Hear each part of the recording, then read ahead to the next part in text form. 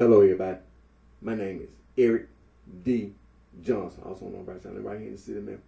It's in the county sheriff. It's in the state of Tennessee. Today's date is April the 2nd, 2023, Sunday morning.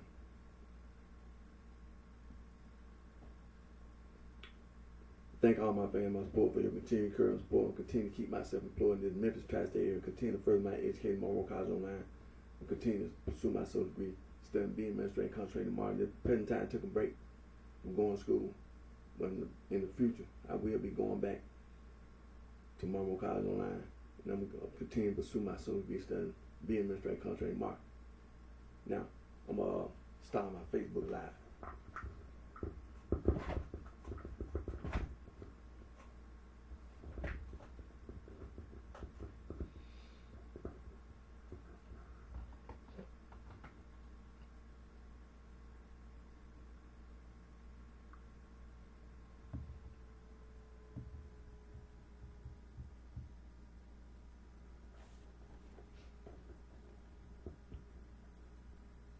Hello, everybody.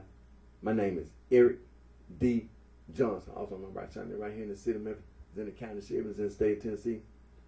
And today's date is Sunday morning, April the 2nd, 2023. The time is 7:57 a.m.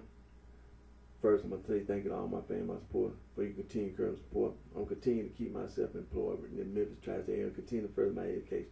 On college online, continue to pursue my social degree, studying, being administrative, contract mark. Present time, I took a break and going to school in the very near future. I'm going to go back to my college online, continue to pursue my social degree, studying, being administrative, contract mark.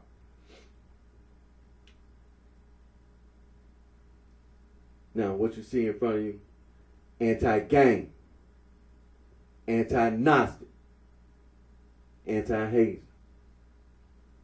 Also, Saint Irenaeus, the Bishop of Lyons, together with St. Ignatius, the Bishop of Antioch. They wrote a 5-volume book refuting Gnosticism, proving that Gnosticism is a heresy. Titled Adversus Haereses, translated mean against heresies. Their so-called Nag Hammadi Library, their leftover Gnostic writing that them Gnostic theologians was writing. It's the same Gnostic writings that St. Irenaeus, the Bishop of Lyons, and St. Ignatius, the Bishop of Antioch, they refuted, already been refuted. Also, St. Athanasius, the Bishop of Alexandria, in the year 367 AD, in his 39th festal letter, Easter letter, banned all non-Christian writing.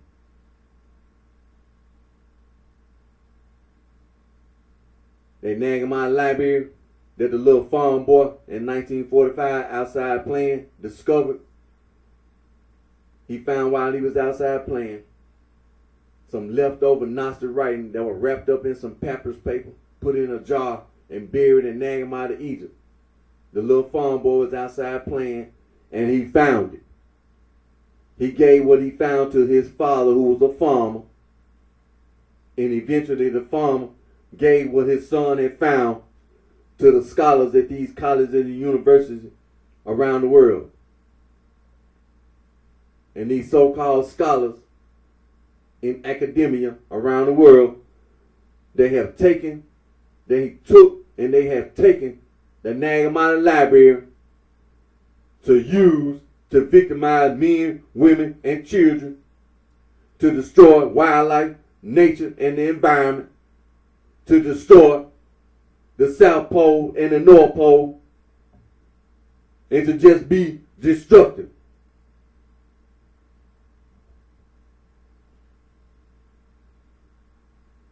Also, St. Epiphanius of Salome, the Bishop of Cyprus, wrote a 3-volume book titled Panarium, Greek, Panarium, Latin, translated mean bread basket. The scholars have also said that St. Epiphanius of Salome, Bishop of Cyprus, 3-volume book is also Adversus Haereses, against heresies.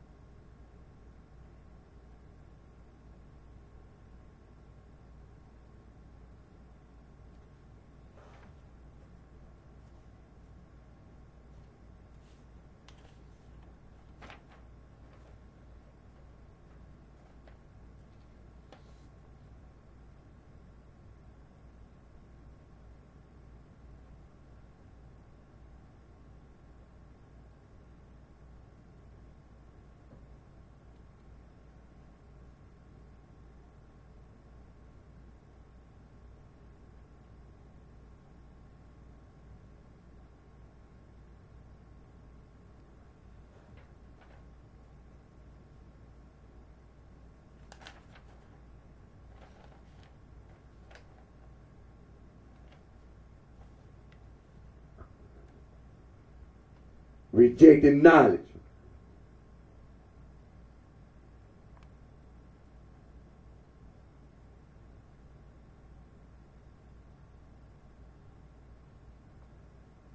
Rejecting knowledge.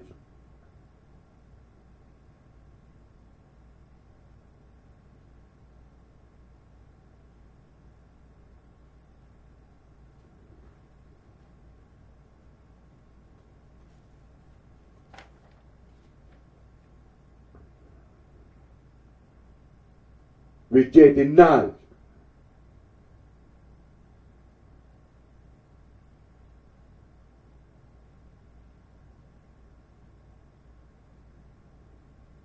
Rejecting knowledge.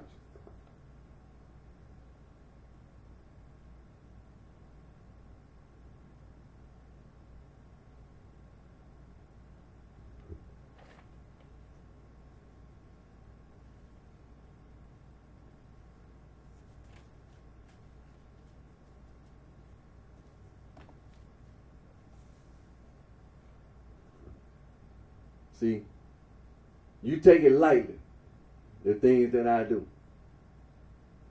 But one thing I can say is that the information that you see presented in front of you, that I present in front of you, I didn't do it on my own. The only thing I'm doing is just taking that information and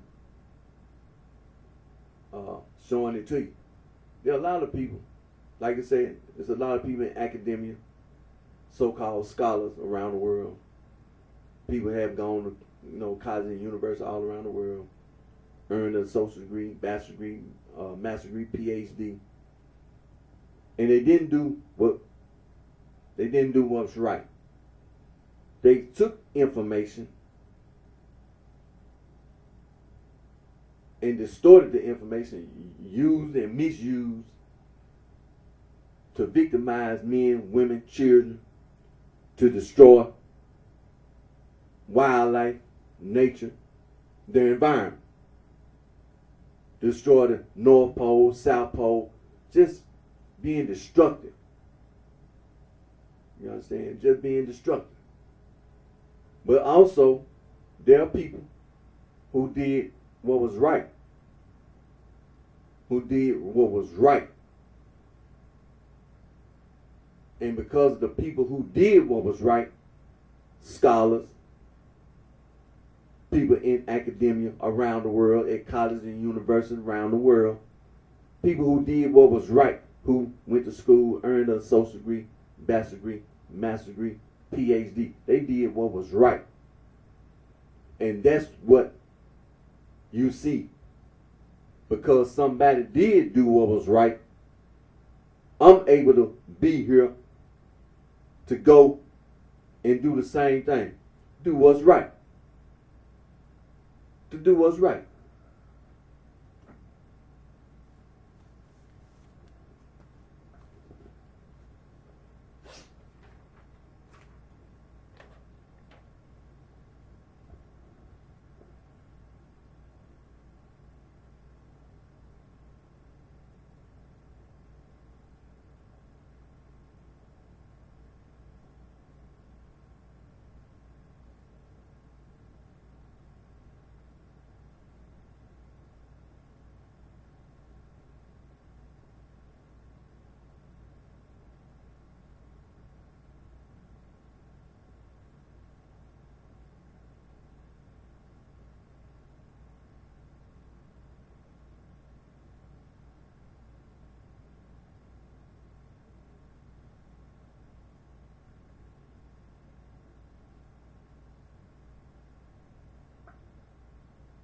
The Almighty, Vice Lord, Four Corner Hustle.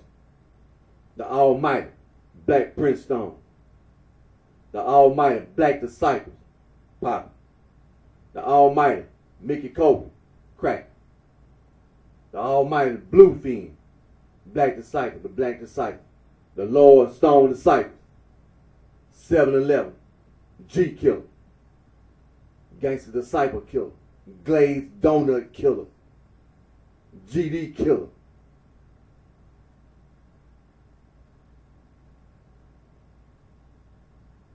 The history of the city of Chicago. It's important. See, just like I showed you the information, all this exoteric, the Catholic Church.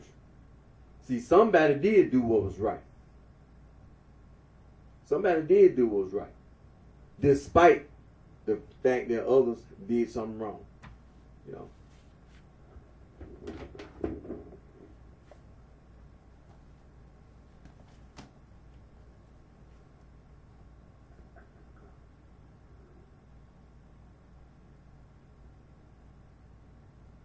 The Almighty, Vice Lord, Four Corner Hustler, the Almighty Black Priestdom, the Almighty Black Prince Stones. See? The Almighty Black Disciples, the Almighty Mickey Cobras, and then the Bluefin Black Disciples, the Black Disciples, the Lord Stone Disciples. See? Edwin Pepperlow Perry, the history of the city of Chicago. Edwin Pepperlow Perry. See, somebody tried to do something that was right. Based on, despite the fact, didn't have much education. You understand? Didn't have the opportunity to go to college.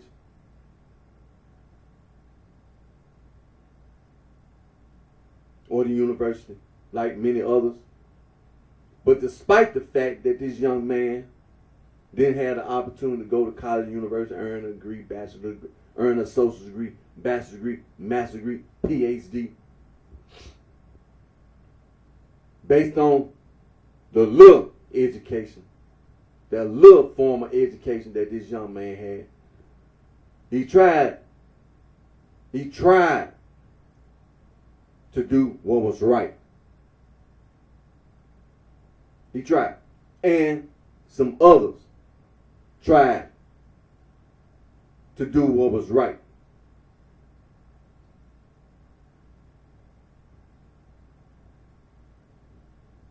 Tried to help young men, young women,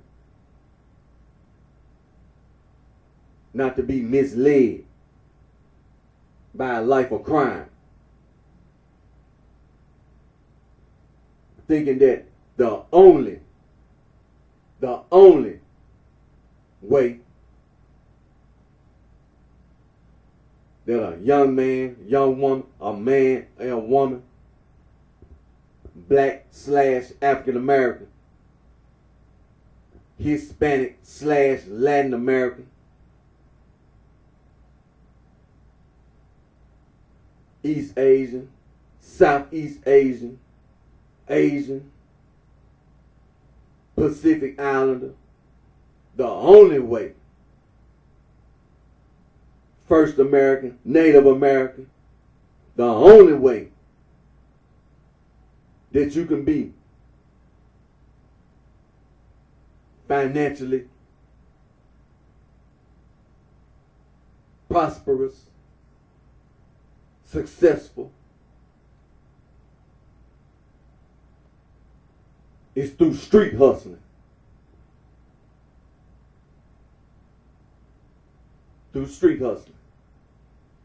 But this young man, as well as the others, they tried to show you that that was not the only way that you can achieve financial prosperity, financial success, and that was not the only thing to learn. There was other things to learn besides street hustling.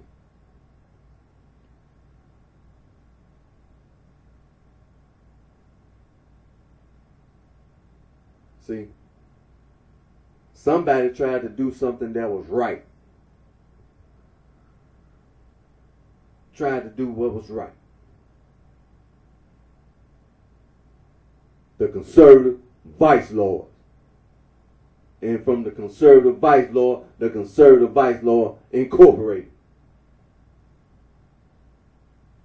See, somebody did try to do what was right. He tried. That's the reason why you see today still young men, young women, men, women, all backgrounds.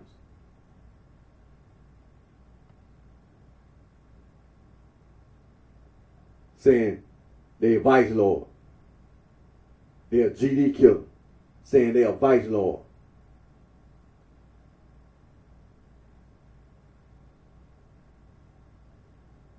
Saying GD killer.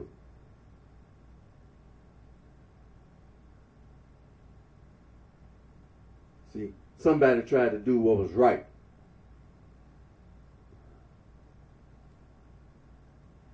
And this young man, Evan Pepperlo Perry,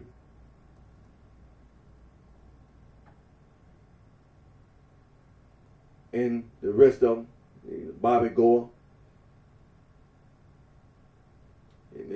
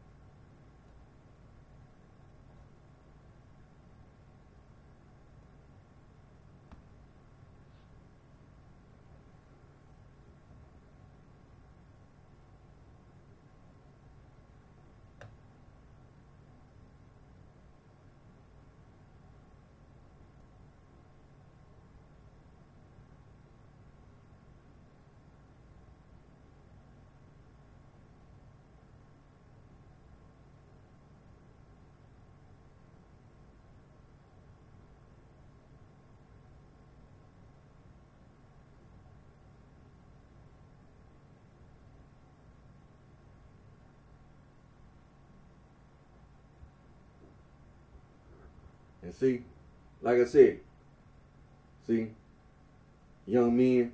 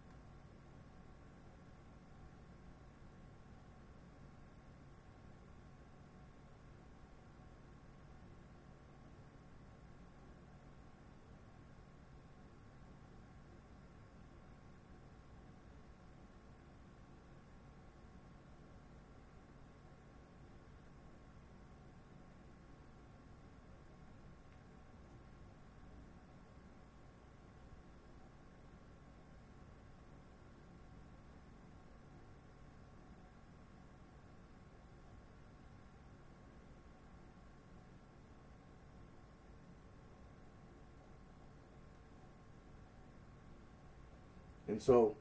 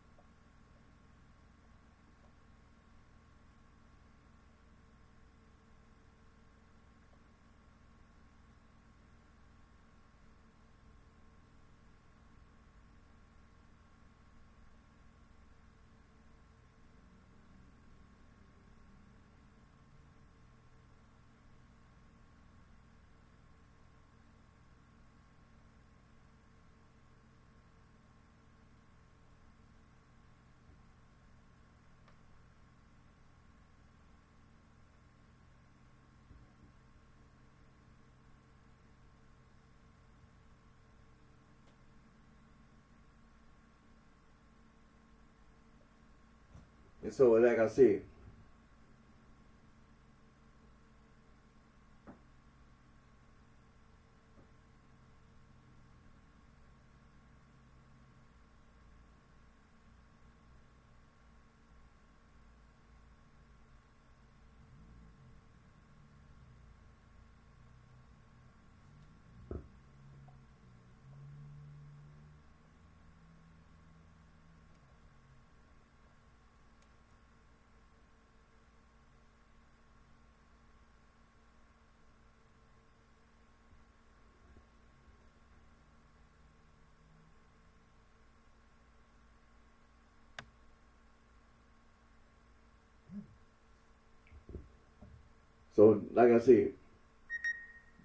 these young men started out just some young kids being influenced by their environment.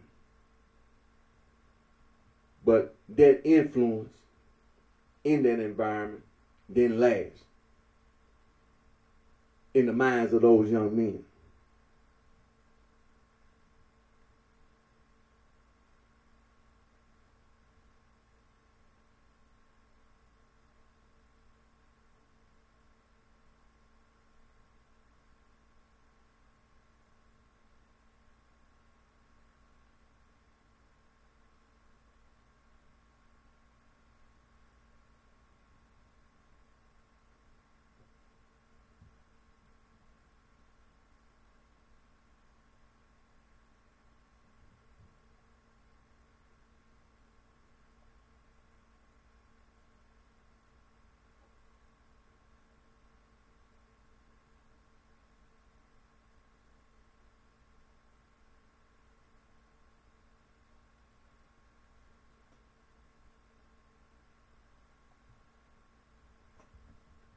And so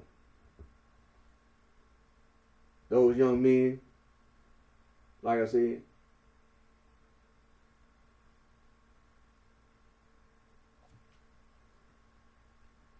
didn't hold on to that criminal or thinking that the only way to have financial prosperity, financial success was street hustling through a life of crime.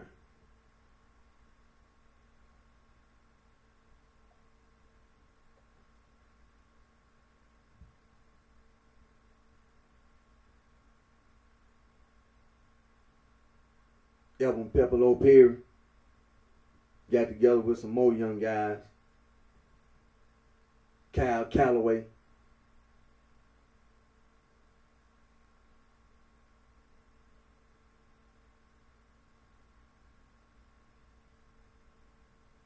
Young man named Toehold and Ralph Bonds and Maurice Miller.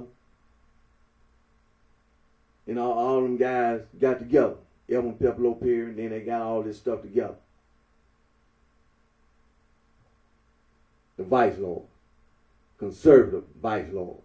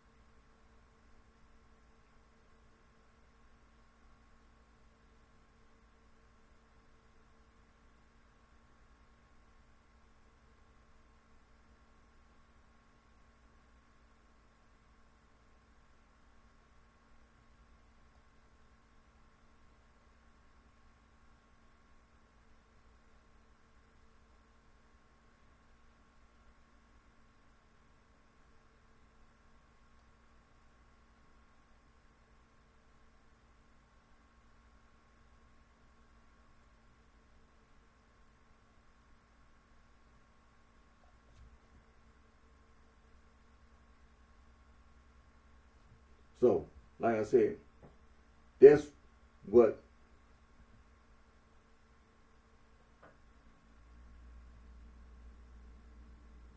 was not in the mind of these young men. And of course, they got into a lot of stuff with other social clubs and things like this.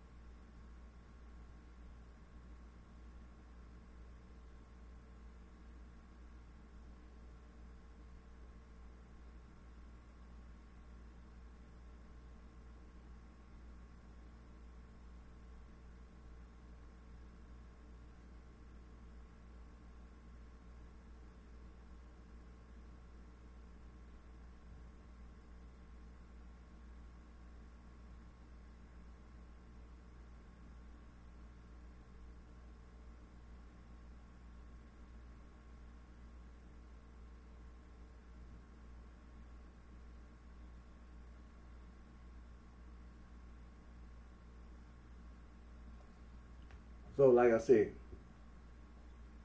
a lot of things that people did, they reformed, they progressed from just being street hustling, a life of crime.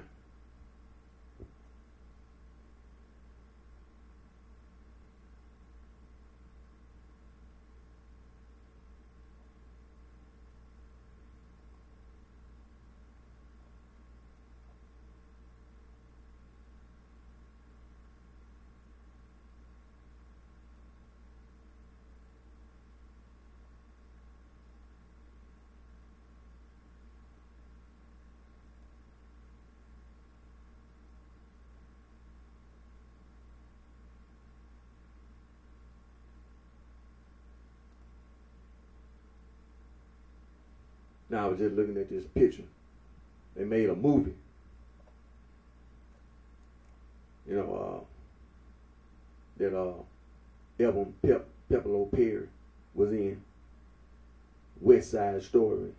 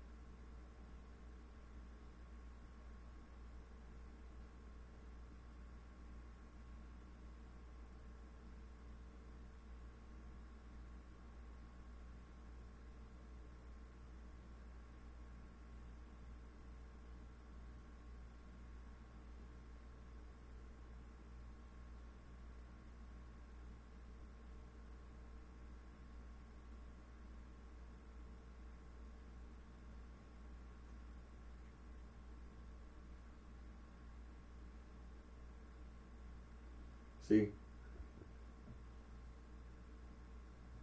back in around about 1964, like I said,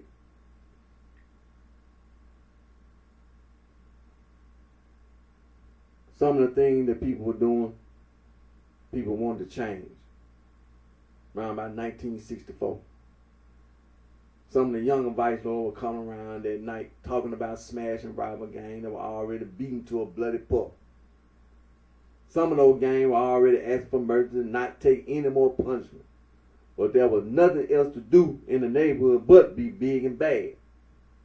This is until the older guys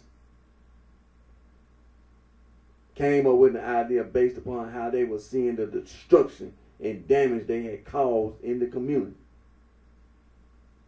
The guys decided on the idea after some debating to go about opening legitimate businesses and working to better the community. Read that again.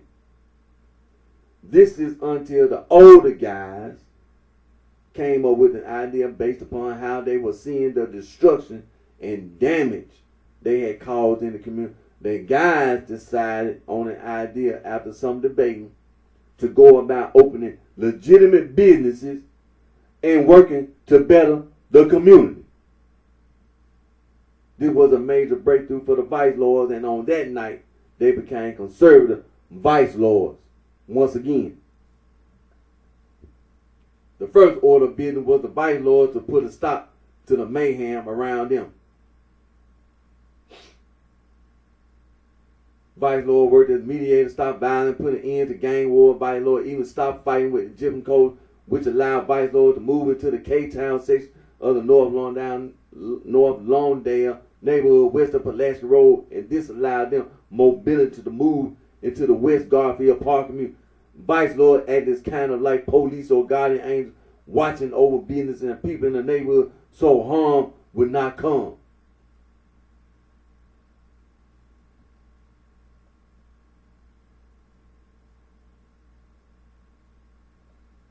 The challenge of all this was the police had a negative outlook on the vice lord, and young men still felt the despair of not having opportunity to succeed that still led them to crime.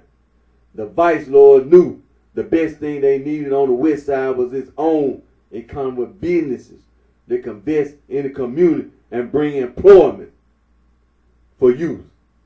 This part of the city was barren and was a complete slum due to extreme economic poverty. Without revenue generating businesses, not enough city tax dollars could go into renovations and maintenance to the neighborhood, leaving the area deteriorating.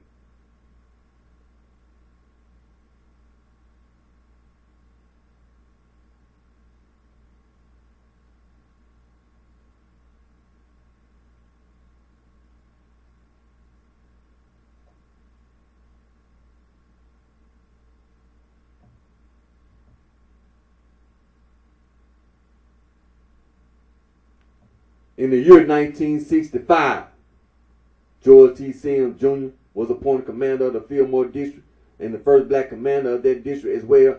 The older vice lords used this appointment to their advantage to further their new direction. The vice lord leaders wanted to speak with Sims and inform him about their new direction and for suggestions to steer youth away from crime and gangbanging.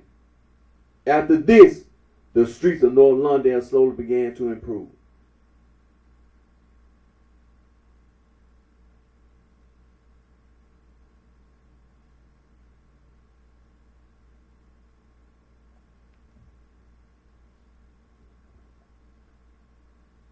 In the year 1966, the vice lord new cause was bringing in more positive attention as they began to work very closely with Egyptian cobra, black peace stones, and black disciples on bettering their community and putting an end to violence. In the summer of that year, Martin Luther King came to Chicago and stayed in North Lawndale to help protest during the West Side riots of 1966. Martin Luther King planned to march through the mostly white areas of the South Side of Chicago and protest. The vice lords, disciples, and stones were ready to march alongside Dr. King, but after a remark was overheard from one of King's men that they didn't need gangbangers to help, Edwin Perry gave one quick signal with his hand and all the gangs dispersed and withdrew aid. Later that night, Dr. King summoned Edwin Perry, Bobby Gore, and a few other leaders to where he was staying and told them he didn't back that statement about not needing the gangs for support. Instead, he expressed that he needed them. And after that, the vice lord and their allies marched alongside Dr. King. After this march, the vice lords started to get major attention. Then some as groups were coming to North London to speak to the vice lord and admire their progress. The deacons of defense, Ram Act, as examples came to meet the vice lords, and this is what got the ball rolling. Everyone could come meet the vice lord at the new clubhouse that opened a little earlier that year at 3655 West 16th Street. 16th and Miller. The older vice lords scrapped all the money that they got from hustling over the years and pooled it all together to open this pool room. This became the first legitimate conservative Vice Lord building in history, and it was made possible by Vice Lord members' hard-earned money and not government grants, but the grants were soon to come.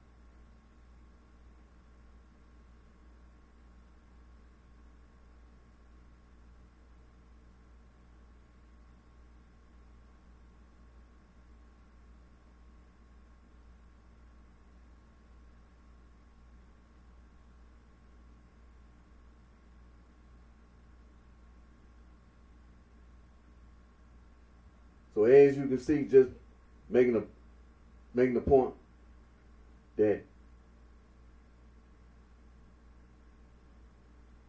this whole point of view that the only way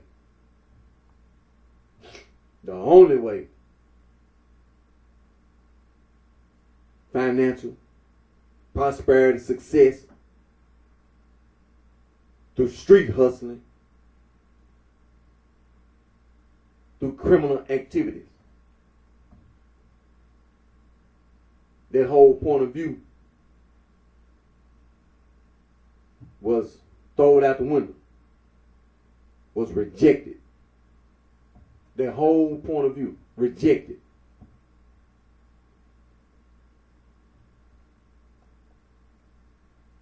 See, the older guys, Evan Pepperlo Perry, put together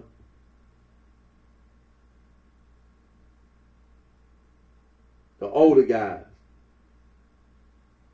held all this together. The Conservative Vice Lord Incorporated.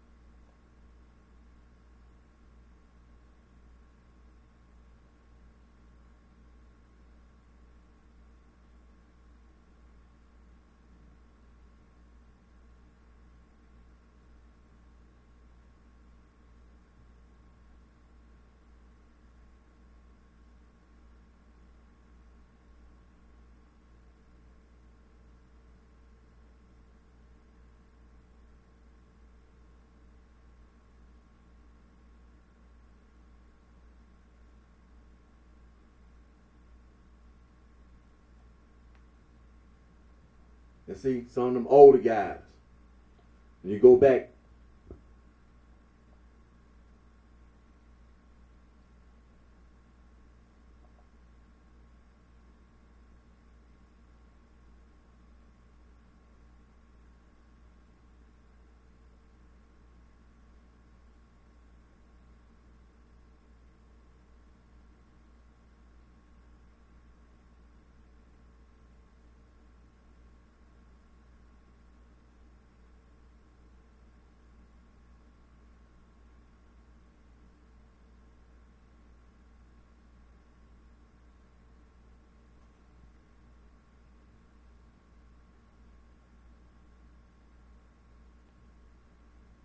some of the oldest significant black street gangs in Chicago, like we said, like it's being reported, like the Dirty Sheiks and the Wailing Sheepers. And this way back in the early 20th century, early 1900s, before 1927, on the south side of Chicago. Then you had all this migration. Saying, these gangs was syndicates, street hustling.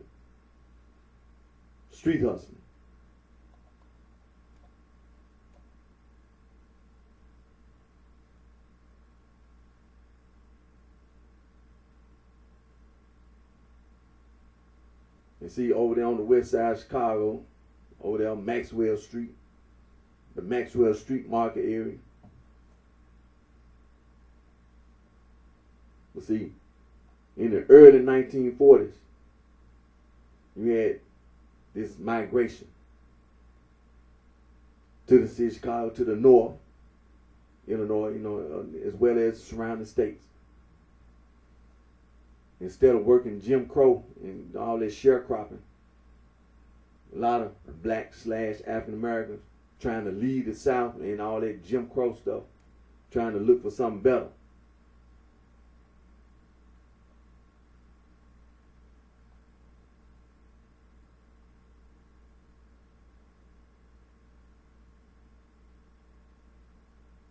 And then, of course, the white people who were living down here, of course, they can go anywhere they want to go, so they just follow you.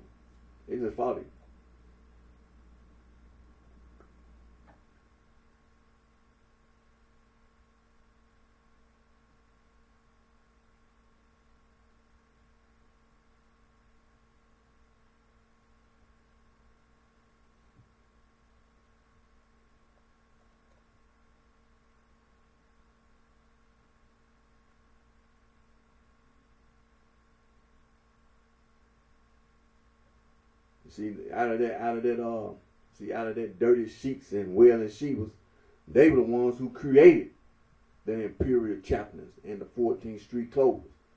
And then out of that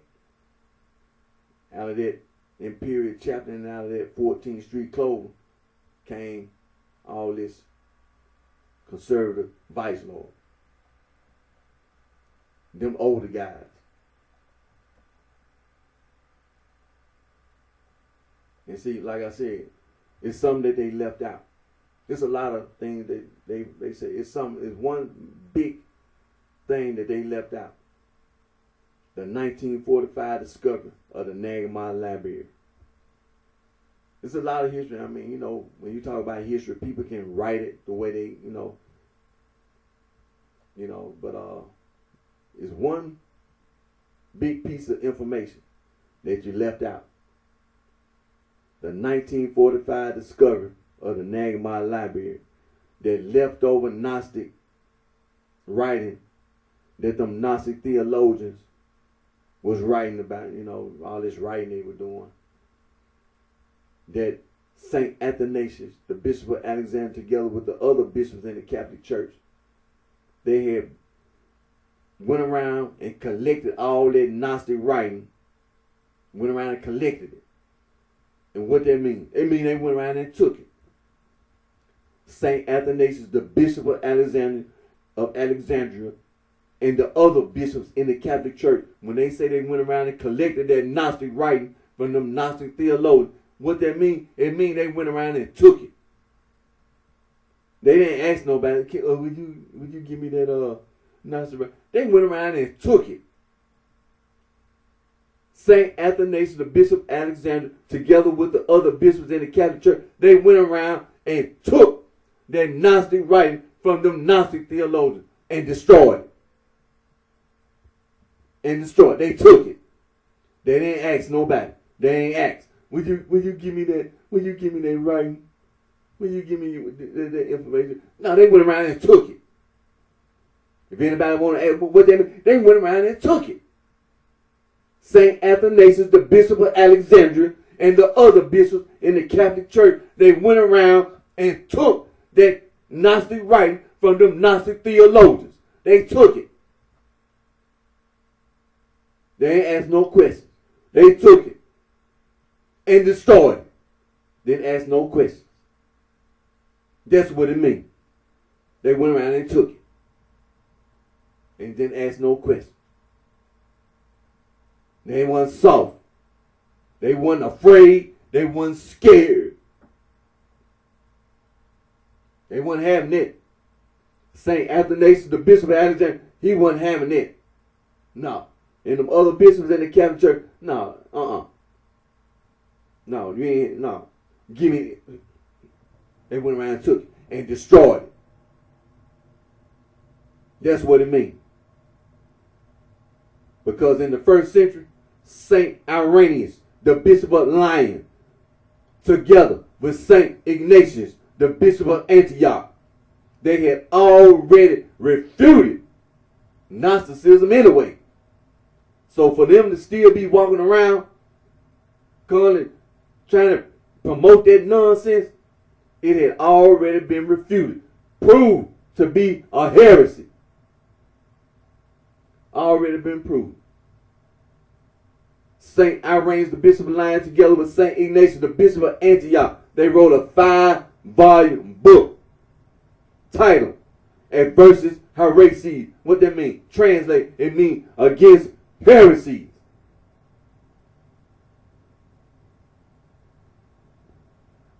St. Athanasius, the Bishop of Alexandria, together with all the other bishops in the Catholic Church, they went around and collected all that Gnostic right and destroyed. They ain't asked no question. Would you give me that? Would you give me your right? They took it. They ain't asked no question. They took it. So if anybody listening and you thought the Gnostic was some big bad some St. Athanasius, the Bishop of Alexandria, together with the other bishops in the Catholic Church, they went around and took that Gnostic right from them Gnostic theologians. They ain't asked no question. They took it and destroyed it.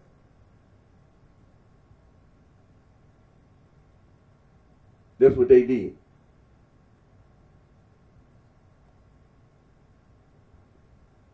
And so, like I said, in the history of the Bible, Lord, is only one big thing you left out. The discovery. The 1945 discovery of the Nag Hammadi Library. That's one of the big things. See, when you try to mislead people and you think it ain't important, it is important. It is important. That's one of the most important things at all. Is when you talk about history, you talk about how from the first century all the way to today, the only recorded record of Gnosticism, St. Irenaeus, the Bishop of Lyon, St. Ignatius, the Bishop of Antioch, 5-volume book, Adversus Heresies, against heresies. You can't find nowhere on God's green earth any record of Gnosticism. Nowhere. Now you might find somewhere they might mention, just like in a dictionary. But as for a recorded record,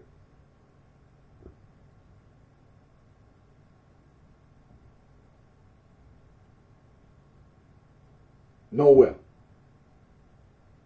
And so that 1945 discovery of the Nag Hammadi Library, that leftover Gnostic rite, is already been refuted. It's already been proven to be a heresy. It's already been proven. And from behind that, St. Athanasius, the Bishop of Alexandria, together with the other bishops in the Catholic Church, they made it perfectly clear that you don't disrespect the Catholic Church. You don't disrespect the Catholic Church. They made it perfectly clear. And see, even today, when you take that Nag Hammadi Library, that leftover Gnostic rite, you make it sound like the Catholic Church not even there. But the bishops all over the world, when they see that Gnostic, that leftover Gnostic writing, they still doing the same thing today. Refuting, proving that Gnosticism is a heresy. Still today, the Catholic Church is continuing to say that Gnosticism is a heresy.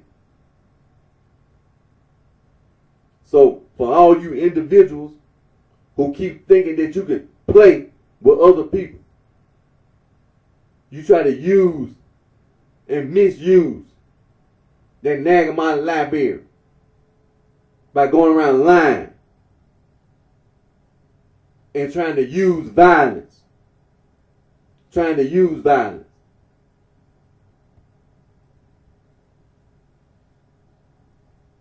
Violence brings about violence. People will defend themselves. People will resist. They will resist. People will be violent with you. They will.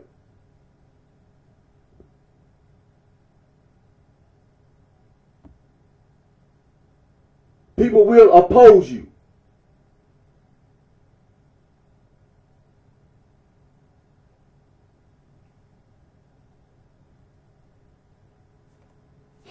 People will expose you for being a liar.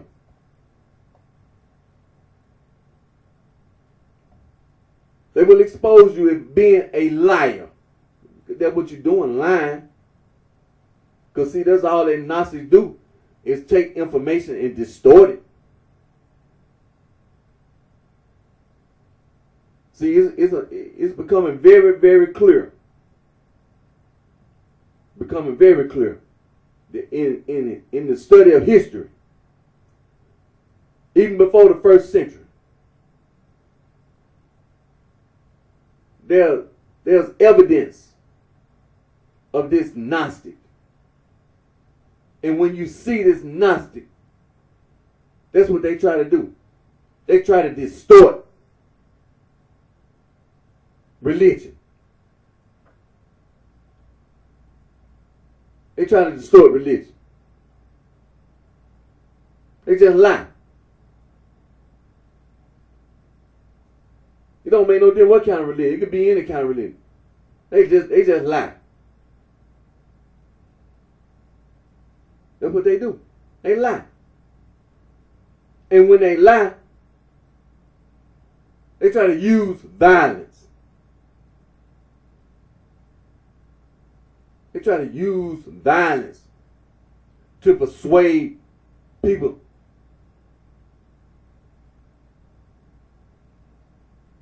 And see, people resist. People oppose the Gnostics. People expose the Gnostics. People dislike the Gnostics. Because you ain't nothing really. Just a bunch of fools. That's all you are, a bunch of fools.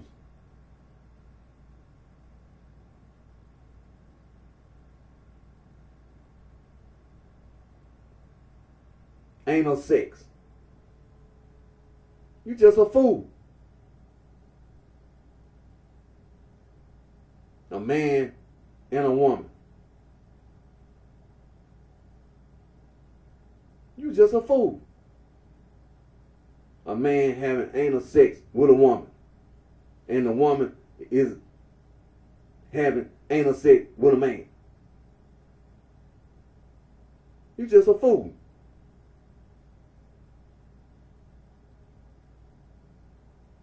Then some man, the same man, having anal sex with a man.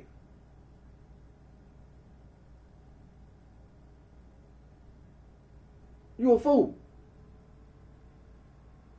And then to try to justify your ignorance, the material world is evil. Every time you turn around, it be the same thing. The material world is evil.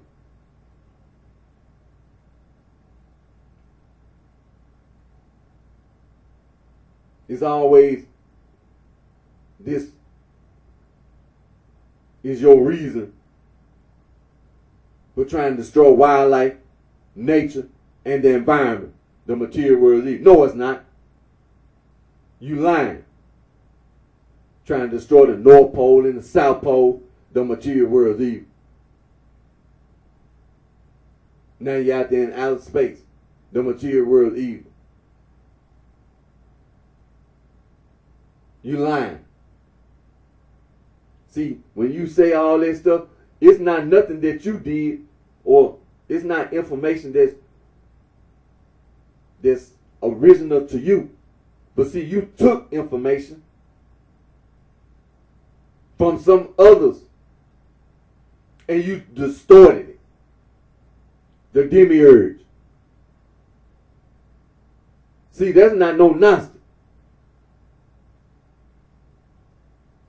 See, the historians know this is before the 1st century. This so-called demiurge. This before the 1st century. We talking about before Christ. People were talking about this demiurge early before Christ. Talking about Socrates and then his students, Plato, and then Plato's students, talking about the demiurge.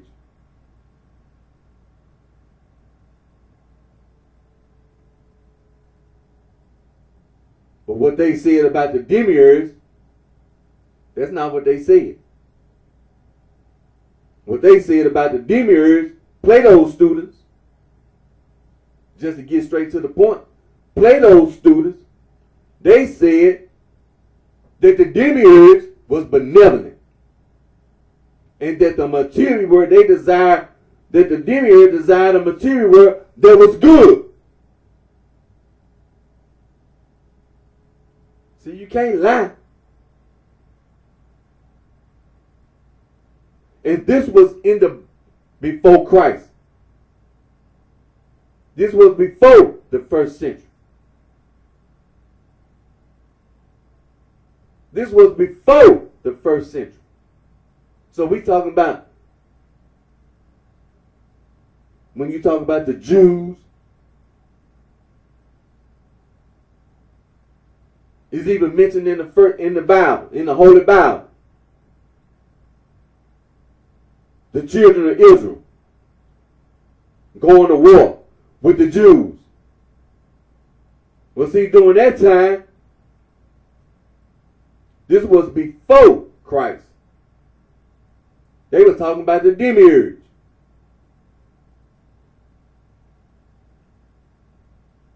See, this was the Jews. And when you talk about the Jews, what make you think some of them same people that you call a Gnostic wasn't walking around? That's what they had done. Because see, you ain't mentioned the children of Israel.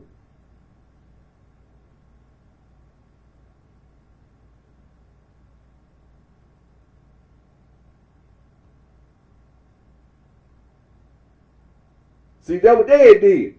They took from the children of Israel. That's what you did. That's what it's going to always point to. But you ain't mention it.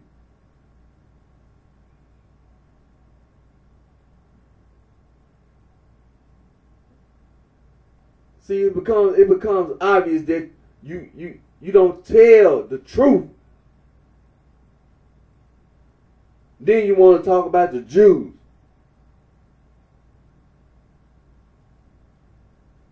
But see, the Holy Bible talking about the children of Israel.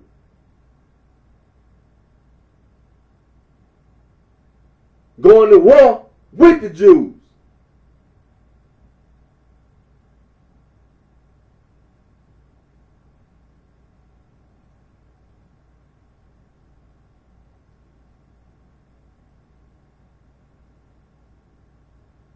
See, these are things when you claim that you're trying to tell the truth. But again, in BC, before Christ, they were talking about the demiurge. The demiurge. And again, Socrates, just mention. And then Socrates, based on his teaching, he had some kind of school, and his students, one of his students, Plato, this was before Christ.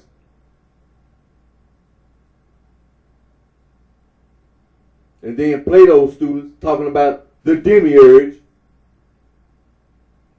and mentioning, talking about this material world, that the demiurge was a benevolent God who desired a world, material world of good.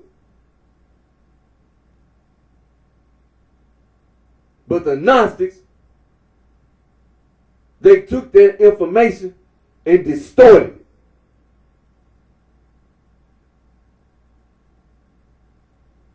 Distorted it. Now you want to say that the demiurge was an ignorant son of God, and that this son of God wasn't even a real God. He was a lesser God and was doing some kind of stupid stuff, and that the material world was evil.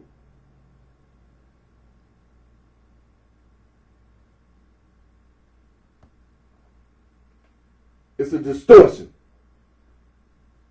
And see, this is what St. Irenaeus, the Bishop of Lyons, together with St. Ignatius, the Bishop of Antioch, 5-volume book titled Adversus Heresies, translate what it means, against heresies, refuted Gnosticism, proved that Gnosticism was a heresy, including the Nag Hammadi Library.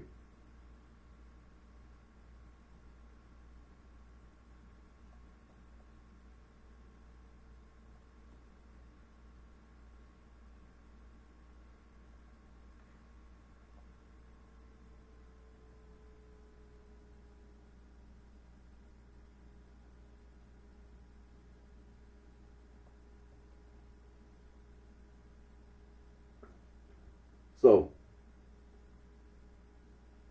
like I said, so in the history of Chicago, see, it's important. But like I said, that one little piece of information, the discovery of the Nag Hammadi Library, 1945 discovery of the Nag Hammadi Library, that one piece of information get left out. Because it made a difference. See, it made a difference.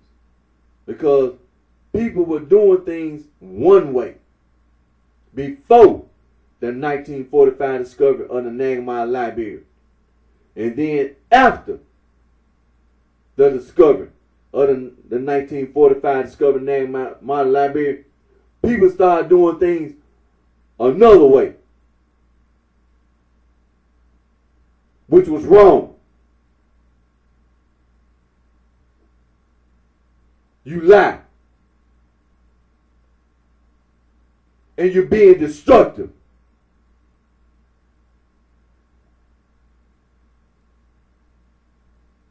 Because of that lie.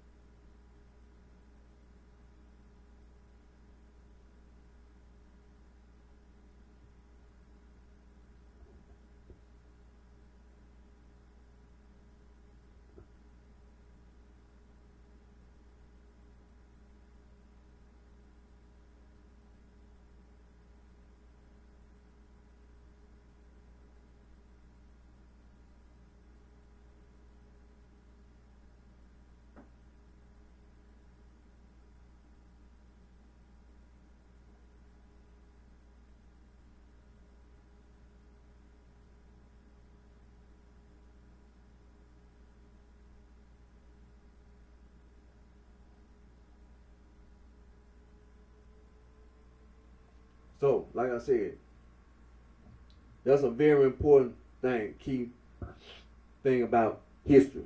Sometimes when people tell history, sometimes their subject is what they focus on.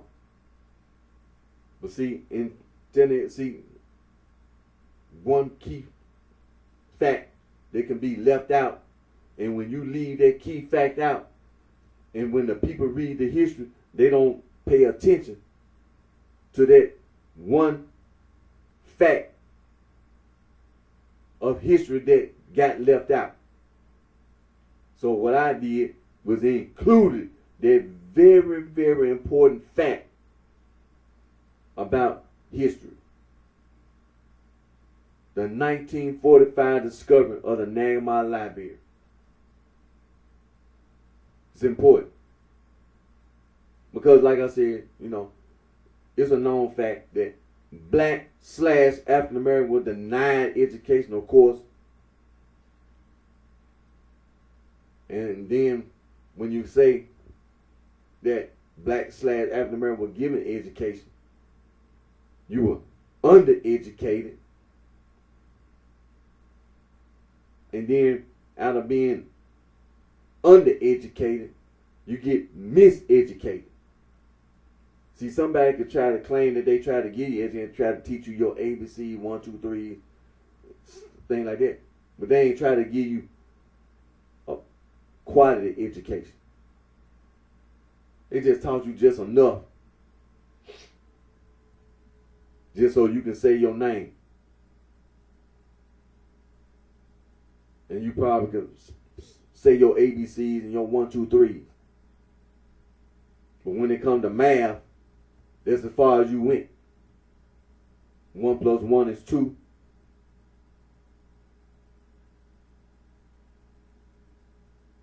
Spell your name. That's as far as you got. Because talking about getting a job and working, there really wasn't no such thing for Black/African American to do anything called work. If you wasn't sharecropping, working out in the field, or wasn't doing some kind of service job like shining shoes or being a maid,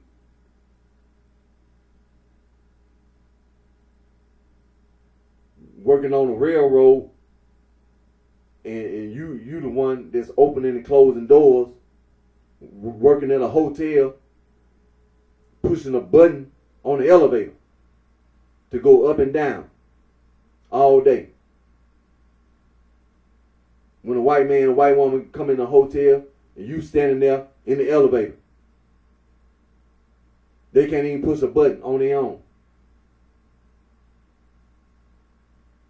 You carrying the bags for the white man and the white woman in the hotel. You opening and closing the door at the front door of the hotel. You the doorman. You the cook at the hotel. You do the laundry. You do the cleaning up behind the white man and the white woman. You clean the toilets. You make the bed. You dust the furniture.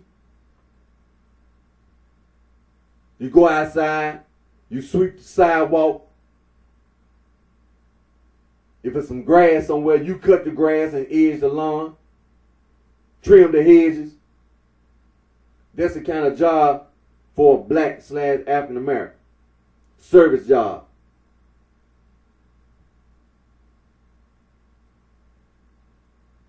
So when it comes to being educated, you know your name. When it comes to math and science, well, and history and anything else, there wasn't no such thing. So when it comes to you knowing about God, about religion, about faith and believing, The only education you know is your ABCs and 1, 2, 3s.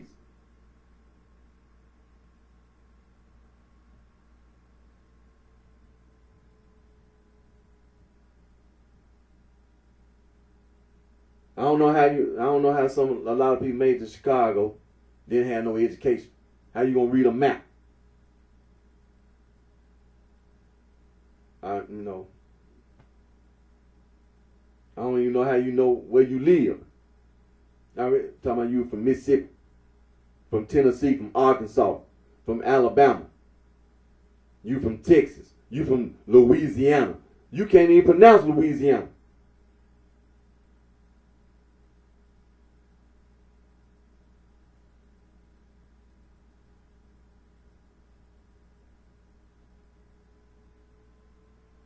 I mean, it's a serious thing. So when you talk about the history of Chicago, see, being black / African American, see, it's important that I take the time, be like, man, why he sitting there talk? See, I know these things, and I know that this was done. Matter of fact, I'm sitting here looking at just one example of history. I can just see, just based on what I'm seeing.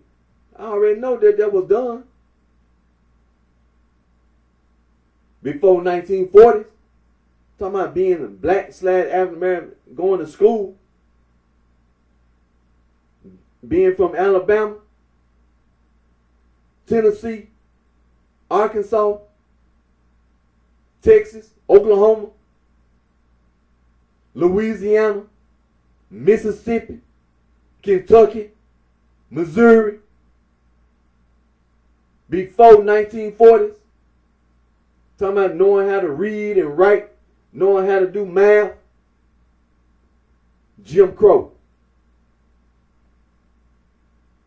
the Ku Klux Klan. No. That was out the question. Being educated? No.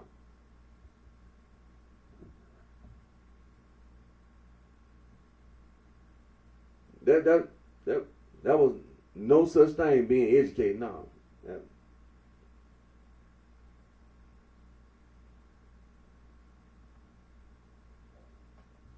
See, it makes a difference. Because what you see today, people like they say all the time. So a lot of people died.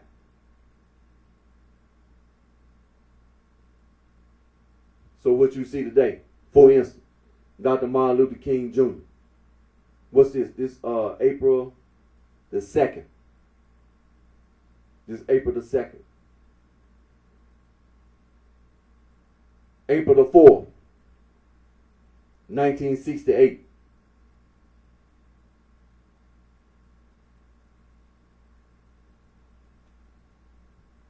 Right here in the city of Memphis, at the Lorraine Motel.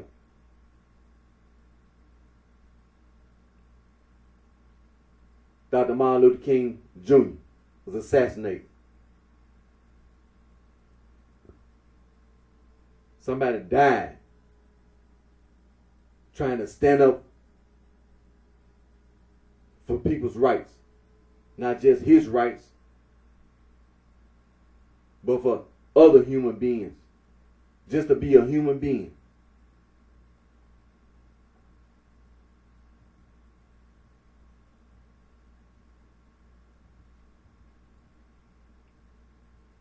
Malcolm X, in front of his wife and children. Malcolm X, in front of his wife and in front of his children, was murdered.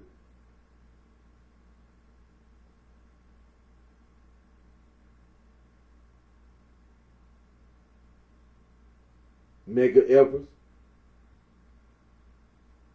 I can go on and on. It's a long list of men and women, children, murdered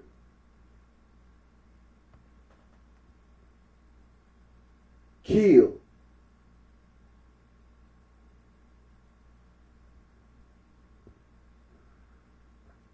for what they call the civil rights movement and for human rights and so on and so forth.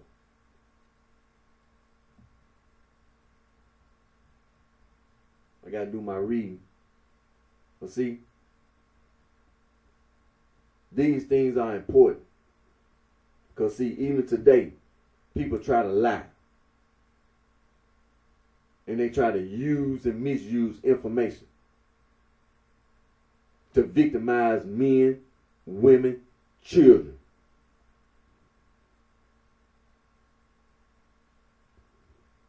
To try to destroy wildlife, to destroy nature, to try to destroy the environment. The North Pole, South Pole, hell, even outer space.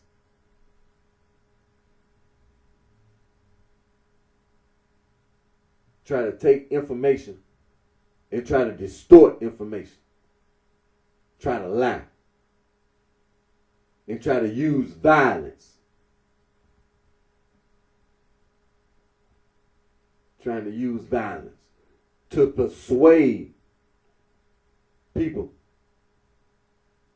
to listen. But when you try to persuade people to listen to the lie, many people resist. Many people oppose you.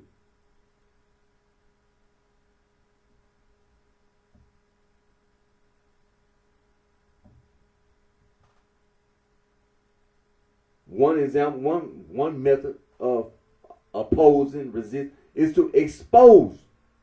Is to expose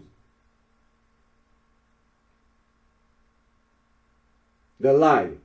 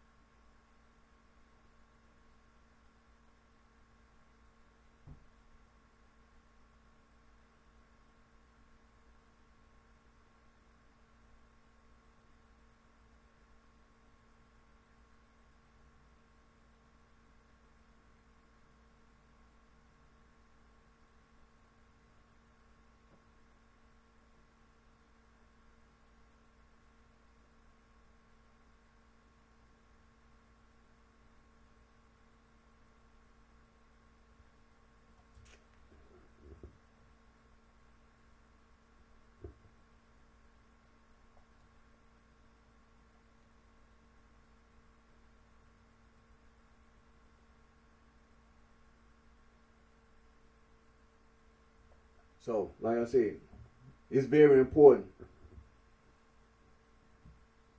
to point out that it's a piece of information in history, not just Chicago history, but in world history, that gets left out. The 1945 discovery of the Nagama Library. And when you talk about that Nagama Library, what is it that's being suppressed? That the Catholic Church had already refuted Gnosticism.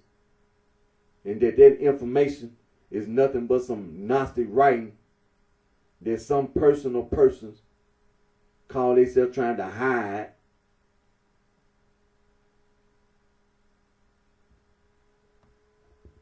And then it got discovered. And what you tried to hide, what they tried to hide, is nothing but some heretical information. It's a heresy.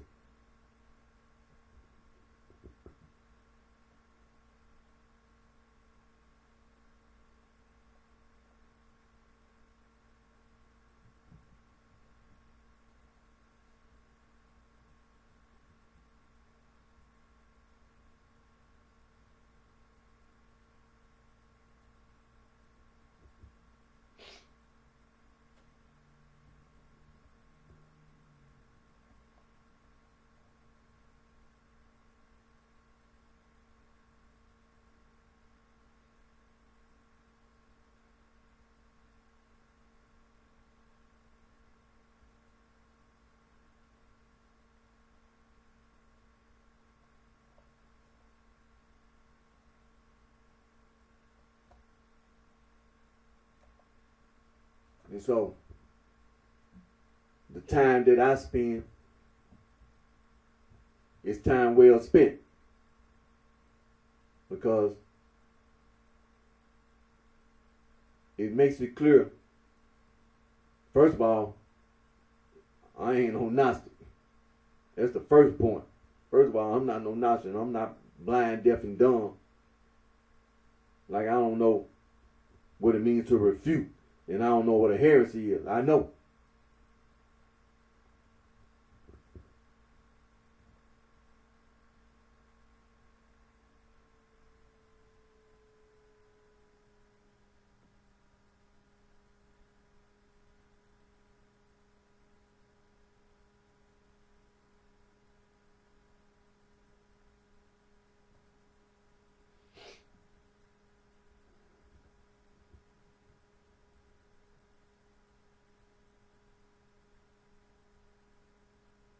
And so, like I said, that's the point that's being made. That Gnostic information, that Nagamon library, people trying to use it to lie. And when they try to use it, when they try to sway people, when they try to influence people, sometimes people, they already know. And so what they try to do is that they try to use violence. They try to use violence to persuade people.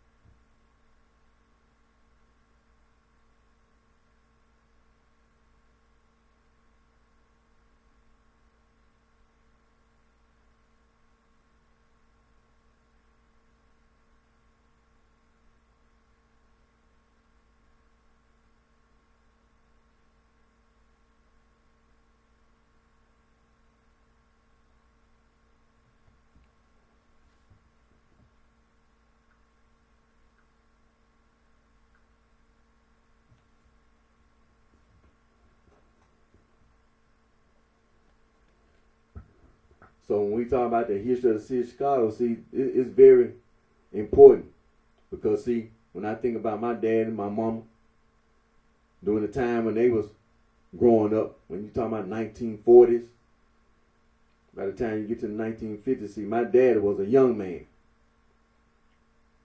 18, right here in the city of Memphis. And my mama, she was a teenager. She was born in 1940s.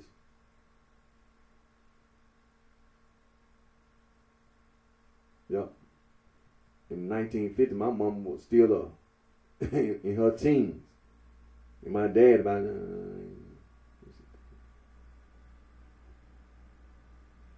the early 50s.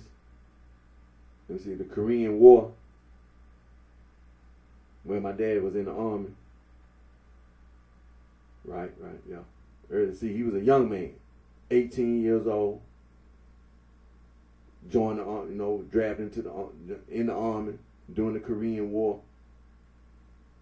But see, during that period of time, you talking about the history of the city of Chicago, see, and then my Uncle Lemuel, he a year behind my dad, a young man. My dad and my Uncle Lemuel, a young man, 1950, 18, 17 years old. And then my grandmama, my dad's mom, and then my granddad. Both my granddad and grandmama, they were from Mississippi. And so my granddad, he ended up moving to Detroit, Michigan, worked at that Ford Motor Company, retired, and then lived in Detroit, Michigan till the day he passed away, Chester Johnson Sr. Then my grandmama, she had another son, Uncle Walter. You see, when he became, eventually he moved to the city of Chicago. Was living in the city of Chicago. Last time I've been to the city of Chicago, unfortunately, when my Uncle Walter had passed away, we went up to Chicago. And me and my dad had a little sister on Virgin May. But see, last time I remember was in Chicago. So when she passed away, she was in Chicago. And my grandmama, of course, she was living in Chicago when she passed away. Then grandma had another son, James Demo. He was living in Mississippi. And let me see, last time I remember seeing my Uncle Demo was like this before I even graduated high school. Then Uncle Burley Jr., he was living in Chicago, was living in the city of Chicago when he passed away. See, the history of the city of Chicago is right there in front of you. And then my mama, she was the youngest of all my grandmama and granddad's children who was living right here in the city of Memphis. But when you talk about people living in Chicago, that ain't nothing that's foreign to them. That ain't nothing they ain't know about. They know about the same thing. People were living in Chicago. See, my mama, she the youngest of all my grandmama and granddad's children. See, the history of the city of Chicago is right there in front of you. It's right there in front of you.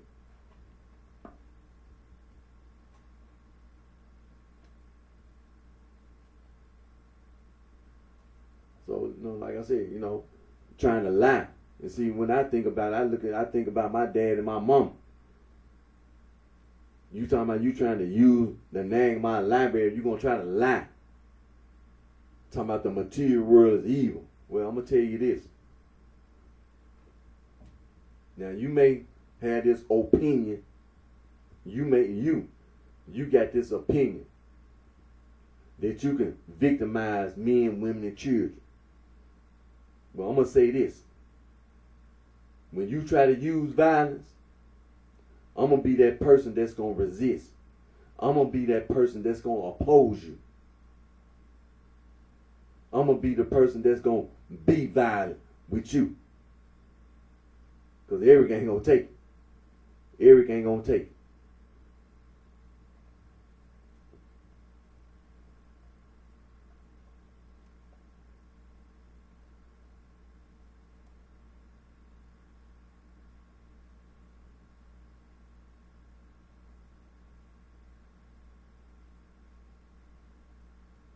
And see, another thing that I don't like is just like I'm sitting here in front of the computer, and you want to sit up and tell me about some damn sorority and fraternity, some sohos and frat bitches, and you gonna sit up there and try to tell me that you trying to use the Nagma Library? Ain't no damn way in the world you gonna say that to me. It ain't no damn way in the world ain't no way you gonna. And I'm sitting here in front of the damn computer, and I'm sitting here with a tablet. I'm sitting here with a laptop. I'm sitting here with my phone. And you can go to Google, Bing, Yahoo, America Online, all these different search engines and all that, and you think you're going to sit there and tell me that you walking your ass around talking about you a Gnostic?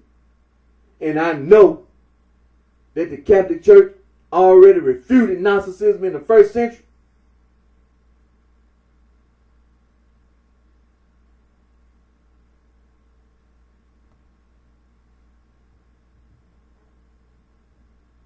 No. Absolutely not.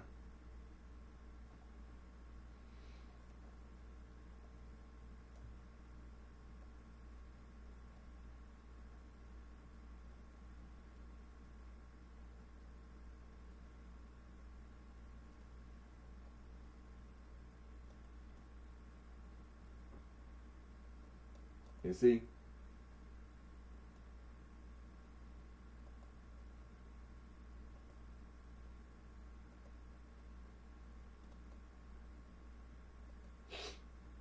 That's the reason why it's so important to know the history of the vice lord. See, they include the history of the sheiks and the shebas. And then from the sheiks and the shebas, the 14th Street clovers and the imperial chaplains. And then from that, the conservative vice lords. See? And so when it comes to what you trying to claim, talking about some daggum gangster disciple, you ain't nothing. No matter what you say, every walking around. No. No. See, it's too many people that did what was right. It was too many people who had already made that perfectly clear. Conservative vice lord made that perfect. Starting with Edwin Pepperlo Perry. They made it perfectly clear. Starting with Edwin Pepperlo Perry. No. They weren't allowing that. No. Made it perfectly clear. And then from Edwin Pepperlo Perry, a lot of the vice lords, no. The old heads, no. Conservative Vice Lord Incorporated, no. They made it perfectly clear. Man, you ain't nobody. Talking about some Larry who, you ain't nobody. You ain't nobody. A nobody. Nothing. And then talking about the rest of these dudes walking around trying to use violence to persuade people, trying to use the Nagma Library. Well, I'm gonna tell you like this. Like I told you. Like I tell you. I'm gonna be the one that's gonna resist. I'm gonna be the one to oppose. I don't take it. Every don't take it. Every don't take it. Because see, being affiliated, being associated with Vice Lord,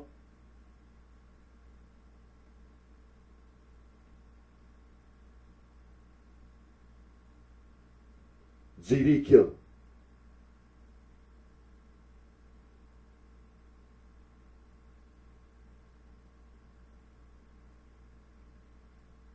GD killer.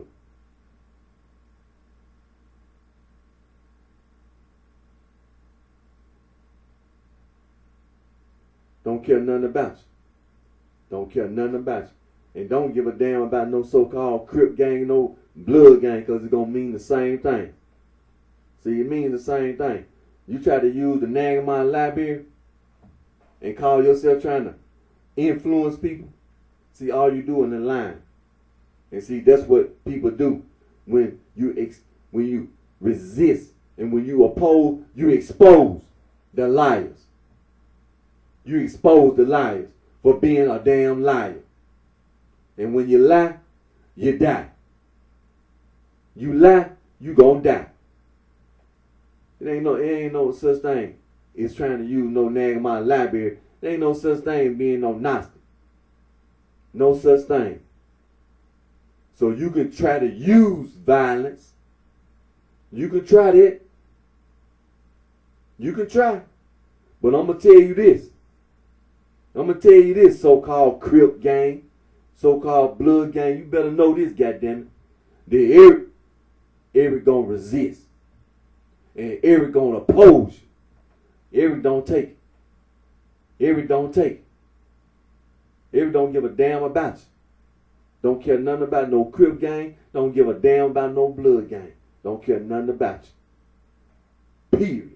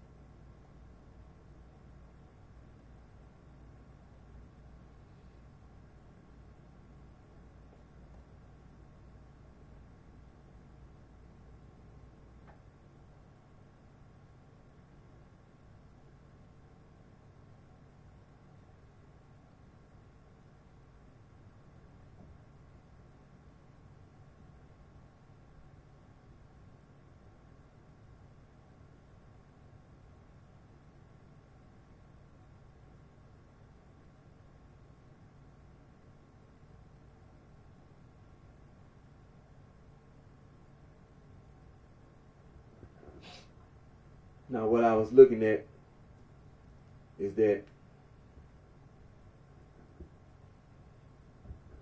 when you use Google, Yahoo, America Online, Bing, all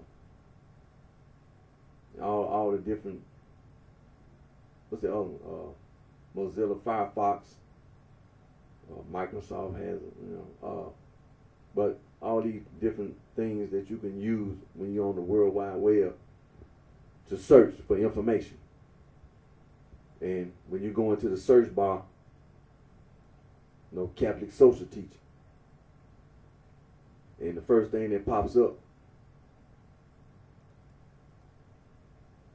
all I did was put in the search bar Catholic social teaching, and the very first thing that pops up, the United States Conference of Catholic Bishops, seven themes of Catholic social teaching: life and dignity of the human person, call to family, community and participation, rights and responsibilities, option for the poor and vulnerable, the dignity of work and the rights of workers, solidarity, care for God's creation.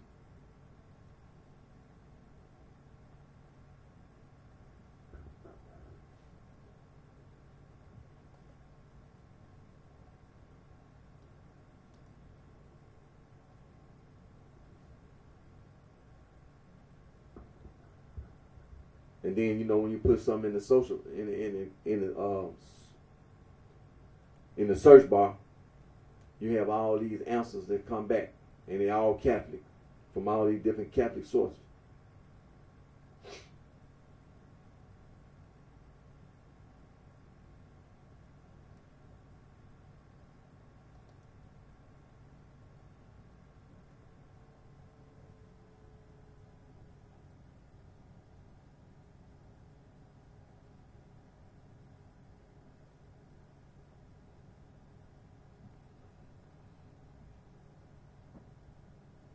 You even have one from the Holy See, Compendium of the Social Doctrine of the Church.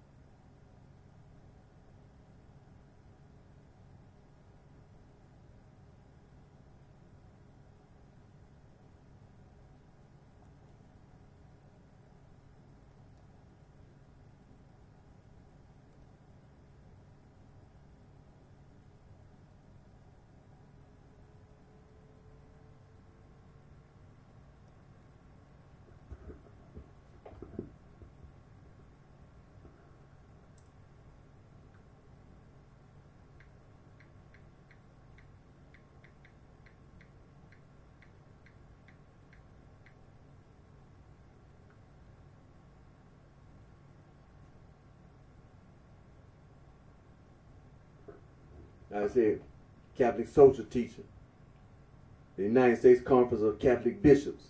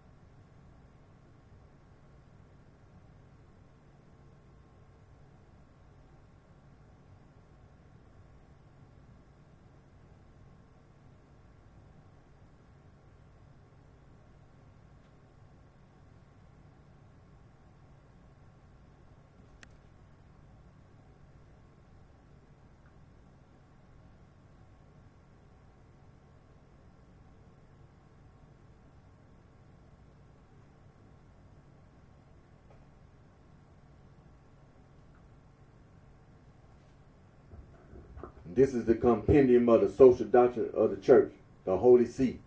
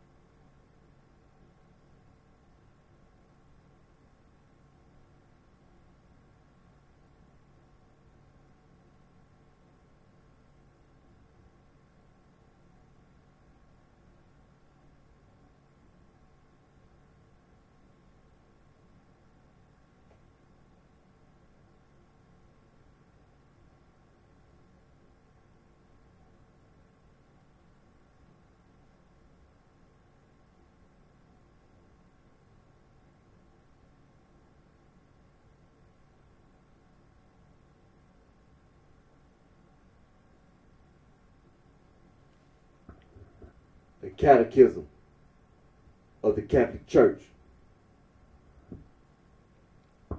And this the Holy See.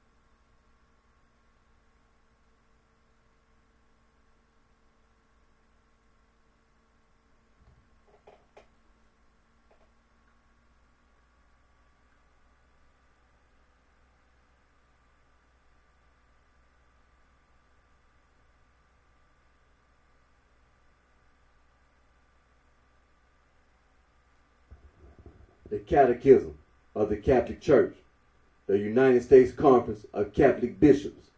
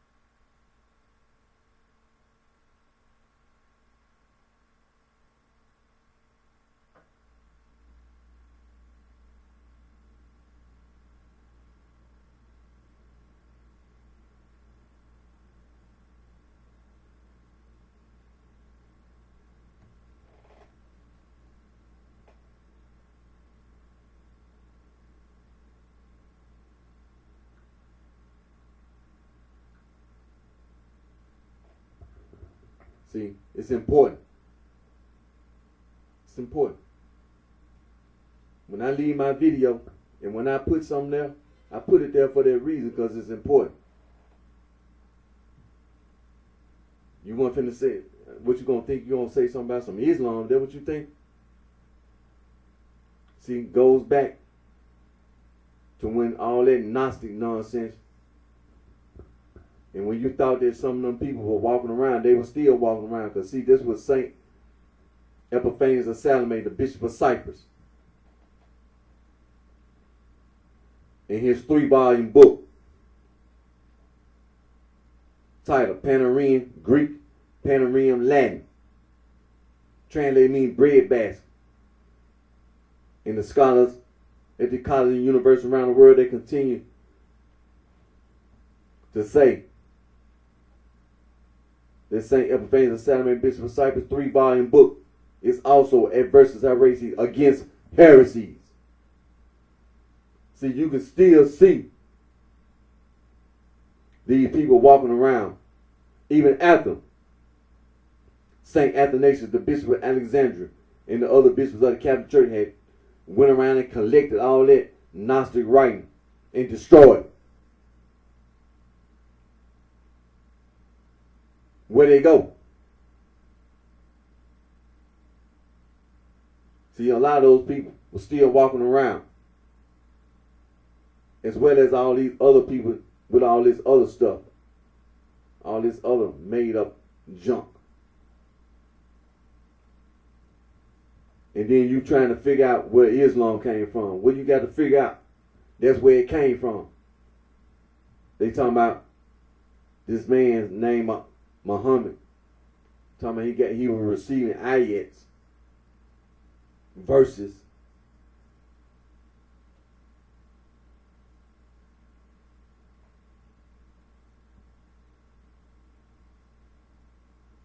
See, when you try to lie,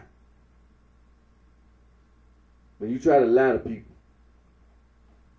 the evidence about your lie is sitting right there in front of you. It's sitting right there in front of you. When you try to lie,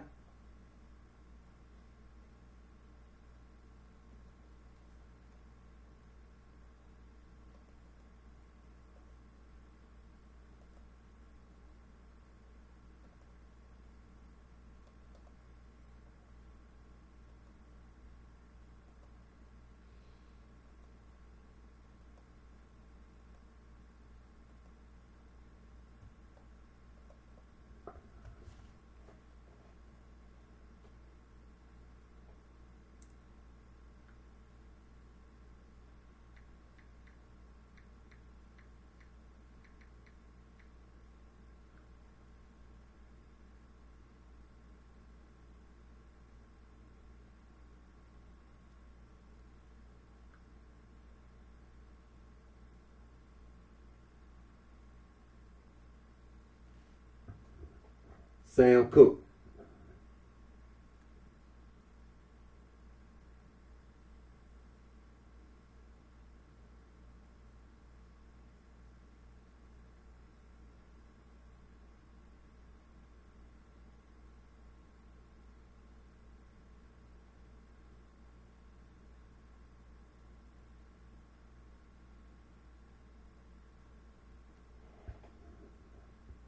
Haven't forgot Sam Cooke. And then, you know, his mother, his father, his sisters and brothers, and his wife, Miss Barbara Campbell Cook. And see, she had a family too. She had a mother, she had a father. And possibly, you know, some other, you know, possibly some siblings and family members. And of course, Sam and Miss Barbara Campbell Cook, children, Linda, Tracy, and little Vincent. He passed away in an accident, and it's been alleged that Carla, Sam's daughter, Carla Cook, and possibly, but don't forget Sam Cooke and the injustice that was done. Like Dr. Martin Luther King Jr. said, injustice anywhere is injustice everywhere. It was wrong what that woman done. I got Sam's autopsy, and I've been showing you over and over again repeatedly that what she said, if you go in the court of law, first of all, Sam Cooke got rights. Sam Cooke got rights in a court of law. And based on what she said and the information in the autopsy report, Sam got rights. And what that jury did, it was wrong. It was wrong.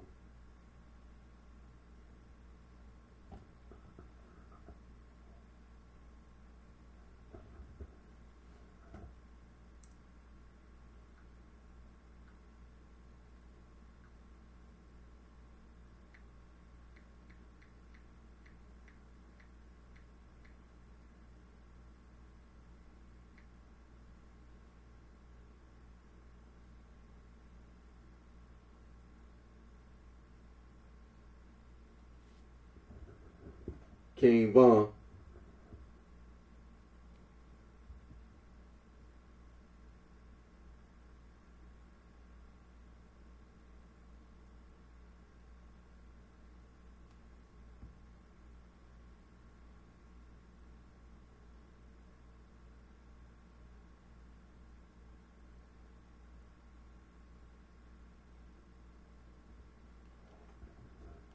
It was wrong in more than one way, but the main thing, when you try to use the Nagamite library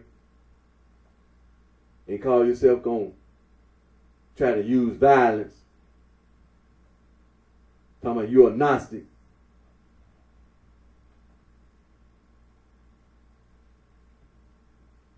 you ain't gonna never say that to me and think you gonna walk your ass around and still be breathing. You got another thing coming. Now, it was wrong to shot and kill that young man.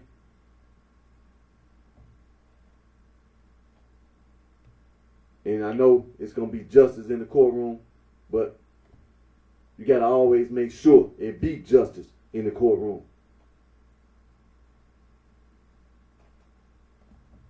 For his family, friends, fans,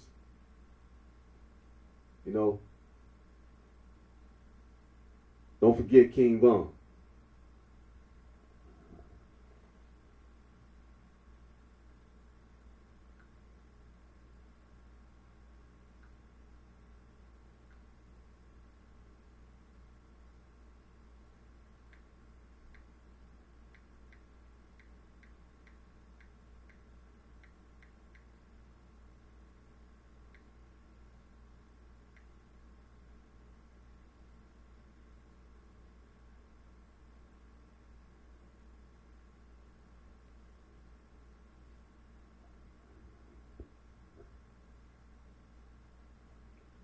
Young Dolph.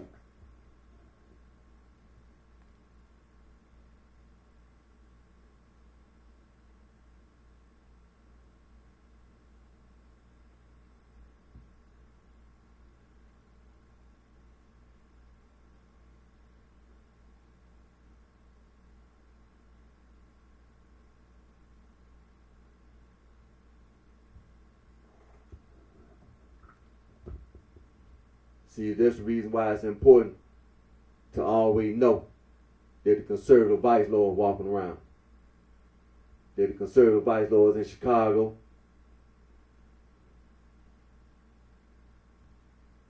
and that the conservative vice lords right here in the city of Memphis. See, when you be trying to go around with this blood gang, Crip gang, see, this is the reason why I do the things I do. When you try to lie, when you go around lying, trying to use the Nagamite library to influence people the wrong way by lying, That's what I do. I oppose you. I resist you. I expose you for being a liar.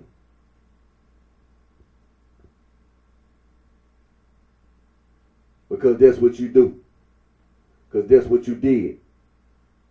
You lie. It ain't no such thing being no Gnostic. It ain't no such thing being no Gnostic. It ain't no such thing as the material world's evil. It ain't no such thing as the demiurge is clumsy.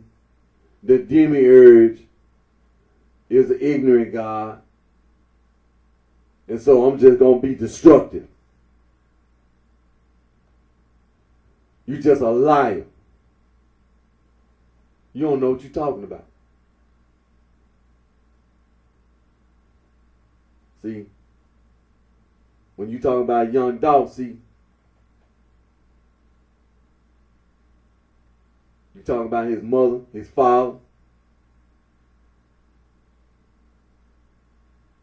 his grandmother, grandfather, things of his nature. See, it goes all the way up to Chicago.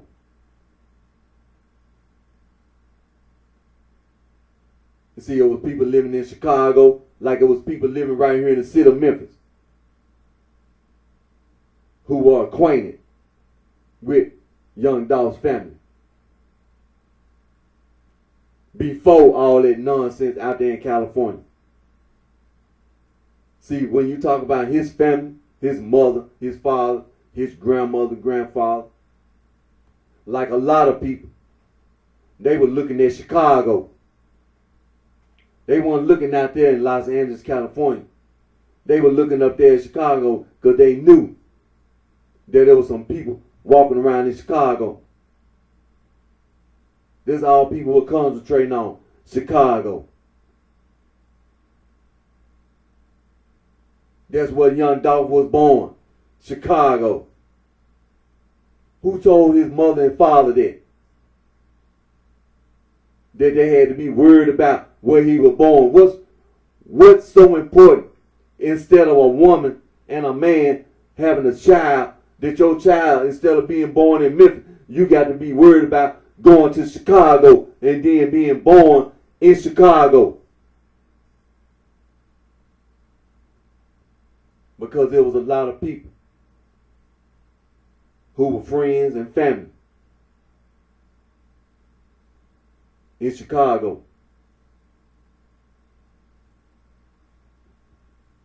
See, it wasn't no such thing worrying about talking about no blood gang, no crib gang in the 50s.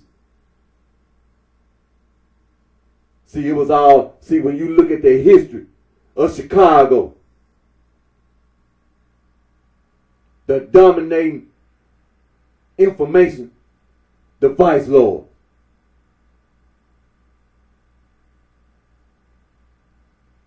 That's what you hear about the history of Chicago, the vice lord. And how the vice lord dominated. Then and now, the vice lord.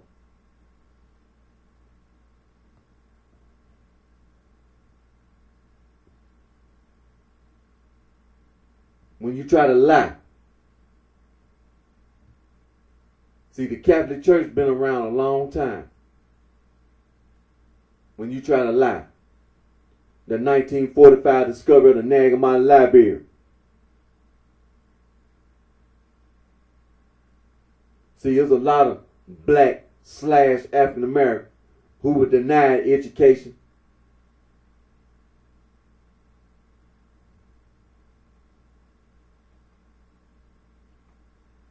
Undereducated. Miseducated. So when it comes about knowing about Gnosticism, you're talking about the sororities and the fraternities. Of course, before the 1945 discovery of the Nagamon Library, of course, the sororities and the fraternities, the historically black colleges and universities. The early 1900s. It was different then. It was different then. Then the 1945 discovery of the Nagamon Library. Of course it was different. Because after World War II, it was a push. It was the civil rights movement. Trying to fight for integration, equality, freedom, justice. It was different then, like it's different now. It wasn't no World Wide Web before 1945, discovering the Nagamon Library. Now you have the World Wide Web in 2023. It was different.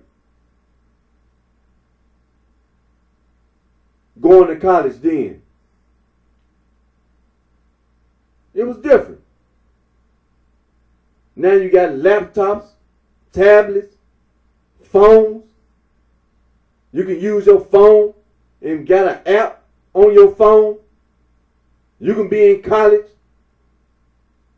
You can email your professor your classwork on your phone.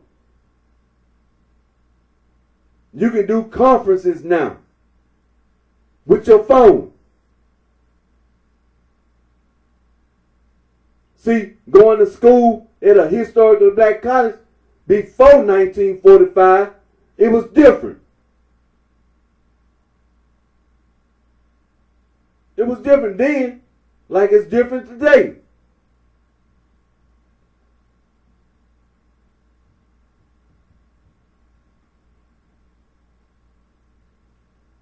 When it comes to young Dolph, shouldn't have heard nothing like that. See, when you saw all this so-called blood gang, crip gang, see, this is what the conservative vice lords already know. See, when you try to use the Nagamon Library and try to get a whole bunch of people, you just lie. And then you try to use violence to intimidate.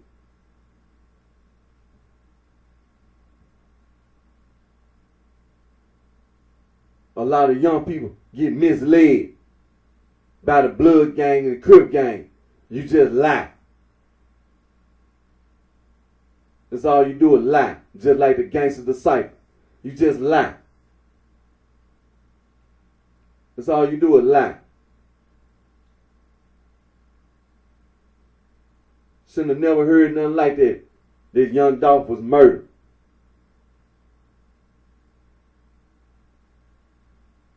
That's where the people who been brought in, that's where your ass need to be, in the jail. That's where they belong, in the penitentiary.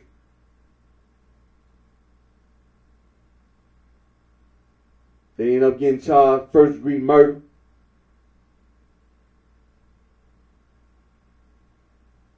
Everybody got the right to an attorney.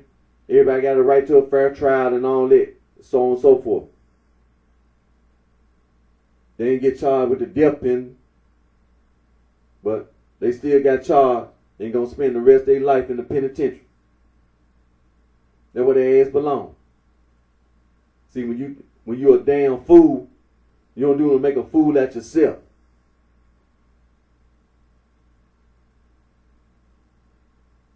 Didn't impress me at all.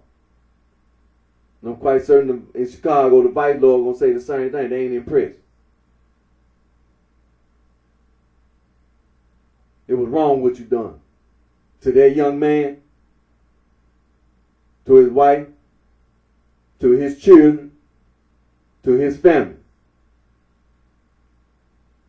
his friends, just like Key Glock, his childhood friend, as well as some of his classmates in school who growed up with young Dolph, his record label, and all the young guys that was on the record label. paper route empire. And keep going. Don't be discouraged. Don't let nothing that them punks did discourage you. It was wrong. Just like the Crip gang and the Blood gang. The nonsense that they try to pull by trying to use the Naga Model Library. See, in Chicago, the conservative vice lord and the other vice lord faction, the conservative vice lords in Chicago. See, that's the reason why I do the things I do, to make sure that you don't never, ever get away. You ain't gonna never get away. Never. Ain't no gangster disciple getting away. Never. That's the reason why I do the things I do. You ain't gonna never get away. We're trying to use no Nagamine library or anything else. And the so-called Crip gang and Blood gang, you ain't gonna never get away. Never. Never get away. That's the reason why I tell conservative vice lords and all the vice lords, recruit. At the elementary school, recruit. Junior high school, recruit. At the high school, recruit. You ain't got to worry about no Nagamine library. You ain't got to never worry about it, because all they doing lying. See, when the Catholic Church, you talking about the Jewish Christians, the 12 disciples, the Jewish Christians. This before the first century. Talking about the demiurge, that ain't nothing new. That ain't nothing new. Like I've been saying, first you can just talk about Socrates, and from Socrates, Plato. They were talking about the demiurge then. And this was back in BC, before Christ. So you ain't talking about nothing new. It ain't nothing new.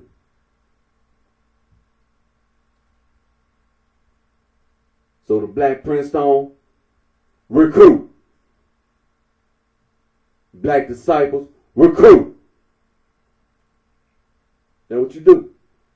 Elementary school, junior high school, recruit. You ain't got to worry about no Nagamine library. The Catholic Church already refuted Gnosticism in the first century and still refuting Gnosticism today. The Nagamine library, the Catholic Church is still refuting Gnosticism today. Just like Protestants. The Catholic Church still telling you the same thing about all this Protestant, including the Church of Christ. The Catholic Church is still telling you the same thing, that it's a heresy.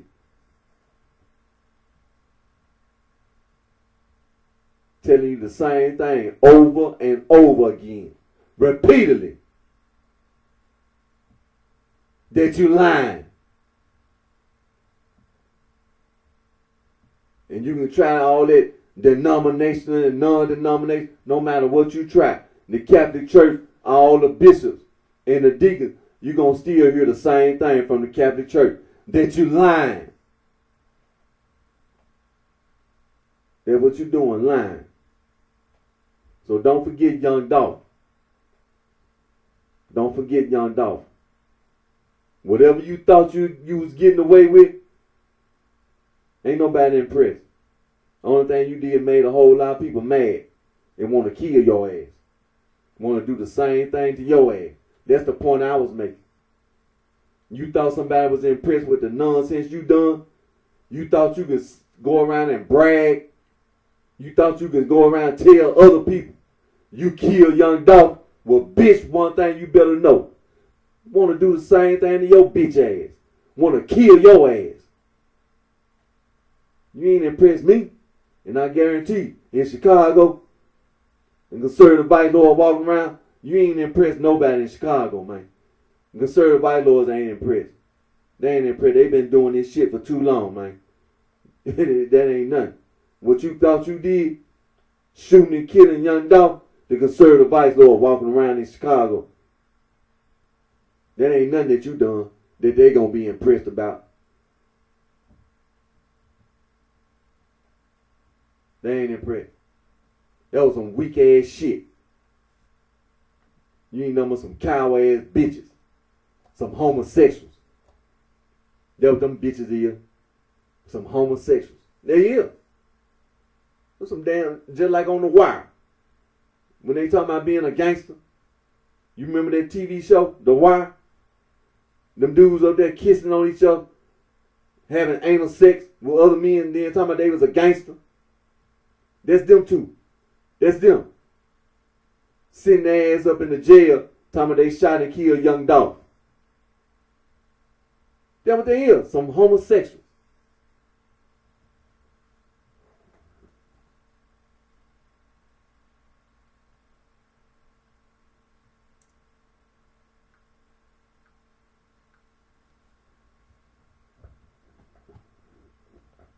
But I just wanted to make sure I include that, and then it's a lot of other things that happen in Chicago.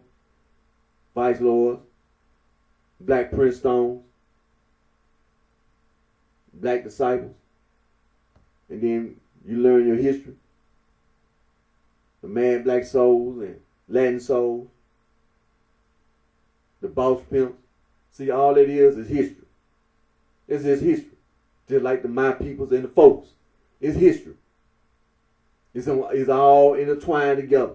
It's all intertwined together. It's going to all mean the same thing. But the thing about it is this. Don't let that Nagamata library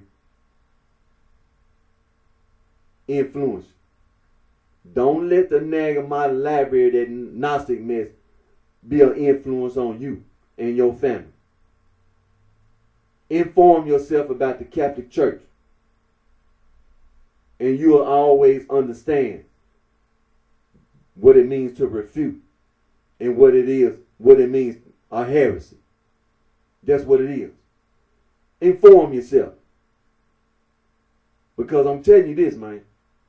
You can't walk around in this day and time. You can't walk nowhere around and tell nobody that you're a Gnostic. You can't do that. Because when I leave my video, I'm going to tell you this. It's a lot of men, women. It's a lot of young people walking around. And when you do that, I'm going to tell you what's going to happen. See, people will go back and tell the other people, and other people go tell other people. One of these days, somebody gonna show your ass. I'm telling you.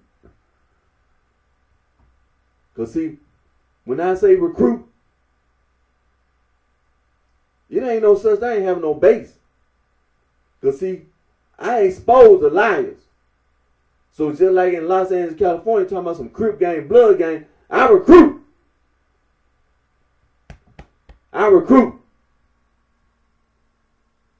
I be at the elementary school, at the junior high school, the high school. I be out there. I be right out there. No, you ain't finna do that. You ain't finna walk around and lie to other people and then talking about no Crip gang. No, hell no. Especially outside of Los Angeles. No, right here in the city of Memphis. Hell no. And talking about coming in Chicago, man, the only reason, because I'm down here, going to work there, but you can't put no faith in that. I can jump in my goddamn car anytime I want to. I'll be right there in Chicago.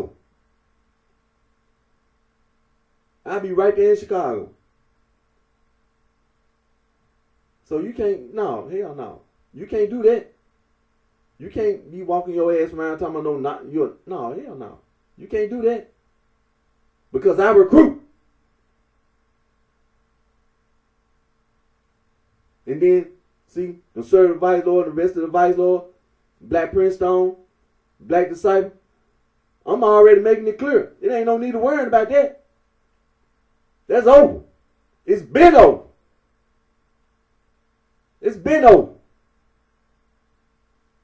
Ain't nothing to worry about. Never should have worried about it. But from this, I tell you this, it ain't gonna never be an issue. Never again. Recruit.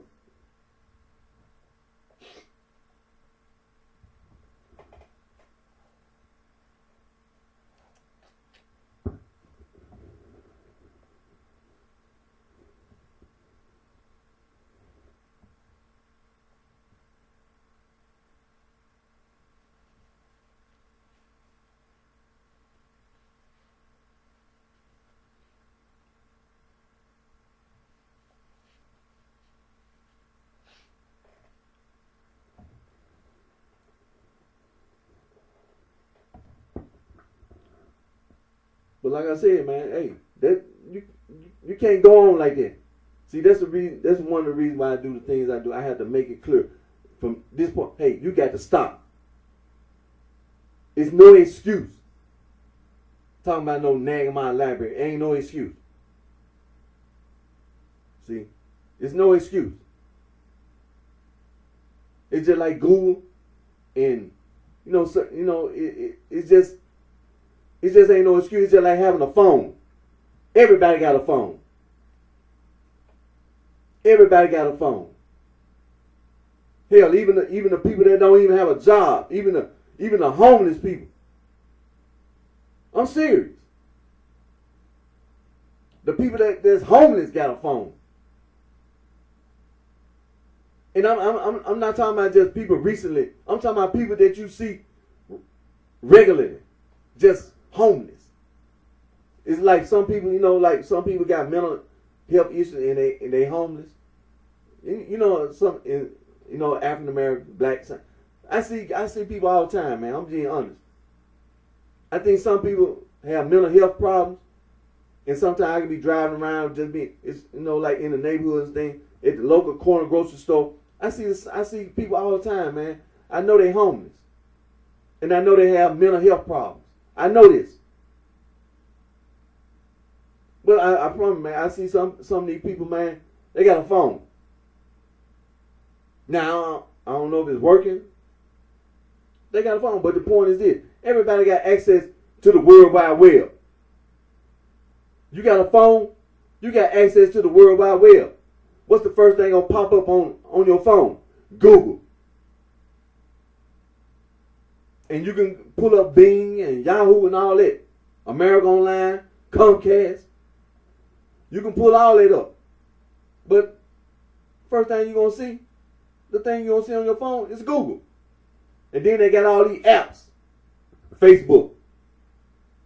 Twitter. They got the apps right there in front of you. They got all kind of apps. It's sitting right there in front of you. But I mean, some people, recently homeless because natural disasters. Like we just had right here in the in this tri-state area, Arkansas, Mississippi, Tennessee, as well as when the storm, we had a tornado again. We had a tornado again on Friday. Had one last Friday. Tore up Mississippi. Last Friday, tore up Mississippi. Then this Friday, had another tornado. Hit Arkansas. Little Rock, Arkansas got tore up. Wynne, Arkansas. Tore up. And then the thing about it, in this day and time, we sitting here looking at it.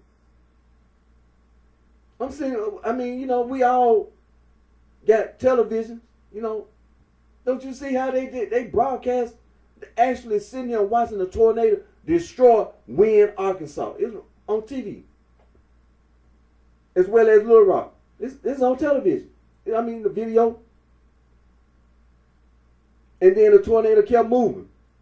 And then the weatherman was sitting there showing where it was going. Then they popped in on video.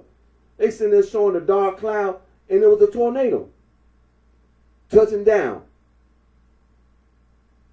But see, that's the day and time we live in. Video. It's the day and time we live in. But see, it ain't no excuse. That's the point I be making. It ain't no excuse for you to say something like that. Because too many people got access to Google. Too many. Including the homeless. You should never say that. Because all you got to do is put in the search bar, Catholic social teacher.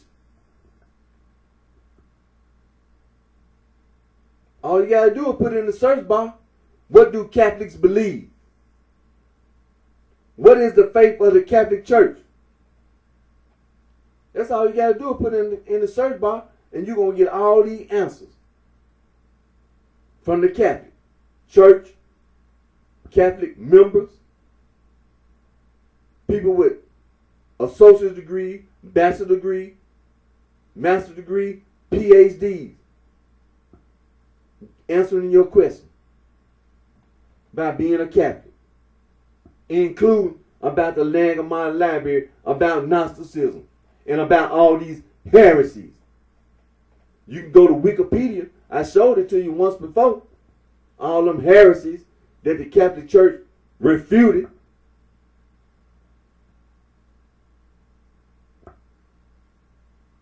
Every single heresy that the Catholic Church refuted is on Wikipedia. Even a homeless got a phone can go to Google, and when you see Wikipedia, they'll show you every single heresy. See, it ain't no excuse. It ain't no excuse. None.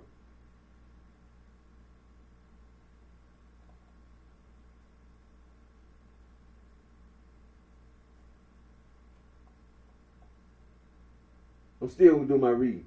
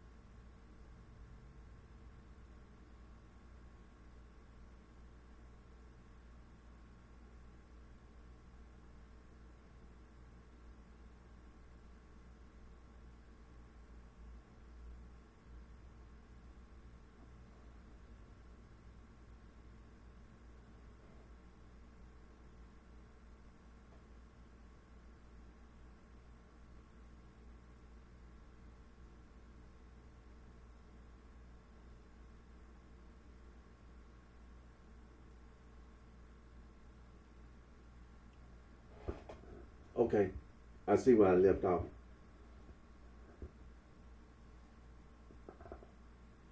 When you be on, when I'm looking at the monitor, and then when I'm looking at the tablet, so it'll look kind of different, but I see where I'm at. First, I'm gonna start my reading with the Catechism of the Catholic Church.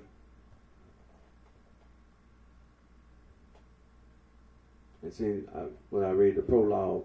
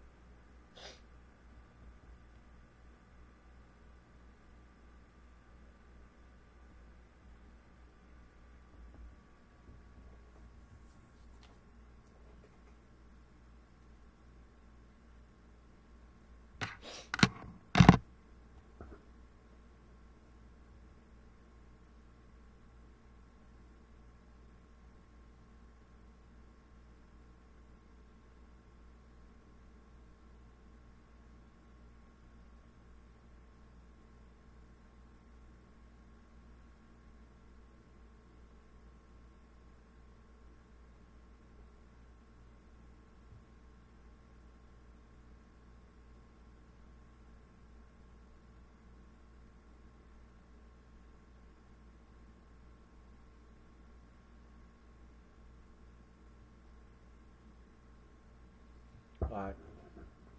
Now, where I'm at right now, I'm on Handing on the Faith, Catechisms. Quite early on, the name catechisms was given to the totality of the churches efforts to make disciples to help men believe that Jesus is the Son of God, so they believe they might have life in his name, and to educate and instruct them in this life, thus building up the body of Christ. Catechism is an education of the faith for children, young people, and adults, which includes especially the teaching of Christian doctrine, imparted, generally speaking, in an organic and systematic way, with a view to initiating the hearers into the fullness of Christian life. While not being formally identified with them, catechism is built on a certain number of elements of the church's pastoral mission, which have a catechetical aspect that prepare for catechesis or spring from it. They are the initial proclamation of the gospel of missionary, preaching to arouse faith, examination of the reason for belief, experience of Christian living, celebration of the sacraments, integration into the ecclesial community, and the apostolic and missionary witness. Catechism is intimately bound up with the whole of the church's life, not only her geographical extension and numerical increase, but even more her inner growth and correspondence with God's plan, depending essentially on catechism. Periods of renewal in the church are also intense moments of catechism in the great era of the fathers of the church. Saintly bishops devoted an important part of their ministry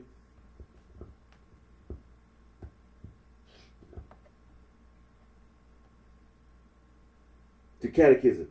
Saint Cyril of Jerusalem and Saint John Chrysostom, Saint Ambrose and Saint Augustine, and many other fathers wrote catechetical works that remain models for us.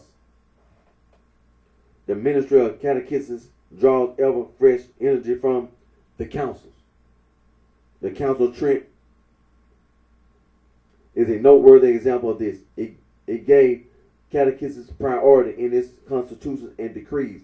It lies at the origin of the Roman Catechism, which is also known by the name of their council, and which is a work of the first rank as a summary of Christian teaching.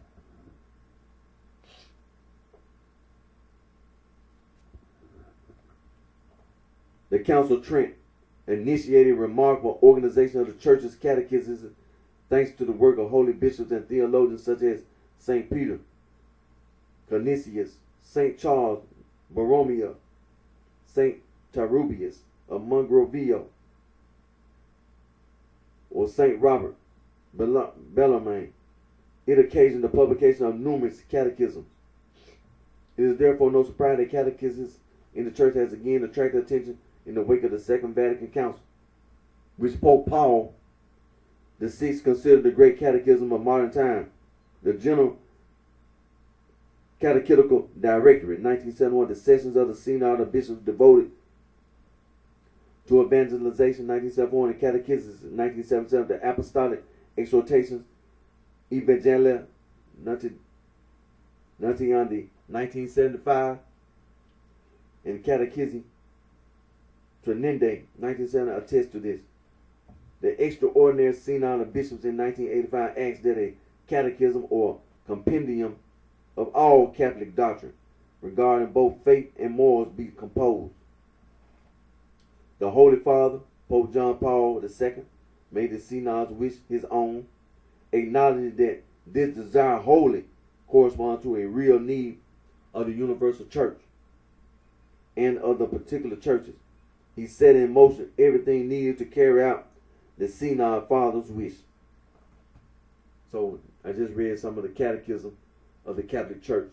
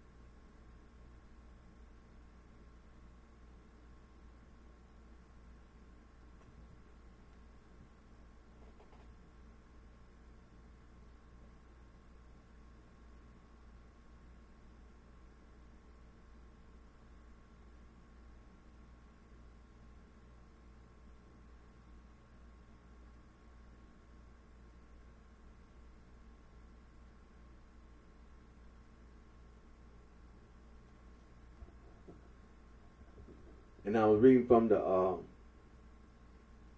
United States Conference of Catholic Bishops, Catechism of the Catholic Church.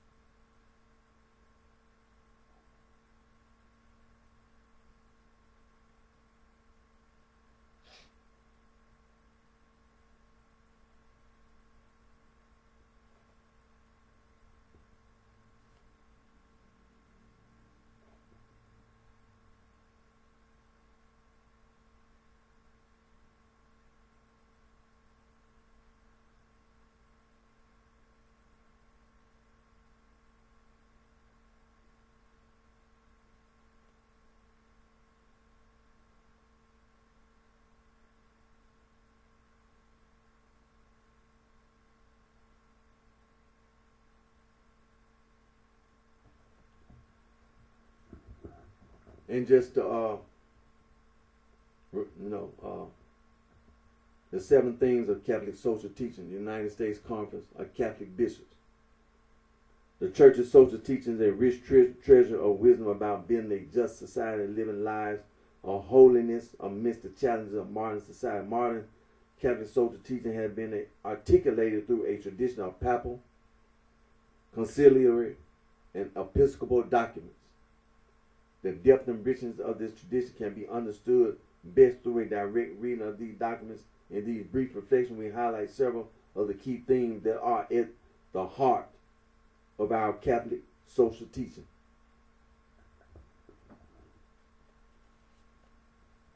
And this, of course, the United States Conference of Catholic Bishops.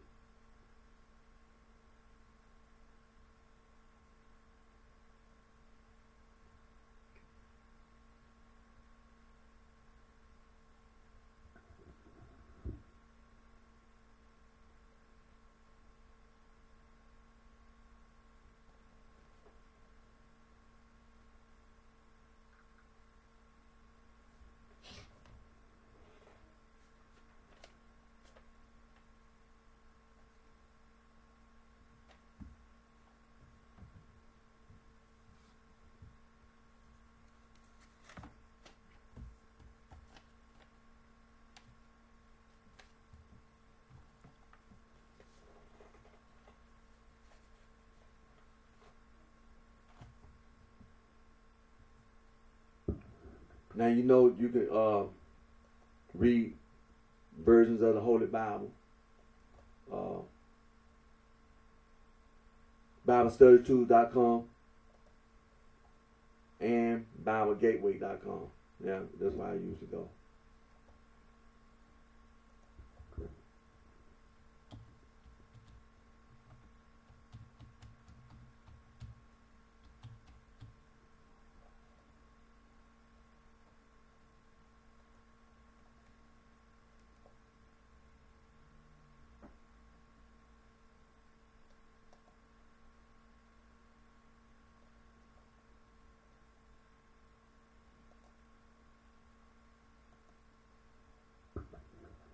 Like I said, Bible Gateway, usually where I go.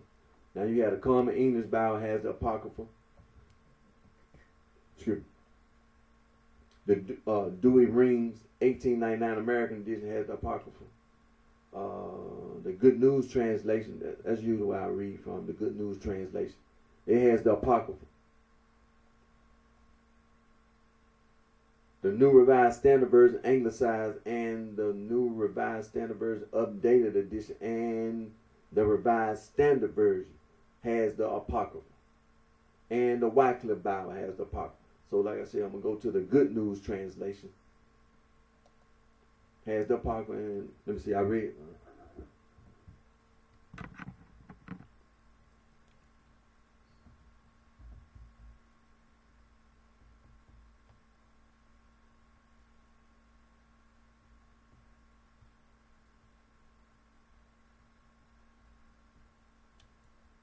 Now, I'm going to the Wisdom of Sirach. The Wisdom of Sirach. And last time I read Wisdom of Sirach, I read chapter 30, verses 1 through 25. Sirach. The Wisdom of Sirach. Chapter 30. So I'm going to read chapter 31.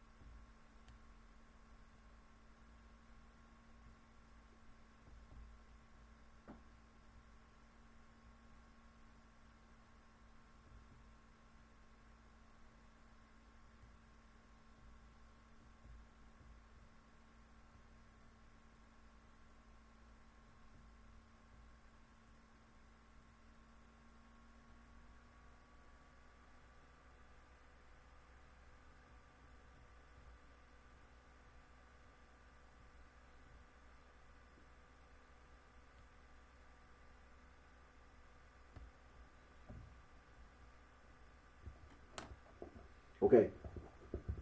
The Wisdom of Sirach, chapter 31. And it's how many verses? Verses 1 through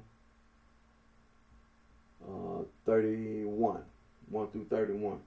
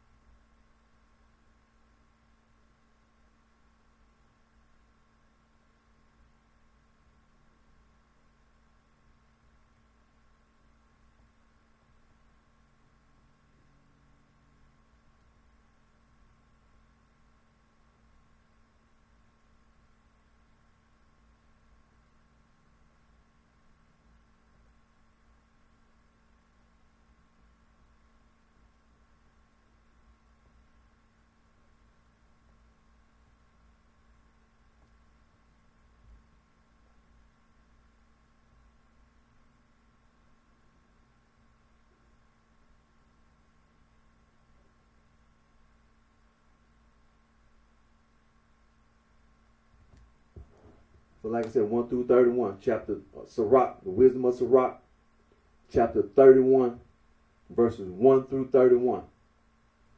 And verses 1 through 11 is titled, Problems Caused by Money. And it reads, worrying about money will make you lose weight and lose sleep. Worrying about business will keep you from sleeping just as surely as a serious illness does. Rich people work hard to make a lot of money. Then they can sit back and live in luxury. Poor people work hard and have nothing to show for it. And when they rest, they are still poor. No one who loves money can be judged innocent. His efforts to get rich have led him into sin. Many people have been ruined because of money, brought face to face with disaster. Money is a trap for those who are fascinated by it, a trap that every fool falls into. A person who gets rich without sinfully chasing after money is fortunate. Do you know anyone like that? If so, we will congratulate him for performing a miracle that no one else has ever been able to do. If anyone has ever passed this test, he can well be proud. Has anyone ever known that he could get away with cheating someone and not taking advantage of it?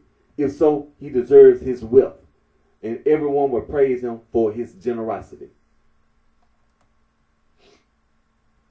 Now, verses 12 through 31 is titled, Behavior at Dinner Parties. And it reads, when you sit down at a fancy banquet, don't let your mouth hang open and don't say, look at all that food. It is impolite to have a greedy eye. Remember that. Nothing in creation is greedier than the eye. That is why it sheds tears so often. Don't reach out for everything you see, and don't elbow people out of the way to get at the food. Be considerate of the other people at the table and treat them the way you want to be treated. When you get your food, eat it like a human being. Don't smack and slurp. Nobody can stand that. It's good manners to be the first to stop eating. Stuffing yourself is offensive. If there are many people present, don't try to be the first to be served. A little bit is plenty for anyone with good manners. Besides, you won't be short of breath when you go to bed. People who eat too much get stomach aches and cannot sleep. If you don't overeat, you can get a good night's sleep and wake up early the next morning feeling fine. But if you do get a stomach ache from eating too much, go off and vomit, and you will feel better. My child, if you listen to what I am saying and put it into practice, one of these days you will thank me for it. Be moderate in everything you do, and you will never get sick. People appreciate a generous host, and he deserves their praise. But everybody in town will complain about a host who is stingy with food and their complaints are justified. Don't try to prove your manhood by how much you can drink. Wine has been the ruin of many. An arrogant person's character shows through when he is in a drunken argument, in the same way that iron is tested when it is heated red hot and then dipped in water. Wine can put new life into you if you drink it in moderation. What would life be like without it? Wine was created to make us happy. If you drink it in moderation and at the right time, it can lift your spirits and make you cheerful. But if you drink when you are angry and upset, it leads to headaches, embarrassment, and disgrace. A drunken fool can lose his temper and hurt himself. His drinking makes him weak and an easy target for angry blows. Never rebuke a person when you have both been drinking. Don't hurt his feelings while he is having a good time. It's not the time to criticize anyone or to ask him to pay back a debt. So I just read the Wisdom of Sirach, chapter 31, verses 1 through 31. Now I was reading from the BibleGateway.com. Now you can also go to BibleStudyTools.com, and they have all the available versions of the Holy Bible.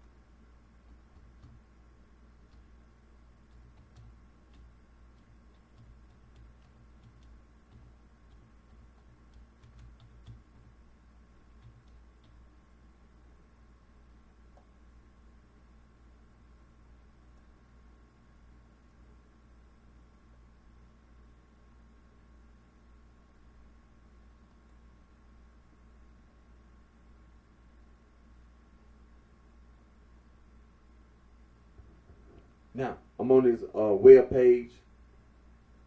website, Early Christian Writings.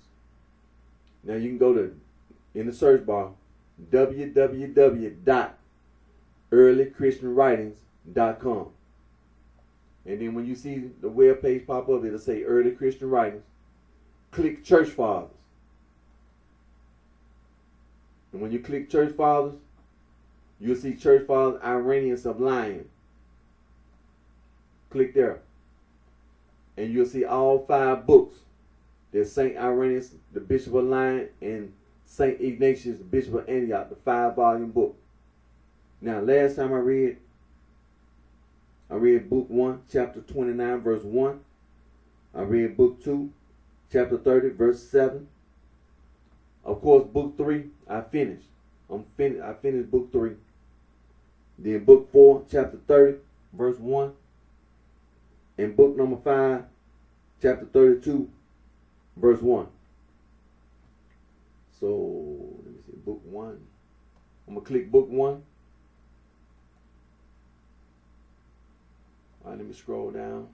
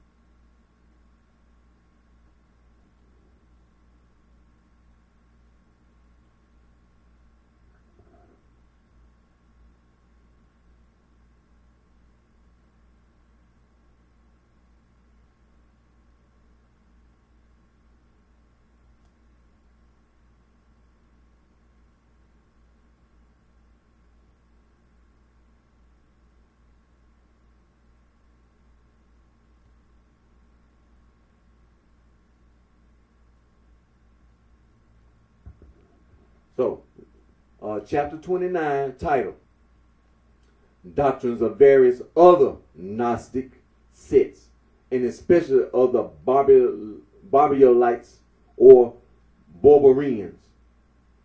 Like I said, I read verse number 1, so I'm going to read chapter 29, verse number 2.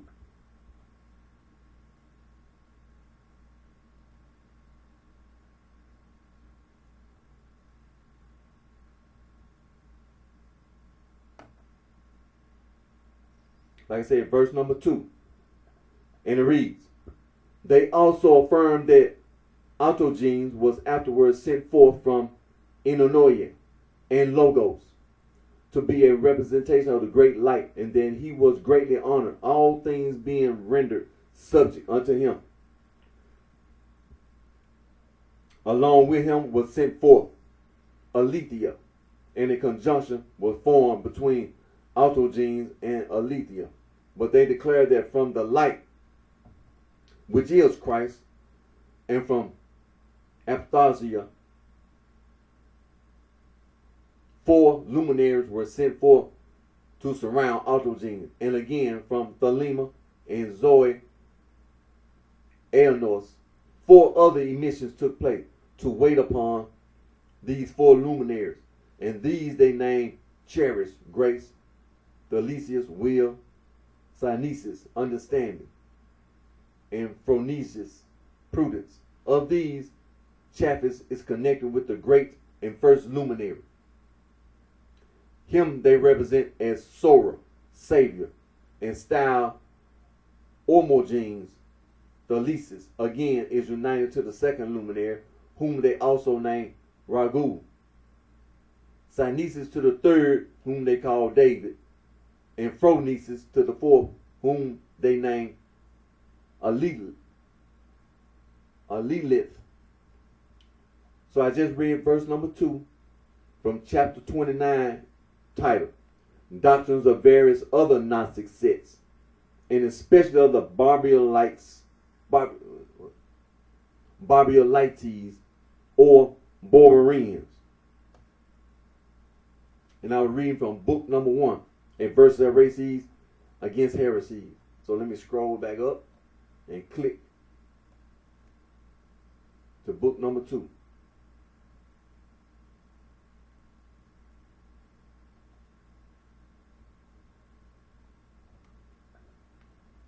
Like I said, book number 2, last time I read, it was chapter 30, verse number 7. So let me scroll down. Book number 2, chapter 30.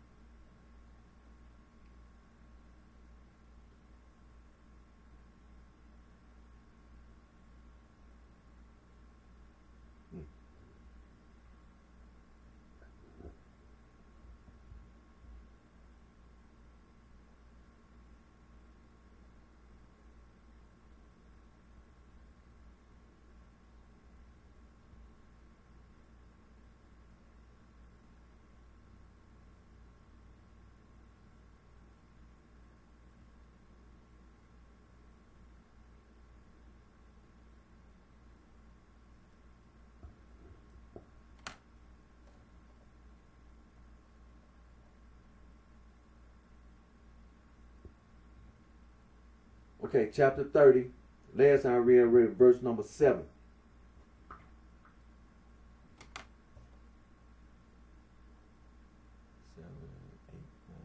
Oh, okay. And it's a total of 9 verses, so I'm going to read verse number 8.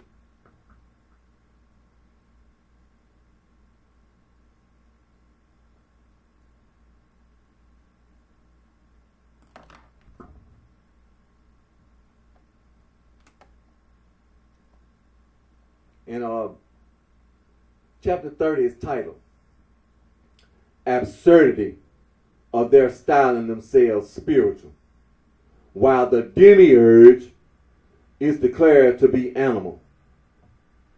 See what I'm talking about? Okay.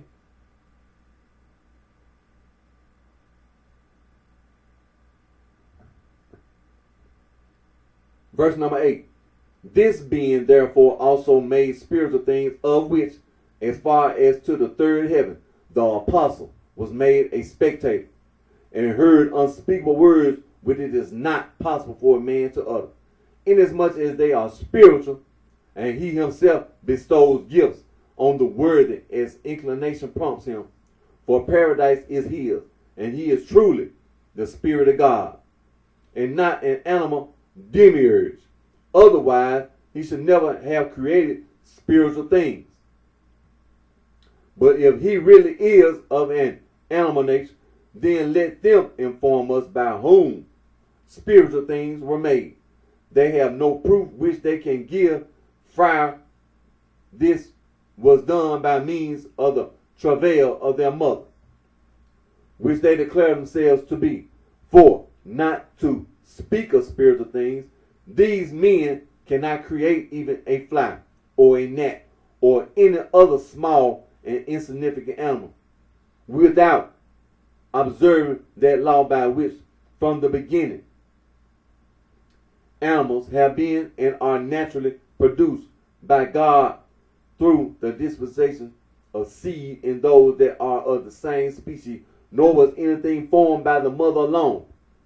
For they say that this demiurge was produced by her, and that he was the Lord, the author of all creation. And they maintain that he who is the creator and Lord of all that has been made is of an animal nature, while they assert that they themselves are spiritual. They who are neither the authors nor lords of any one work, not only of those things which are extraneous to them, but not even of their own bodies. Moreover, these men who call themselves spiritual and superior to the Creator do often suffer much bodily pain, sorely against their will. So I just read verse number 8, chapter 30, title, Absurdity of their styling themselves spiritual, while the demiurge is declared to be animal. And I just read book number 2 and verses of heresies against heresies. I already finished book number 3.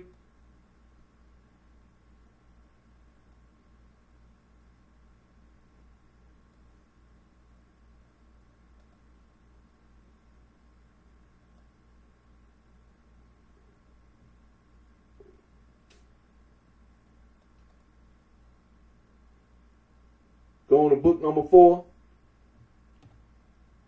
Like I said, book number 4, I read chapter 30, verse 1. Let me scroll to chapter 30.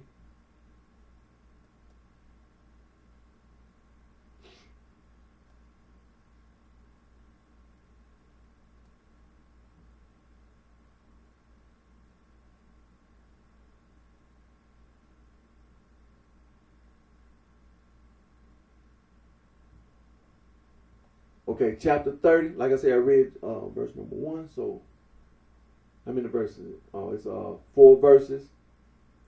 So now I'm on verse number 2.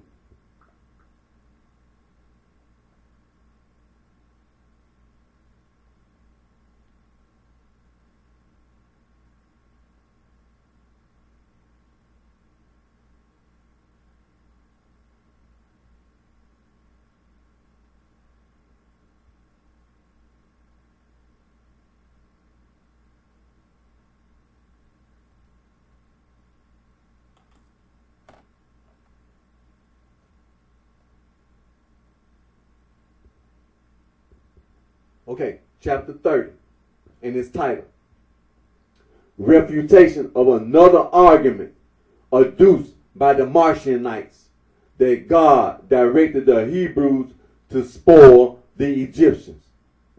And I'm going to be reading verse number 2. And it reads, up to that time, the people served the Egyptians in the most abject slavery, and saith the scripture. And the Egyptians exercised their power rigorously upon the children of Israel. And they made life bitter to them by severe labors in mortar and in brick, and in all manner of service in the field, which they did, by all the works in which they oppressed them with rigor. And with immense labor they built for them fenced cities, increasing the substance of these men throughout a long course of years, and by means of every species of slavery. While these masters were not only ungrateful toward them, but had in contemplation their utter annihilation. In what way then did the Israelites act unjustly, if out of many things they took a few, they who might have possessed much property, had they not served them, and might have gone forth wealthy, while in fact, by receiving only a very insignificant recompense for their heavy servitude, they went away poor. It is just as if any free man, being forcibly carried away by another, and serving him for many years, and increasing his substance, should be thought, when he ultimately obtains some support, to possess some small portion of his master's property, but should in reality depart, having obtained only a little as the result of his own great labors, and out of vast possessions which have been acquired, and this should be made by anyone a subject of accusation against him, as if he had not acted properly. He, the accused, will rather appear as an unjust judge against him who had been forcibly carried away into slavery. Of this kind, then, are these men also, who charge the people with blame, because they appropriated a few things out of many, but who bring no charge against those who did not render them the recompense due to their father's service. Nay, but even reducing them to the most irksome slavery, obtain the highest profit from them. And these objectors allege that the Israelites acted dishonestly, because forsooth they took away for the recompense of their labors, as I have observed, unstamped gold and silver in a few vessels, while they say that they themselves for lot, truth be spoken, although to some it may seem ridiculous, do act honestly, when they carry away in their girdles from the labors of others coined gold and silver and brass, with Caesar's inscription and image upon it. So I just read verse number 2 from chapter 30, titled Refutation of Another Argument Adduced by the Marcionites, that God directed the Hebrews to spoil the Egyptians. And I just read from book number 4 at verses Heresies against heresies.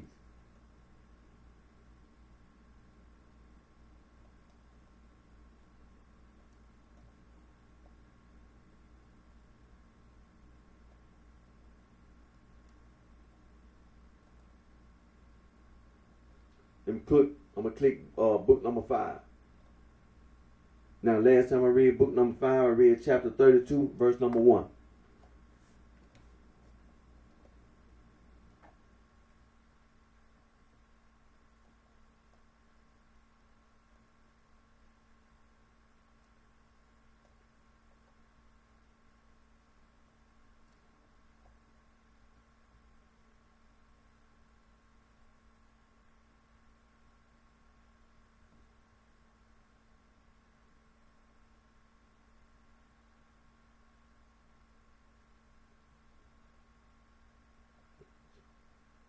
Okay, 32.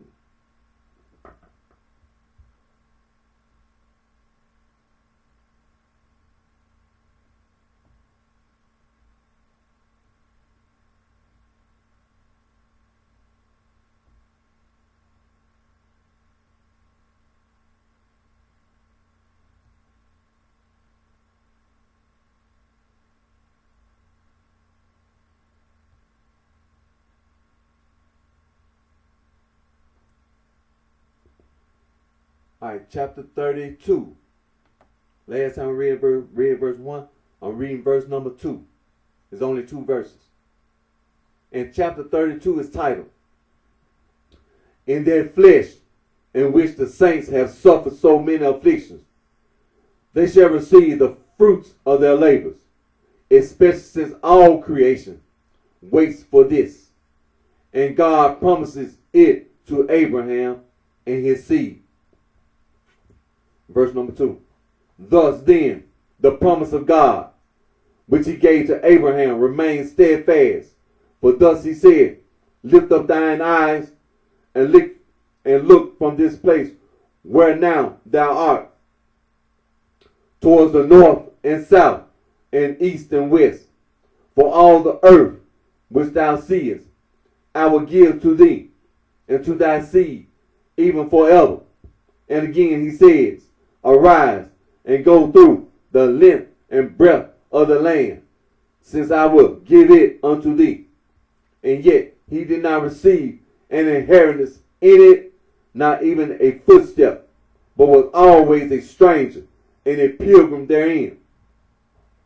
And upon the death of Sarah, his wife, when the Hittites were willing to bestow upon him a place where he might bury her, he declined it as a gift, but bought the burying place, giving for it 400 talents of silver from Ephraim, the son of Zohar, the Hittite.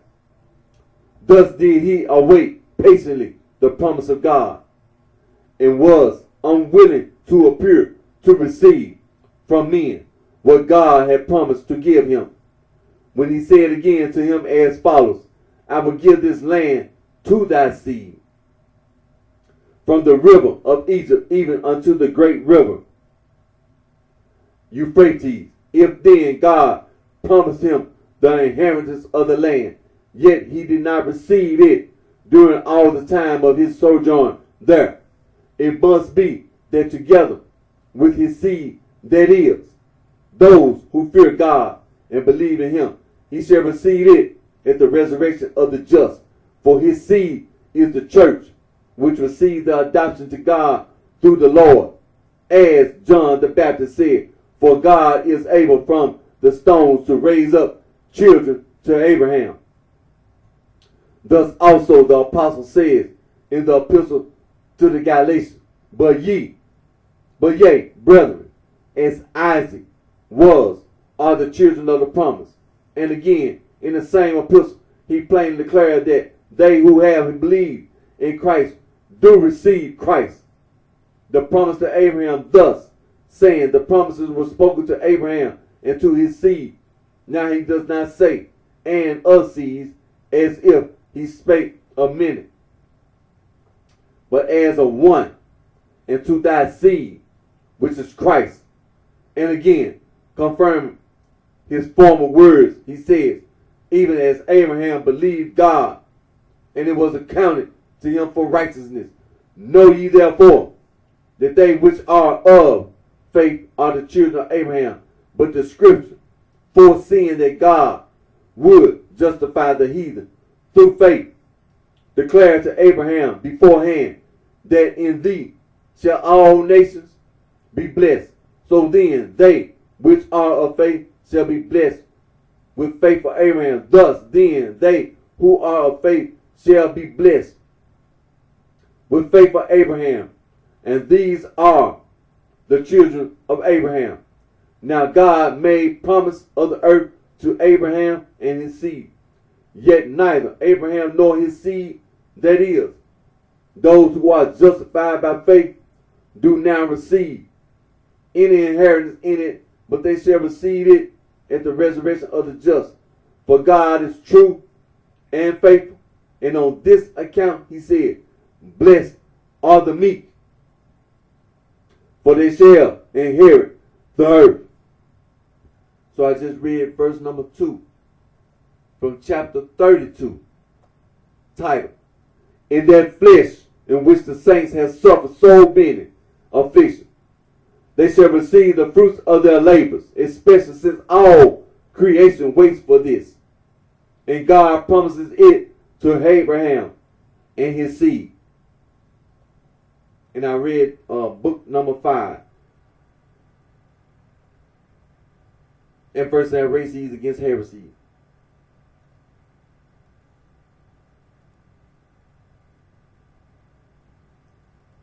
Alright. Now click back over to where it says church fathers. And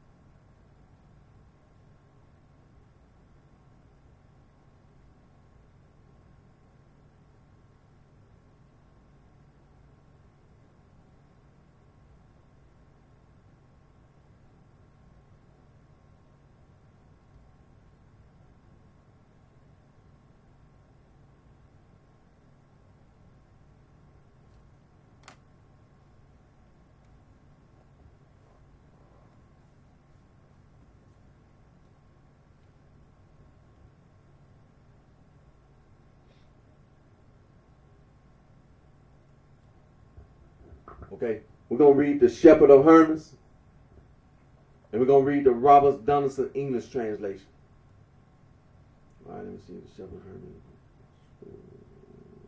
Third book, similitude.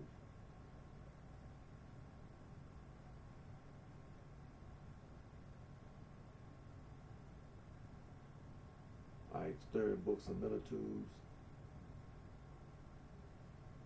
Second, third, fourth, fifth, sixth, similitude.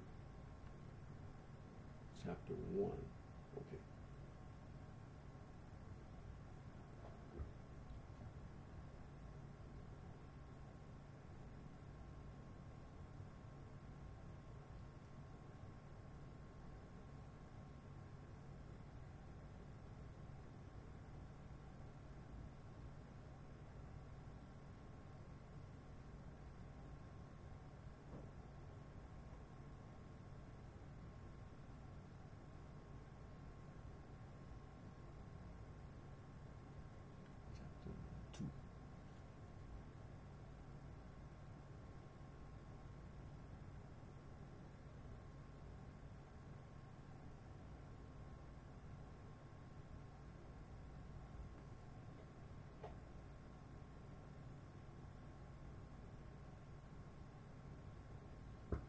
So, reading from the sixth similitude,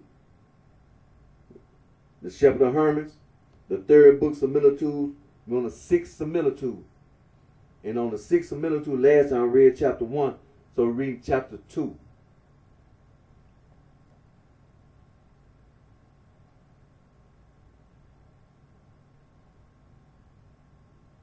Okay, chapter 2. And the sixth similitude is titled, the sixth similitude title, of the two classes of voluptuous men, and of their death falling away, and the duration of their punishment. Like I said, I'm reading chapter 2. Read chapter 2. And it reads, and he said to me, do you see this shepherd? I see him, sir, I said. This, he answered, is the angel of luxury and deceit. He wears out the souls of the servants of God and perverts them from the truth, deceiving them with wicked desires, through which they will perish. For they forget the commandments of the living God and walk in deceits and empty luxuries, and they are ruined by the angel, some being brought to death, others to corruption. I said to him, sir, I do not know the meaning of these words, to death and to corruption.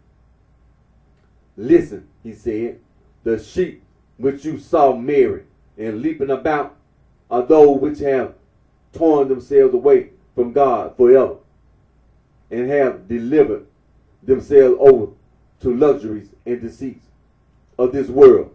Among them there is no return to life through repentance, because they have added to their other sins and blaspheme the name of the Lord. Such men therefore are appointed unto death. And the sheep which you saw not leaping, but feeding on one place, are they who have delivered themselves over to luxury and deceit, but have committed no blasphemy against the Lord. These have been perverted from the truth. Among them there is the hope of repentance, by which it is possible to live.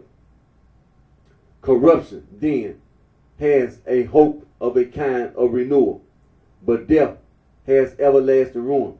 Again, I went forward a little way, and he showed me a tall shepherd, somewhat savage in his appearance, clothed in a white goat skin, and having a wallet on his shoulders, and a very hard staff with branches, and a large whip. And he had a very sour look, so that I was afraid of him. So forbidding was his aspect. This shepherd, accordingly, was receiving the sheep from the young shepherd thus. From the young shepherd, those we that were rioting and luxuriating, but not leaping. And he cast them into a precipitous place, full of this ties and thorns, so that it was impossible to extricate the sheep from the thorns and thistles, but they were completely entangled amongst them. These accordingly thus entangled pastured amongst the thorns and thistles, and were exceedingly miserable, being beaten by him, and he drove them hither and thither, and gave them no rest. And altogether these sheep were in a wretched plight. So I just read chapter 2 from the sixth similitude title of the two classes of voluptuous men, and of their death falling away, and the duration of their punishment.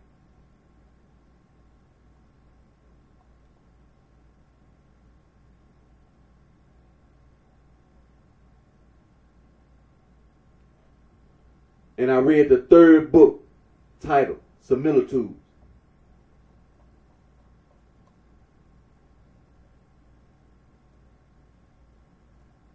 Read The Shepherd of Hermas, the Robert Donaldson English translation.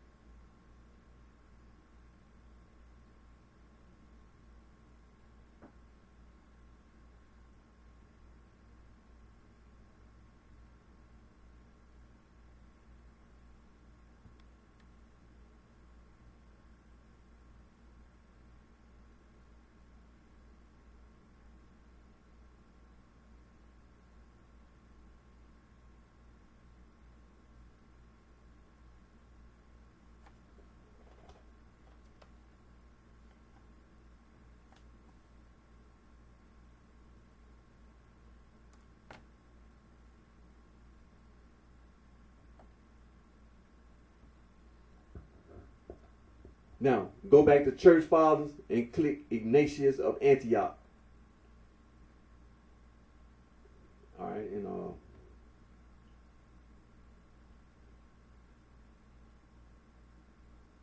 to Smyrnaeans. Okay, Robert Donaldson English translation. And we reading Ignatius of Antioch, and where you see where it says Robert Donaldson English translation.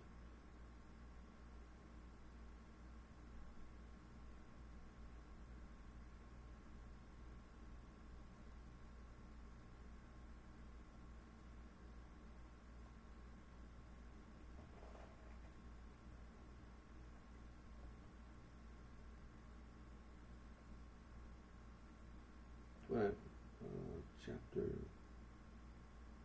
4. Chapter 4.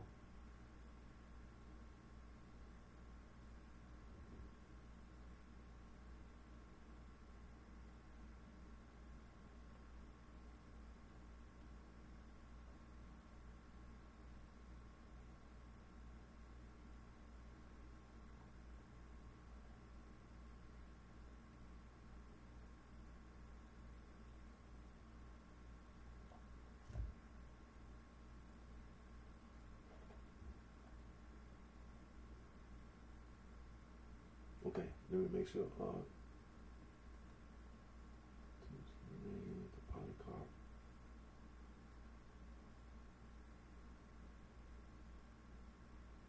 Okay, English translating in front. All right. So now, make sure on the Smyrnaeans.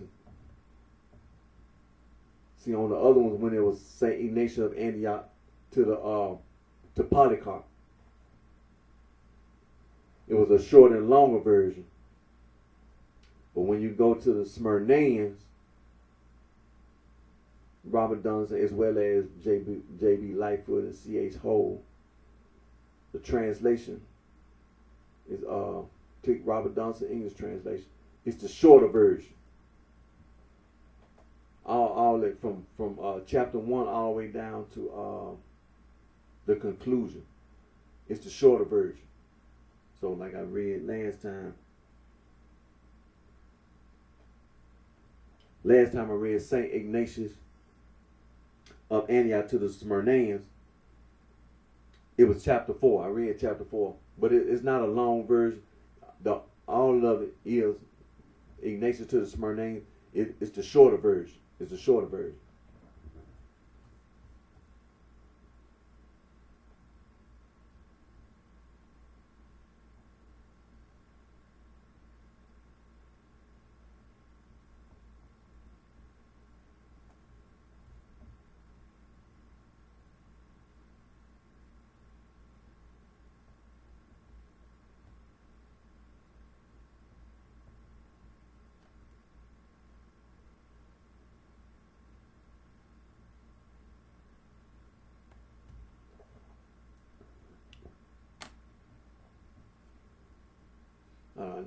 See, sometimes when I'm writing down, and I'll be writing down what I did last time, that's what I wrote down, long version. But like I said, when it's Ignatius to the Smyrnaeans, the whole document is shorter version. So now I'm on chapter 5. Chapter 5.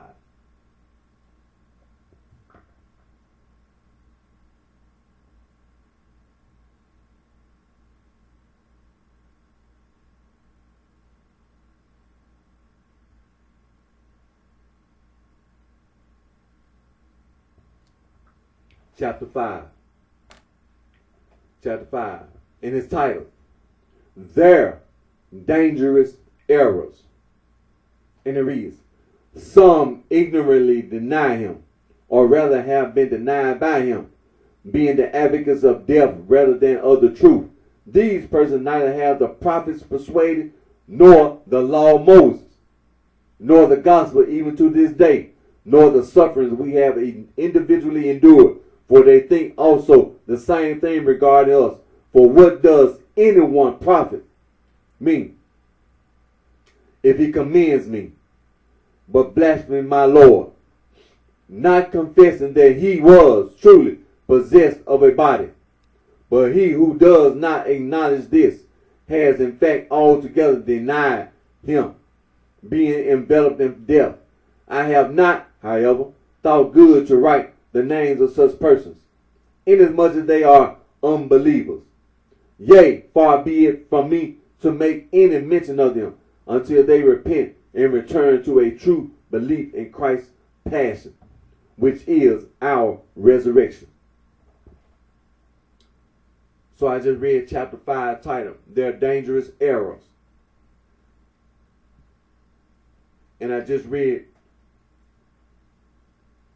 Ignatius to the Smyrnaeans. And like I said, the whole document is the shorter version.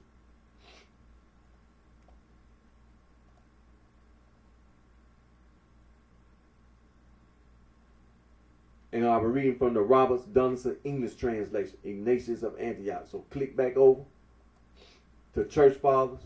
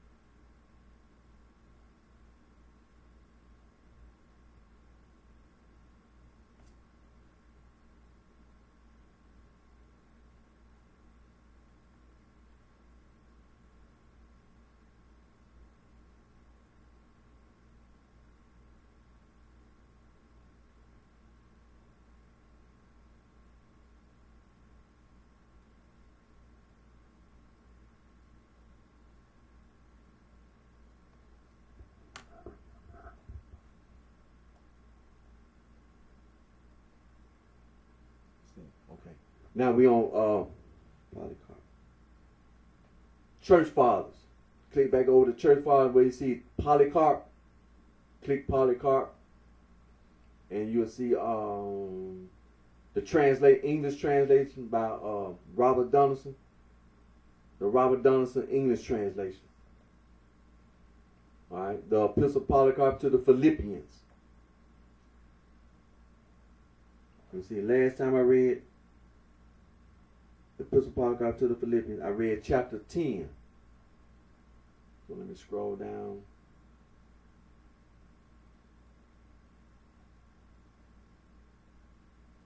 So I'm reading 11, chapter 11.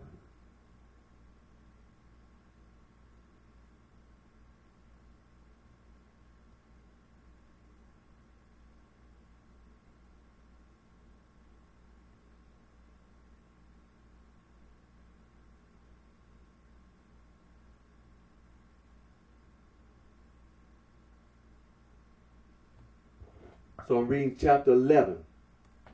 And it's titled, chapter 11 is titled, Expression of Grief on Account of Violence. And it reads, I am greatly grieved for Valens, who was once a presbyter among you, because he so little understands the place that was given him in the church. I exhort you, therefore, that ye abstain from covetousness, and that ye be chaste and truthful. Abstain from every form of evil. For if a man cannot govern himself in such matters, how shall he enjoin them on others? If a man does not keep himself from covetousness, he shall be defiled by idolatry, and shall be judged as one of the heathen. But who of us are ignorant of the judgment of the Lord? Do we not know that the saints shall judge the world? As Paul teaches, but I have neither seen nor heard of any such thing among you, in the midst of whom the blessed Paul labored, and who are commended in the beginning of his epistle. For he boasts of you in all those churches, which alone then knew the Lord. But we of Smyrna had not yet known him. I am deeply grieved, therefore, brethren, for him, Valens, and his wife, to whom may the Lord grant true repentance. And be ye then moderate in regard to this matter, and do not count such as enemies, but call them back as suffering and straying members, that ye may save your whole body. For by so acting, ye shall edify yourselves. And so I just read chapter 11, titled Expressions of Grief on Account of Valens. And I just read the epistle of Polycarp to the Philippians, titled Polycarp. And I read the Robert Donaldson English translation, St. Polycarp of Smyrna. Now, click St. Justin Martyr.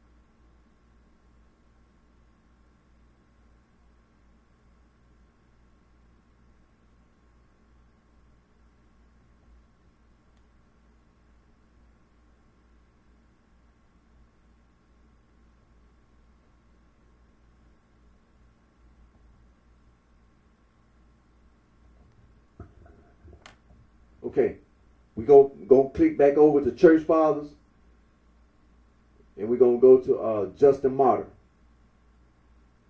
Click Church Fathers where it says Justin Martyr, and then when we get over there, we on Robert Donaldson English translation on the resurrection.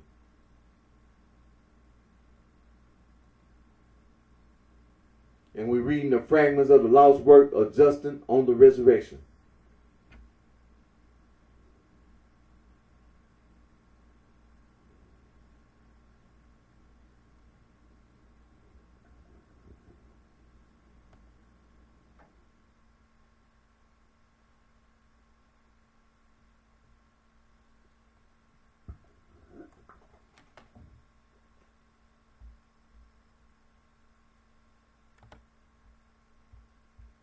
And like I said,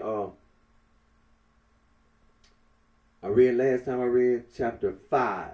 So we're going to be on chapter 4, 5. It's 10 chapters, so now we're on chapter 6.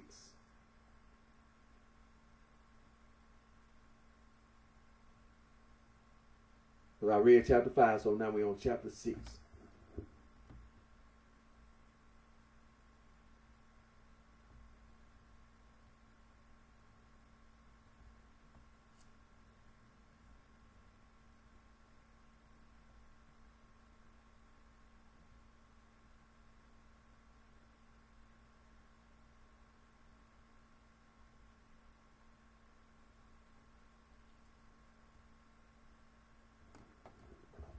Chapter 6.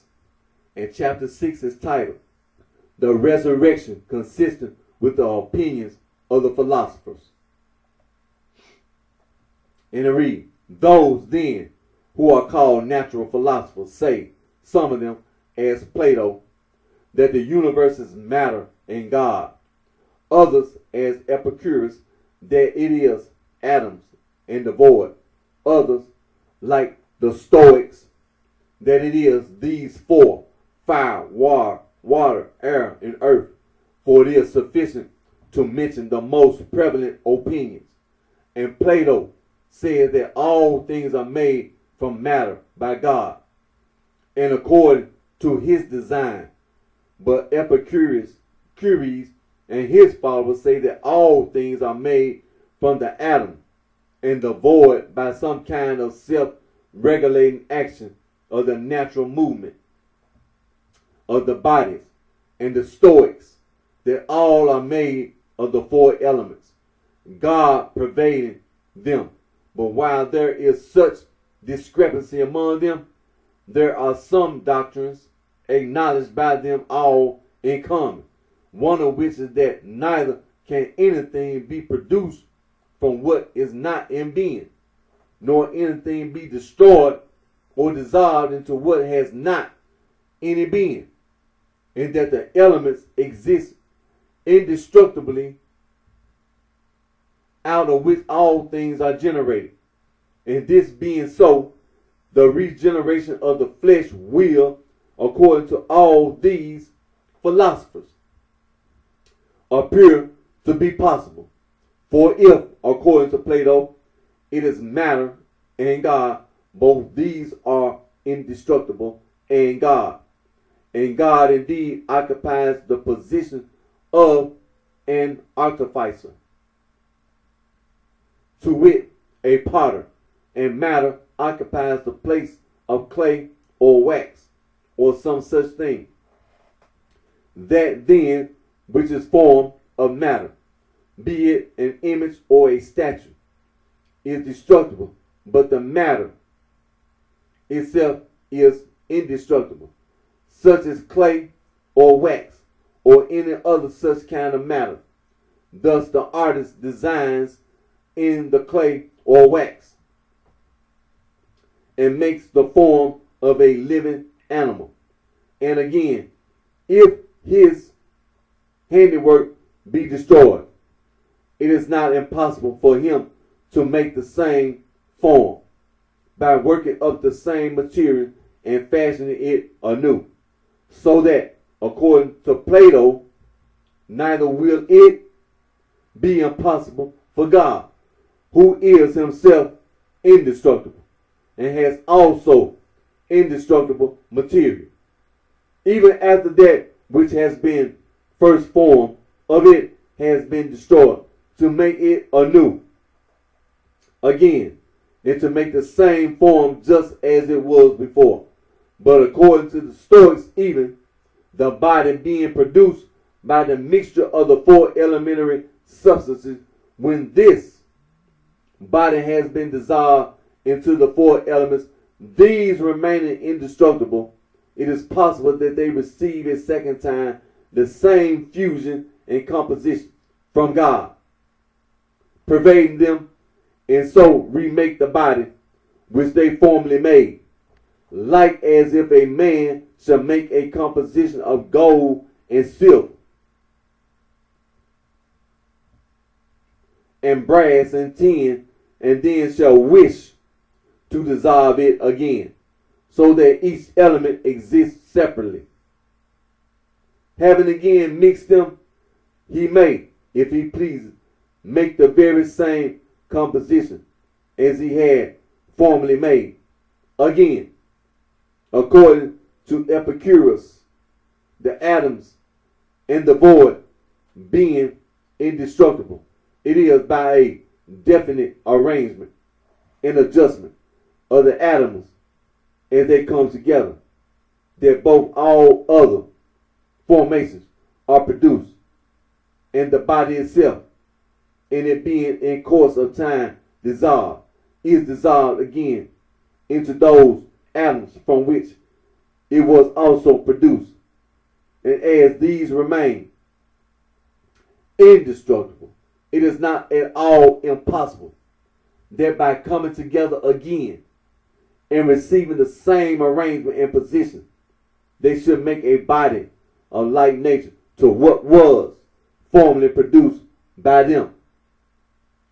As if a jeweler should make in mosaic the form of an animal, and the stones should be scattered by them or by the man himself who made them. He, having still in his possession the scattered stones, may gather them together again, and having gathered, may depose them in the same way, and make the same form of an animal.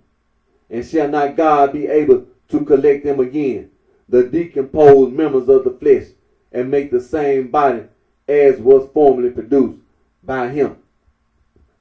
So I just read chapter 6, titled The Resurrection Consistent with the Opinions of the Philosophers. And I just read the fragments of the lost work of Justin on the resurrection.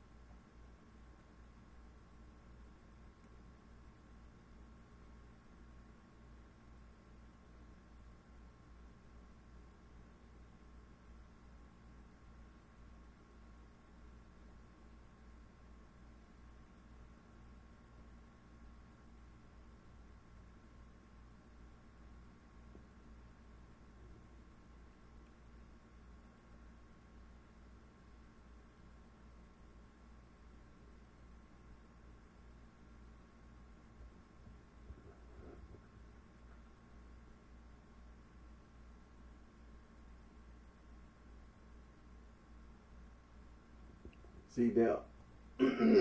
I see what had happened. When it comes to Saint Athanasius, the Bishop of Alexandria, and where I was going to, I think that web page is not loading. nt.canon.org/Athanasius. It's not loading up, so I'm gonna have to find another one.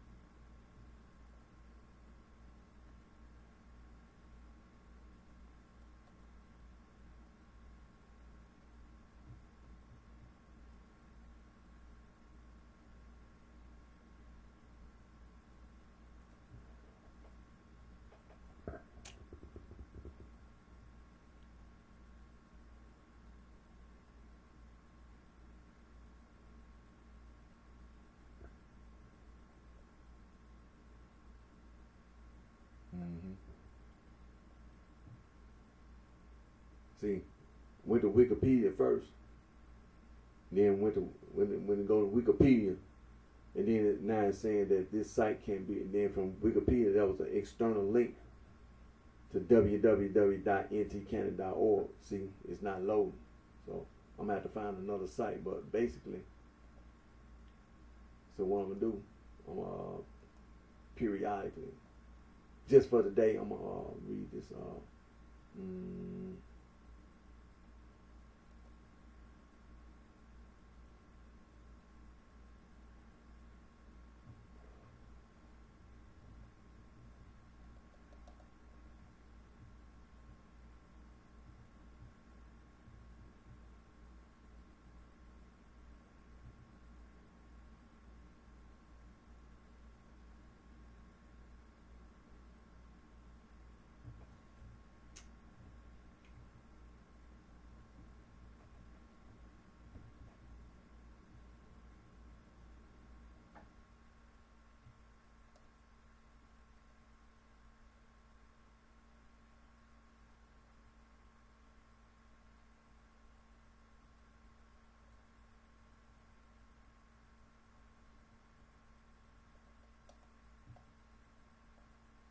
Let me see here.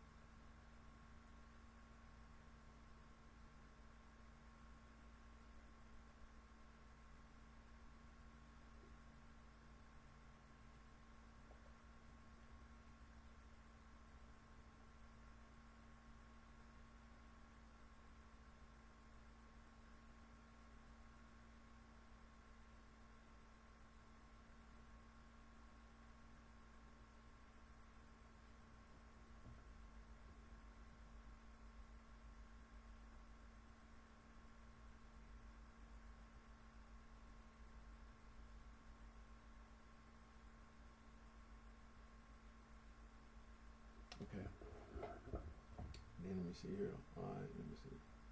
Patriot.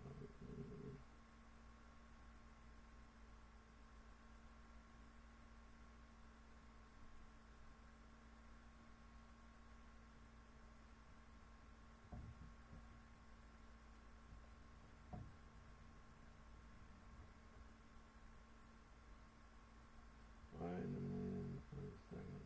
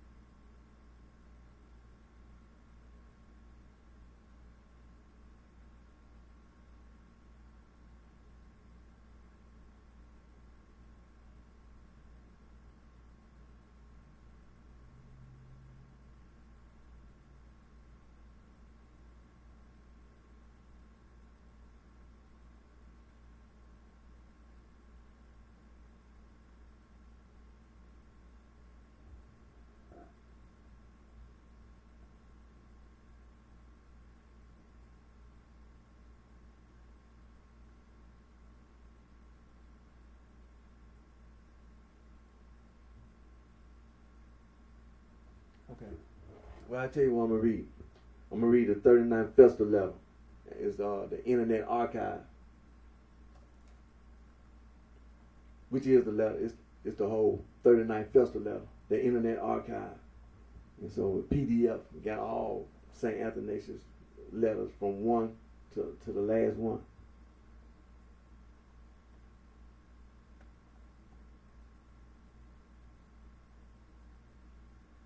The 39th Festival Easter letter of St. Athanasius, the Bishop of Alexandria.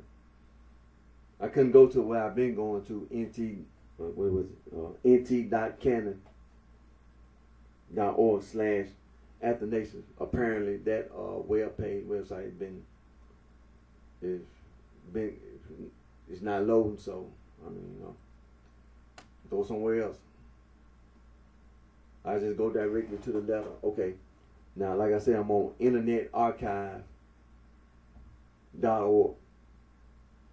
It's saying of the particular books and their number which are received by the church from the 39th letter of Athanasius, Bishop of Alexandria, which treats of the Paschal Festival, wherein he defines canonical, which are the divine books which are received by the church.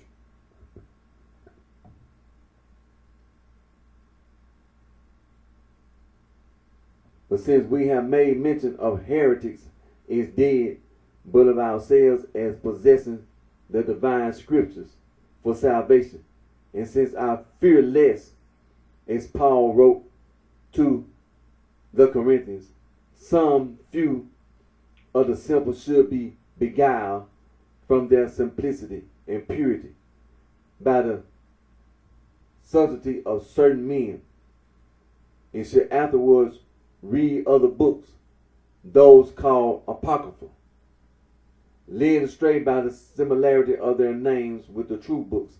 I beseech you to bear patiently if I also write by way of remembrance of matters with which you are acquainted, influenced by the need and advantage of the church.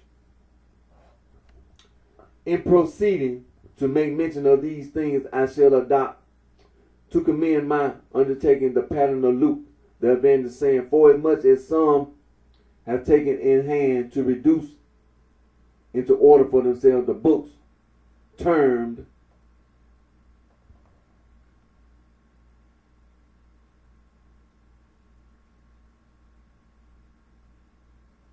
apocryphal, and to mix them up with the divinely inspired scripture, concerning which we have been fully persuaded, as they who from the beginning were eyewitnesses and ministers of the word delivered to the fathers. It have seemed good to me also, having been urged thereto by the brethren, and having learned from the beginning, to bring before you the books included in the canon,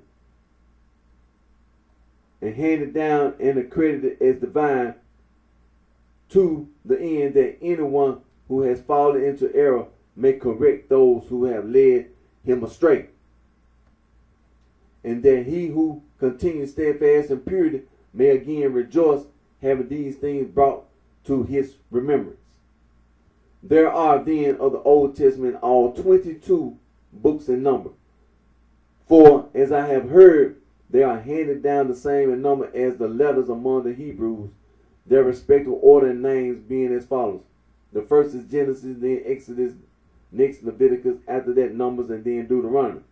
Following them, we have Joshua the son of Nun and Judges, then Ruth, and again next 4 books of Kings, and of them the first and second are reckoned one book, and so likewise the third and fourth once. And again after these, the first and second of the Chronicles are similarly reckoned as one book. Ezra again, the first and second as one. After these there is the book of Psalms, then Proverbs, next Ecclesiastes, and the Song of Songs. Job follows then the prophets, the 12 being reckoned as one book. Then Isaiah, Jeremiah, and with him Baruch, Lamentations, and the epistle afterwards Ezekiel and Daniel. Thus far constitutes the Old Testament. But we must not look upon it as a task to speak of the books of the New Testament. These then are the 4 Gospels according to Matthew, Mark, Luke, and John, Afterwards, the Acts of the Apostles and the Catholic epistles called of the Apostles. 7 in number. V. James. 1 of Peter. 2 of John. 3. Wait a minute.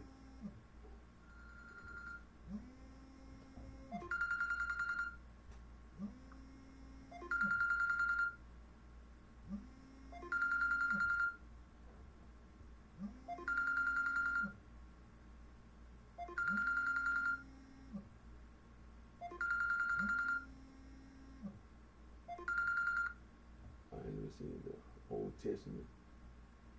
There are then of the Old Testament all 22 books in number 4, as I have heard they are. Okay, that's okay. Then the New Testament. It said, but we must not look upon it as a task to speak of the books of the New Testament. These then are the 4 Gospels, according to Matthew, Mark, Luke, and John.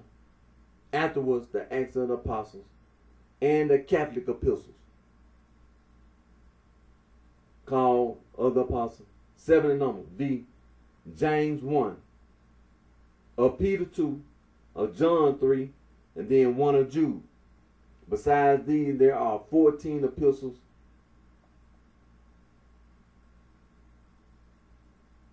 of the Apostle Paul, written in this order.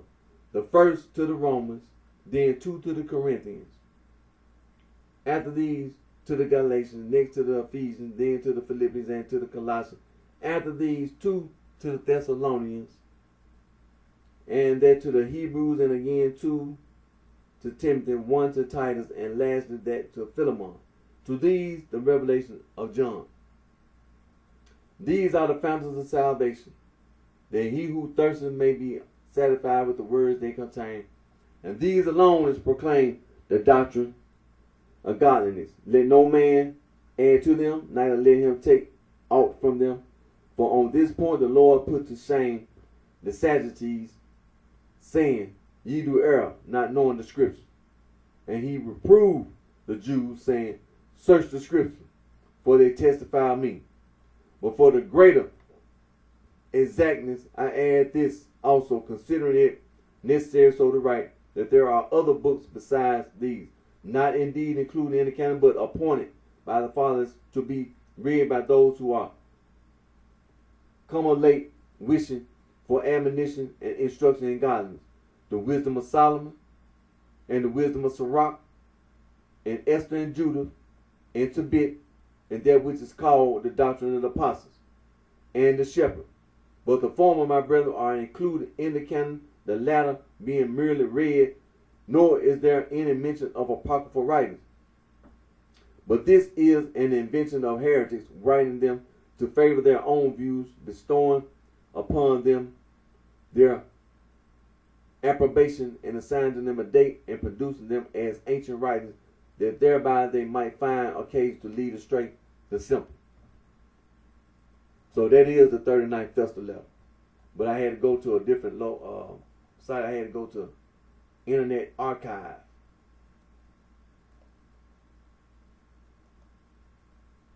Yeah, that's where I went. Internet Archive. They had a PDF of all St. Athanasius, Bishop of Alexandria's Festal Easter letters.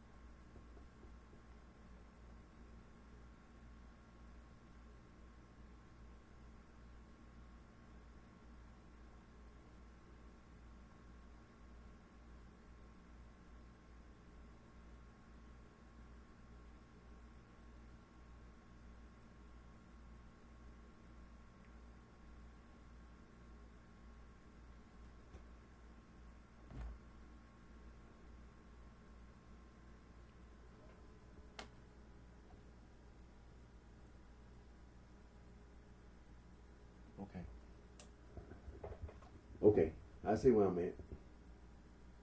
Okay, on page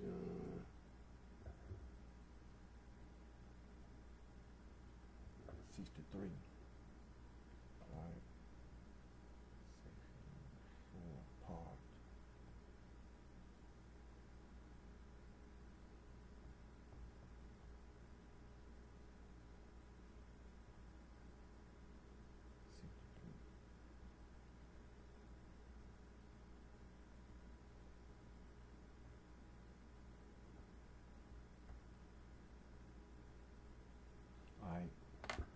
Okay, I know where I'm at. We on the Panarian, Greek, Panarian, Latin, and we on against the first type of originists, who are shameful as well, which is part 63. That's 1-1. I think this is a long one. 1-1 through.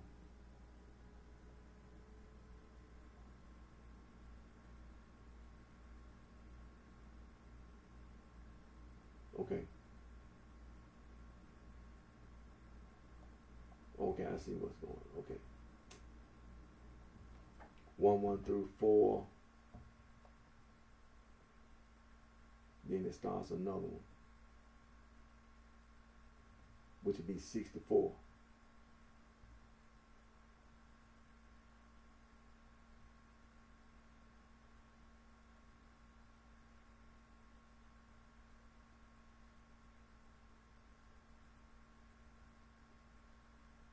Through 4-8. 4-8.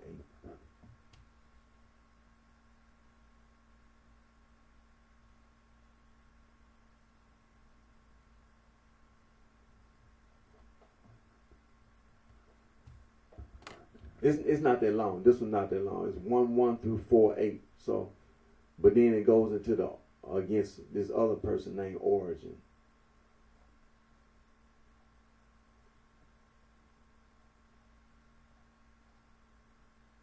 Now these are the. This is 63, part 63.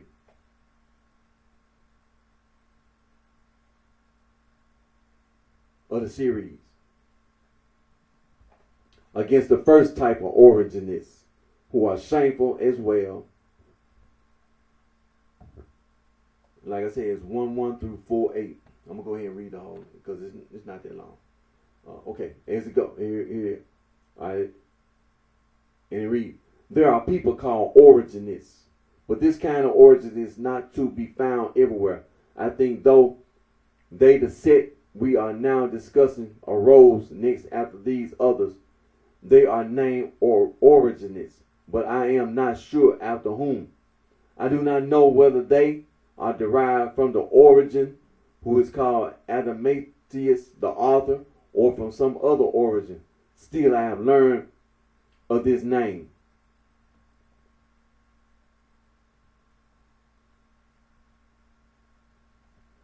The heresy they profess might have been modeled on the heresy of Epiphanes, whom I described earlier in the Gnostic sects. But these people read various scriptures of the Old and New Testaments, and they reject marriage, although their sexual activity is incessant.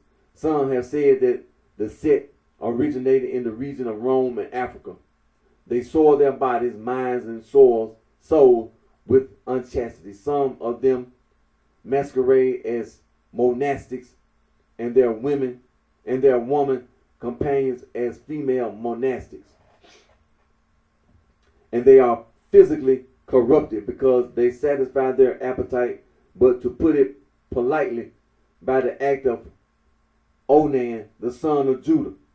For as Onan coupled with Tamar and satisfied his appetite, but did not complete the act by planting his seed for the God-given purpose of procreation, did himself harm instead, thus as he did the vile thing. So these people have used their supposed female monastics, committing this infamy. For purity is not their concern, but a hypocritical purity in name. Their concern is limited to ensuring that the woman, the semen aesthetic, has seduced, though does not get pregnant. either so as not to cause childbearing or to escape detection. Since they want to be honored for their supposed celibacy. In any case, this is what they do. But others endeavor to get this same filthy satisfaction not with women, but by other means, and pollute themselves with their own hands. They too imitate the son of Judah, soil the ground with their forbidden practices and drops of filthy fluid, and rub their emissions into the earth with their feet, so that their seed will not be snatched by unclean spirits for the impregnation of demons. But as I said, they use various scriptures of the Old and the New Testaments and certain apocrypha, especially the so-called Acts of Andrew and the others. Indeed, they themselves have often freely boasted of doing this thing. Yet they accuse the members of the church, if you please, who have beloved adopted wives, as they call them, of doing this too, but secretly from respect for public opinion, so as to engage in the wickedness, in fact, but in pretense, preen themselves on the name virgin from regard for the public. But some have told me of certain persons now deal who supposedly also did this. Having allegedly heard the information from women, these people have forced into it. Among them, they used to mention a bishop who had exercised the episcopate for a number of years in a small town in Palestine and had women of this sort, adopted wives, to wait on him. Indeed, I have learned even from confessors that he was that sort of person. All the same, I do not believe the persons who have said this and claim to have heard it from the women. For the strong evidence of the speaker's malice led me sometimes to believe, but at other times to disbelieve their evil report of the aged bishop after his death. For the charge against him was something like this: so and so was caught in sin with a woman. And his defense when we confronted him was that his partner in pollution had told him about the vicious practice, although she was already alone in years and in her old age, and taught him to use her but scatter his dirty fluids outside on the ground. And this is their filthy act which deceives their own mind and is blinded by the devil. I see no need for me to cite the texts which have been their downfall. Otherwise, I might seem to be using the text which as criticism to discourage the evil practices of such sect, as an incentive to those whose minds are always unsatiable and vain, and who pursue evil for themselves rather than desiring good. Rather than this, I shall offer a few sample arguments as protection against this frightful snake-like sect. Where have you gotten the idea of your vile act, you people?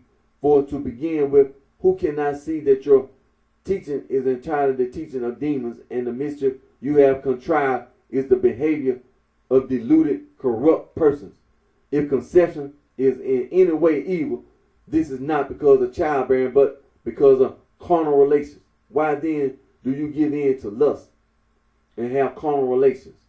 And if carnal relations are not evil, neither is it evil for the one who has them to consummate what he has done. Or must an ascetic not cultivate the fruits of the soil, as Abel was a keeper of sheep, but Cain was a tiller of the ground? But if one tills the ground like Noah, who became an husband and planted a vineyard, Noah did not plant a vineyard in order for it not to yield vintage. He planted it and drank of the fruit thereof and was drunken, as scripture says. But the aged man is excusable. He was pleasing to God and did not fall to drink from intemperance. Perhaps he was overcome with grief and fell into a stupor and succumbed to weakness from infirmity and old age because he could not bear them. In any case, it was not to be mocked by his son, but the son who mocked him received his curse. For the punishment of those who offer insult to their parents and of thoughts in us that rebel against the knowledge of God and the ordinance he has rightly decreed. For even though marriage is not as highly honored as virginity, and virginity is superior to it, for true virginity is called glorious, and virtue is not unclean. Marriage is respectable to if one employs God's good creatures for procreation, not shame, and does not misuse God's appointed method of conjugal intercourse. For in fact, virginity is the state the apostle commends, because he said, the virgin and the unmarried woman care for the things of the Lord, how she may please the Lord, that she may be holy in body and soul, showing that even though the unmarried state is open to suspicion, is no cause of faults. Indeed, propriety must be preserved in marriage. We know that Abraham sired children, although he was dear to the Lord, and Isaac, Jacob, and the rest. And they did not sully themselves with vile acts by touching filth and slime, or oppose God's good ordinance of procreation through lawful wedlock, nor those who practice chastity and virginity debase the contest and make something else of it, as though to evade by trickery the virtuous mode of competing. Elijah too never lightly entered towns or associated with women, but lived in deserts. Elisha, John, and all who exhibited this great mark of the imitation of the angels made themselves eunuchs in the right way for the kingdom of heaven's sake, in accordance with the Lord's ordinance in the gospel. And although I have a great deal to say about them, and could expose the devil's mockery of their minds with many proofs from Scripture, I rest content with these few. For anyone can see that their behavior is not sensible, and that such knowledge is not from God. Their ridiculous activity and their fall into the practice of iniquity are diabolically inspired.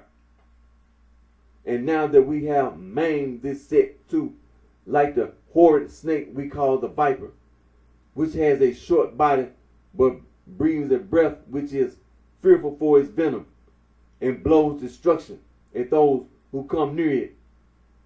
Let us go on to the rest, since we have crushed it, calling on God to help us keep the promise of our whole work in God.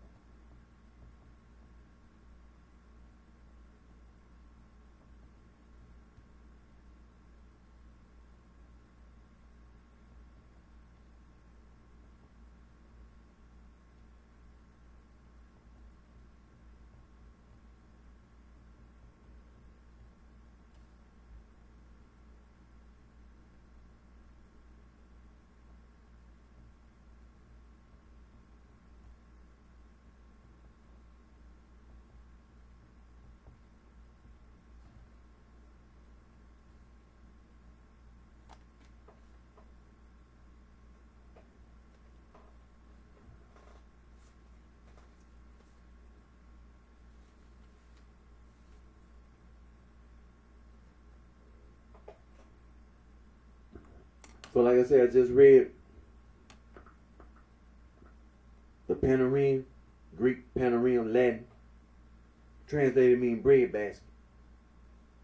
Read book 2, the first section of book 2, section 4. And I read part 63.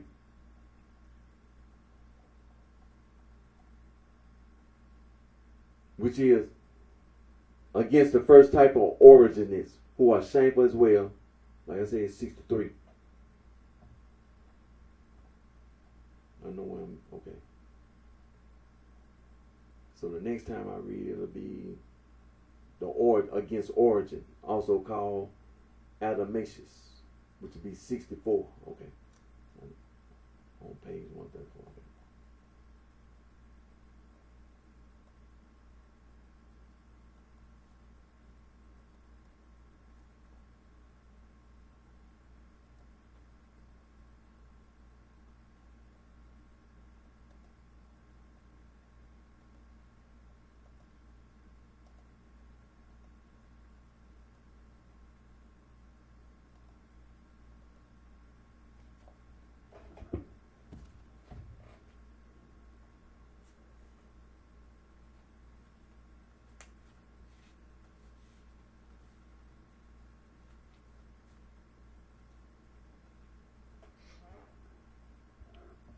So like I said, when I do my reading, I'm familiar with a lot of these things. So when people say things,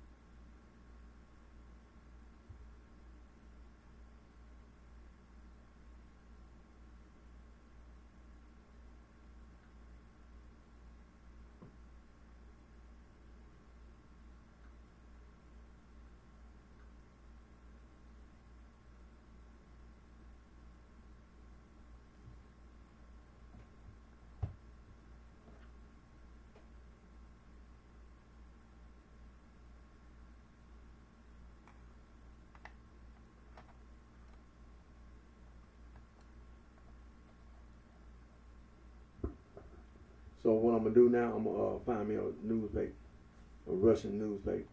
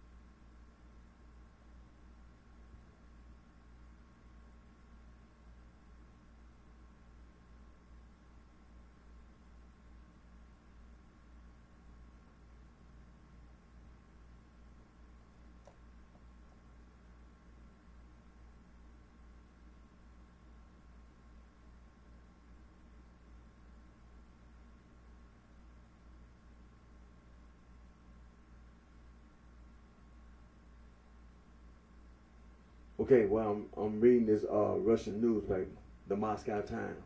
Just looking at some of the news reports about the war in Ukraine. So,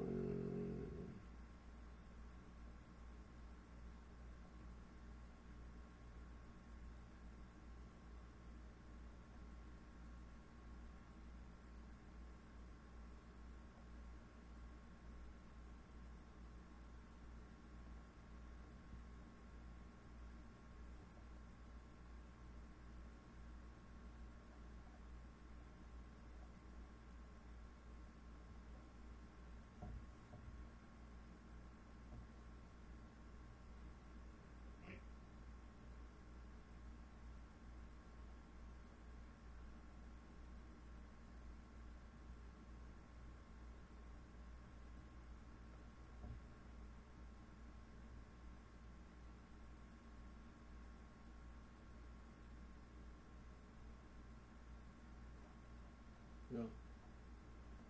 Not too much to change. They ain't really just saying too much. So I was just reading one newspaper, the Moscow Times. Don't look like too much change.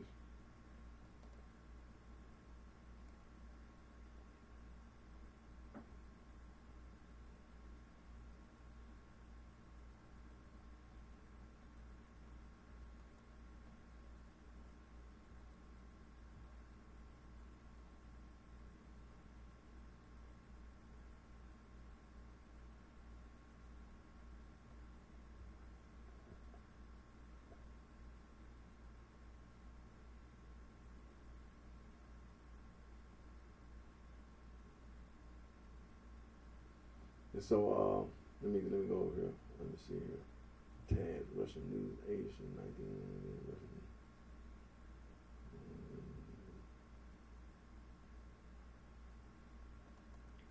All right.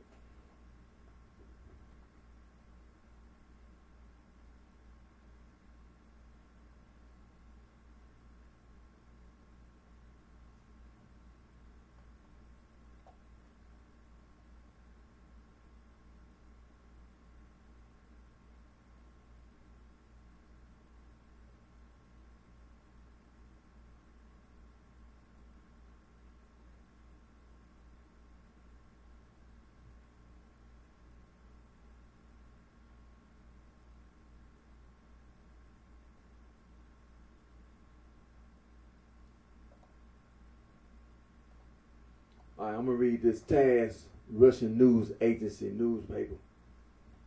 All right, let me go over here to the military operation in Ukraine. All right, let me see. Ukrainian rocket strike repelled.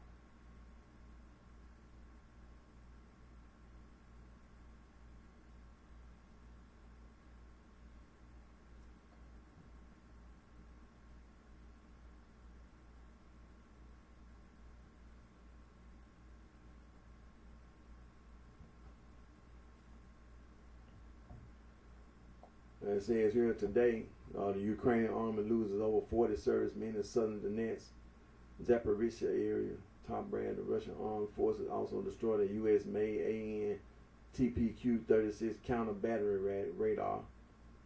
And today, Russian forces killed over 210 Ukrainian servicemen in Donetsk area in a day. Top brass said units of Russia's southern group of forces supported by Operation Tactical Aviation Artillery Fire also destroyed 3 Turkish-made Kurpal armored personnel carriers, 3 armored combat vehicles, 4 cars, 3 pickup trucks, and an MSTAB howitzer. And it says today up to 30 servicemen of the Ukrainian army killed in Kupyansk area. Russia's defense ministry, Russia's western grouping of troops also destroyed 3 armored vehicles, 2 cars, and a D-30 howitzer. Today, Russian troops killed up to 100 Ukrainian soldiers in Krasny-Lima area.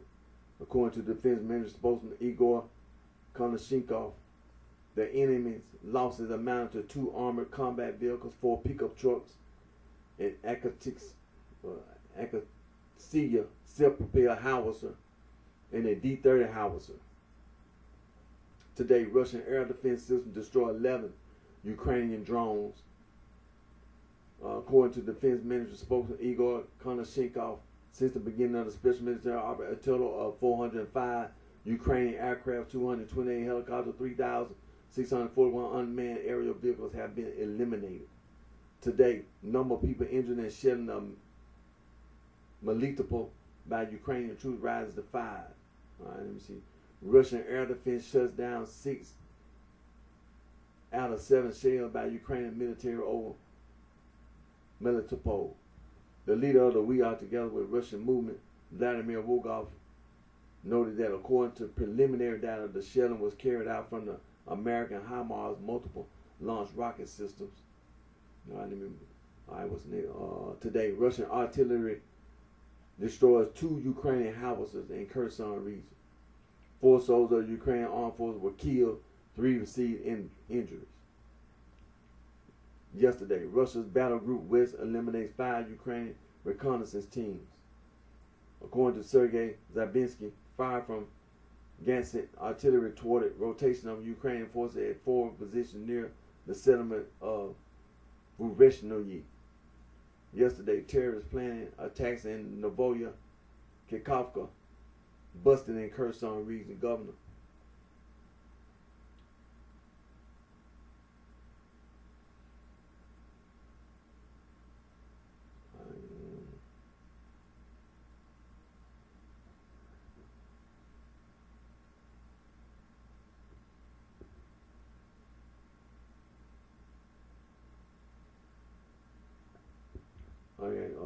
yesterday, Russian forces killed up to 40 Ukrainian troops on Kherson front line.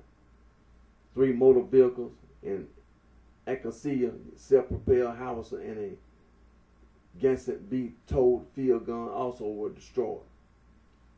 And yesterday, Ukraine loses up to 50 troops on South Donetsk, Zaporizhzhia front line. Russian forces also killed up to 2 armored combat vehicles, 3 motor vehicles, and a D-20 howitzer.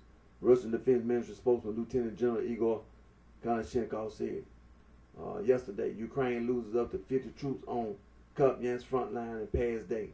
According to Russian Defense Ministry spokesman Lieutenant General Igor Konashenkov, Ukraine also lost 2 cars and a D-30 howitzer.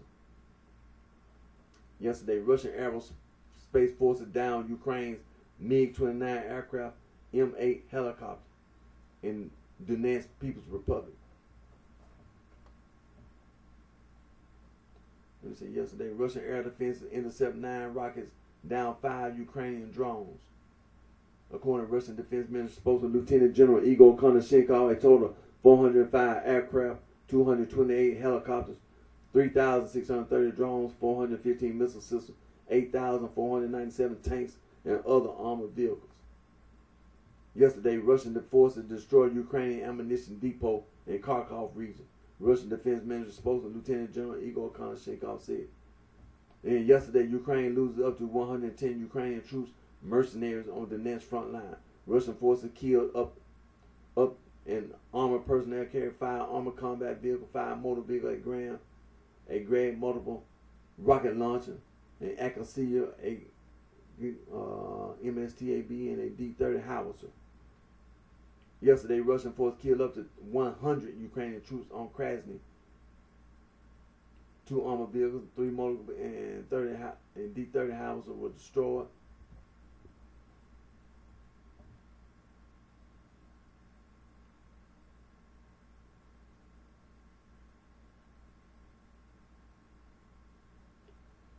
Let me see. Yesterday, Russian artillery units destroyed U.S.-made radar system in Kherson region. 5 Ukrainian service members were killed. Ukrainian military shelled 5 settlements in Kherson region. The Ukrainian armed forces fired 45 munitions.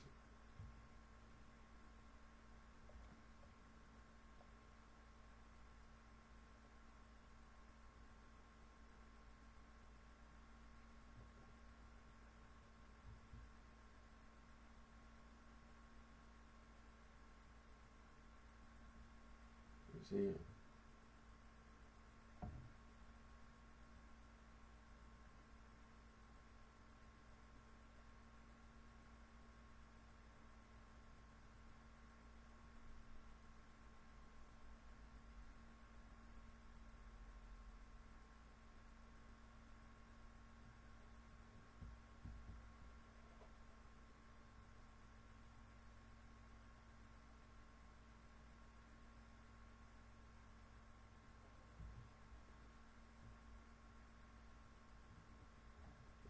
me see. Let me go back up. Let me scroll back up.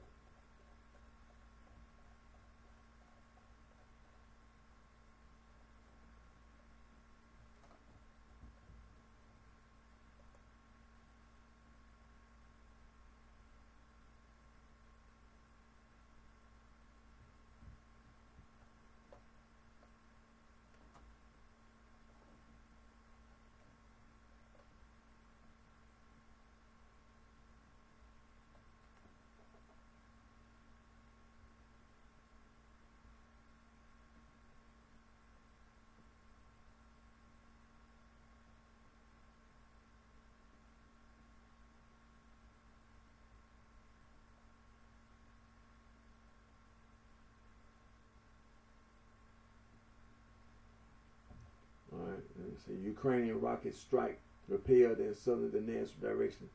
Defense Ministry. Okay, that was today. That was today. Let me click back over here. Russian troops killed up to 15 soldiers. Let's see. Russian troops killed up to 15 soldiers of Ukrainian army in Kherson area. Top brass.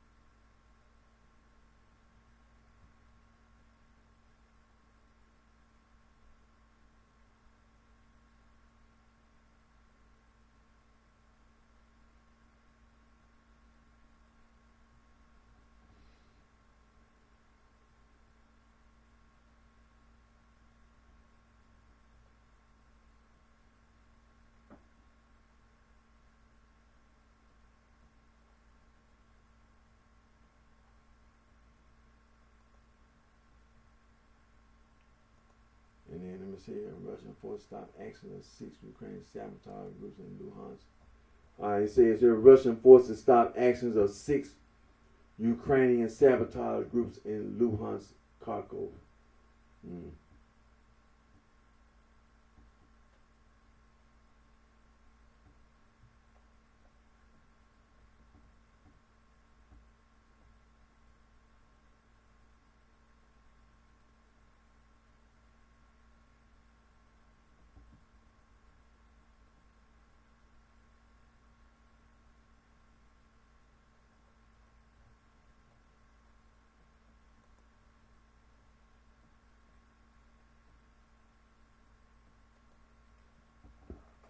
It says here Russian forces destroy command posts of Ukrainian military near Krasny Lima, top brass. In just a day, 92 enemy artillery units, manpower, and equipment in 103 districts were defeated. Let me read this. It says here, over the past day, Russian troops hit the command post and communication center of the 58th Motorized Infantry Brigade of the Ukrainian Armed Forces in the Krasny Lima area. Defense Ministry spokesman Lieutenant General Igor Konashenkov reporting on Sunday. And let me see here. It says on the territory of the Defense Brigade.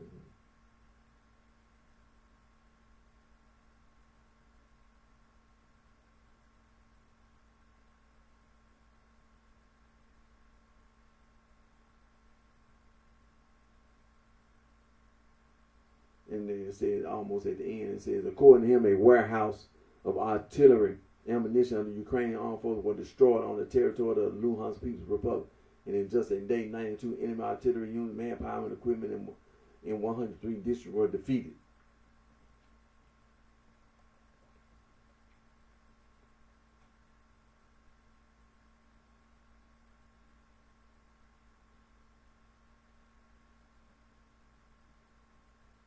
So, as you can see,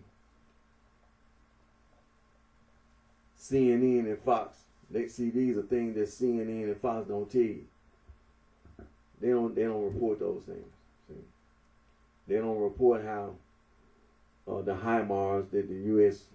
military and all these equipment howitzers being destroyed that they gave to the Ukrainians. See, this equipment, this military equipment being destroyed by the Russians.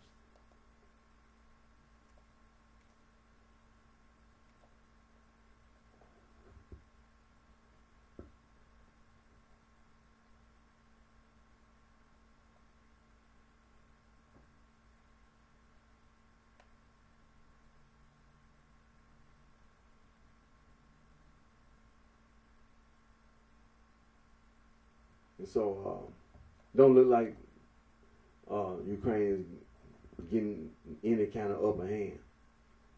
And so, like I said, you have to watch the weather, first of all. That's important, especially during this time of year. You have to watch the weather. Very, very important. Watch the weather.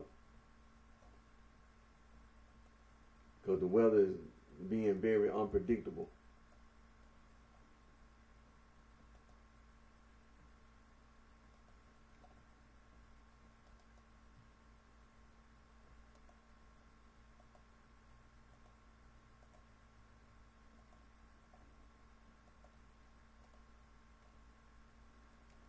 And so, like I said, hey, during this time of the year, you have to watch the weather. I mean, you have a military operation going on, they mess around, be, snow. Mess around snowing, and next thing you know, it'll be a blizzard. In the southern parts of Ukraine somewhere. Next thing you know, it'll be a blizzard somewhere, and then after the blizzard, the snow gonna melt. Then the soil will be so wet, and the snow gotta go. The melted snow gotta go somewhere. Now you got a flood. I mean, it happens like that because the snow in the mountains it melts, and then when the snow in the mountains melt, what do it always do? The water gotta go somewhere. When the snow in the mountains melt, the water, it makes the rivers overfill. I mean, the water got to go somewhere. That's what happens. The water goes somewhere. It got to flood. It's gonna flood. The soil be wet, and then this time of year, spring, it's subject to rain. And when it rains, sometimes it rains. It's like it don't stop. And then when it rains like that, the soil be so wet that it's mud. You can't even, almost like you can't even walk. Because the soil is just so soft. You mess around and sink in the mud. I mean, this time of the year, you have to be mindful of these things, that the weather is important. You got to watch the weather. You got to watch the weather, and then when the wind blowing, when you got high winds and you trying to fight a war, the wind can have an effect on artillery. Your aircraft flying. If the wind's too high, you can't fly.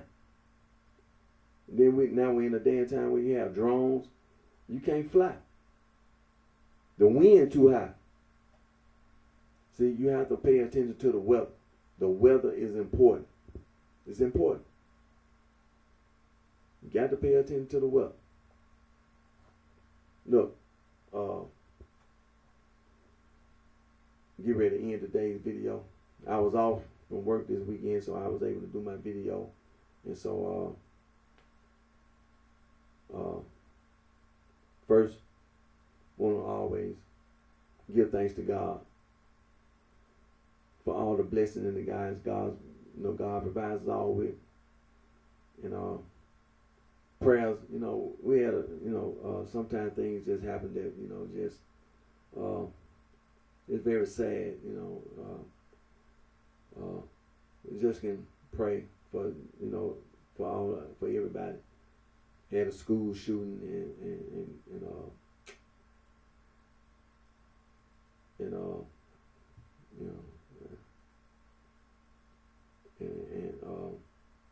then we had the weather.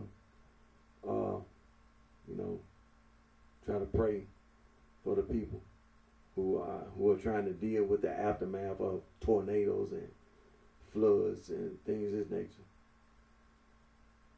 You know, it's kind of, you know, I mean, you know, it's a reality. You know, it's a eye-opening experience when it's being reported that it's a tornado, and as a matter of fact, the tornado that hit, you know, in certain areas, it was close enough here at this time, like South Haven, Mississippi. The tornado that hit this time, it got close because it was being right at the moment it was being reported on television. I'm hearing this outside the house. I'm hearing it because South Haven, Mississippi, ain't number 5 minutes away, and I'm looking at the news report because I had already seen a video of a tornado. You know, they showed the tornado, actually showed the tornado. And I mean, you know, we in Arkansas and Little Rock. And then they had other locations where it was raining real in the hailstorm. I mean, but this time, you know, like the last time, the tornado really just didn't get too close. But this time, this weekend, Friday, they reported a tornado. The tornado was close, 5 minutes away. It's, you know, it was talking about the tornado would come through South Haven. And then from South Haven, it was going to keep going. The wind was going to keep blowing the tornado on across. It was just going to be a tornado just going to go all the way across. So, you know, man, you know,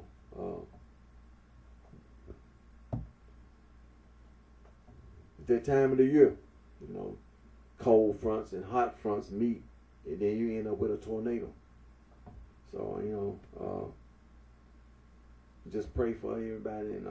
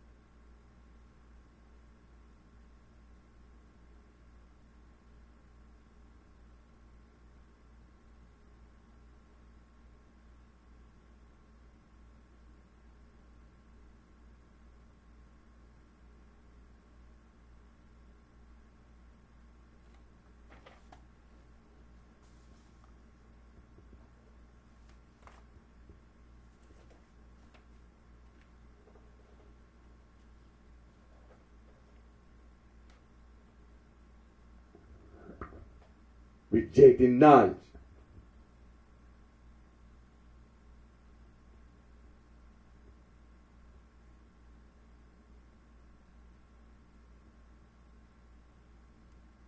Rejecting knowledge.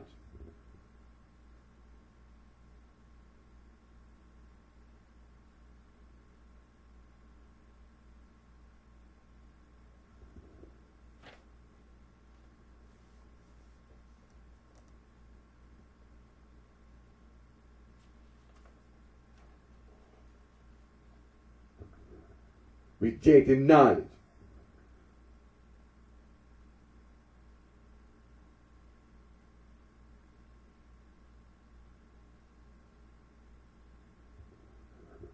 Rejecting knowledge.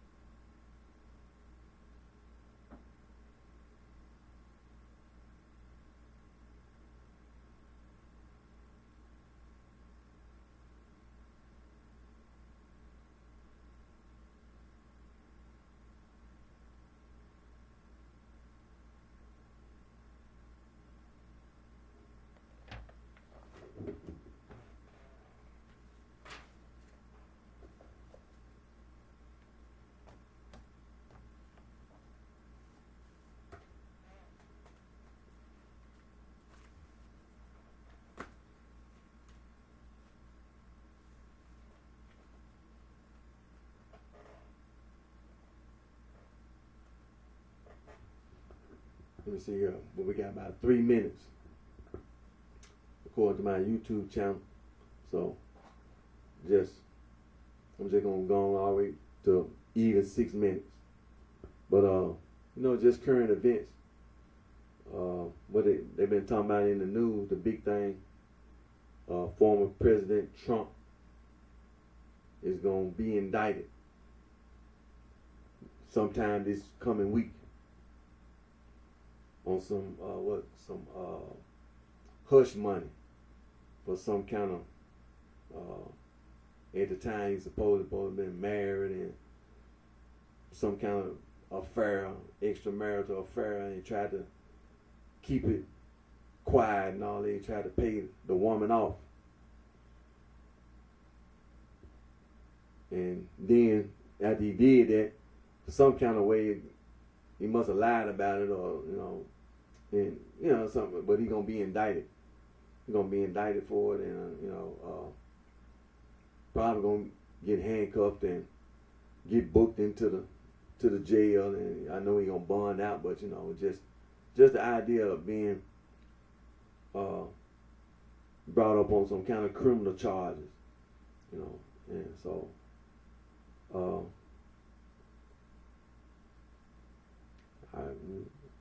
Ain't nothing I can say. Only thing I can look at, a person with that much wealth,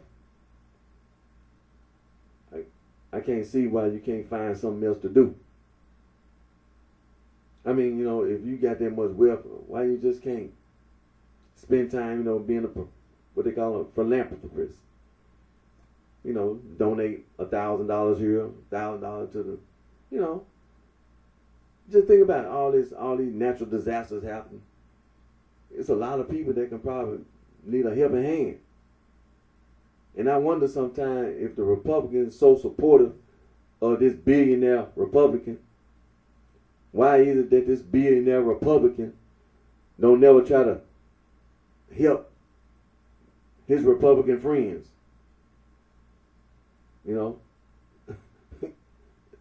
Wonder why is that? I mean, he just had a tornado, then tore up Mississippi and Arkansas this week and last week. Parts of Tennessee, floods and all kind of stuff happened. You know what I'm talking about? This on a regular basis. Had a blizzard out there in California. Some of your Republican friends probably got, probably suffering now. But do you ever hear from old Trump? No, you don't hear nothing from him. You don't never hear from old Trump. Old billionaire Trump. You don't never hear from him. But now he gets indicted on some little kind of, then look what he getting charged with. And he expected everybody to go out on the street and protest. Get into a riot out on the street. I don't know, this one of them kind of occasions, but you might want to take a step back, be like, really? Really? You gonna go out on the street and protest on something like that? Talking about Trump that got charged with trying to give money to somebody to keep quiet when some on the side sex. Didn't want nobody to find out. Didn't want his wife to find out about it, but she found out about it. Then he probably lied in, some kind of political laws and you talking about going out on the street protesting and probably get yourself arrested. Really? I want to take a step back on that one. I take a step back on that one like, where your mind at? Who is this guy to you? Anyway, anyway, okay. But me myself, a billionaire, some extramarital stuff. Yeah. I mean, I don't see what's so big deal on that. That you gotta bring up the whole New York Police Department. Gotta put barricades up and really? I mean, what he been charged with? He a billionaire. You mean to tell me he can't bond out? He a billionaire, man. And you out there? Are you serious? Come on, man. Come on. You make people laugh, man. I'm telling you, oh no, I don't get that. Me, I don't get your point of view. But I mean, everybody entitled to their opinion. But I mean, hey. Anyway, look, my name is Eric D. Johnson, also known as BrightShine. I live right here in the city of Memphis in the county sheriff state. Thank all my family, my support for your continued care support. And I always put God first. And it's coming up, Dr. Martin Luther King, April the 4th, 1968. Dr. Martin Luther King was assassinated at the Lorraine Motel. And I always remember and reflect. And so take care of yourself, wish each and one of you very best. Oh,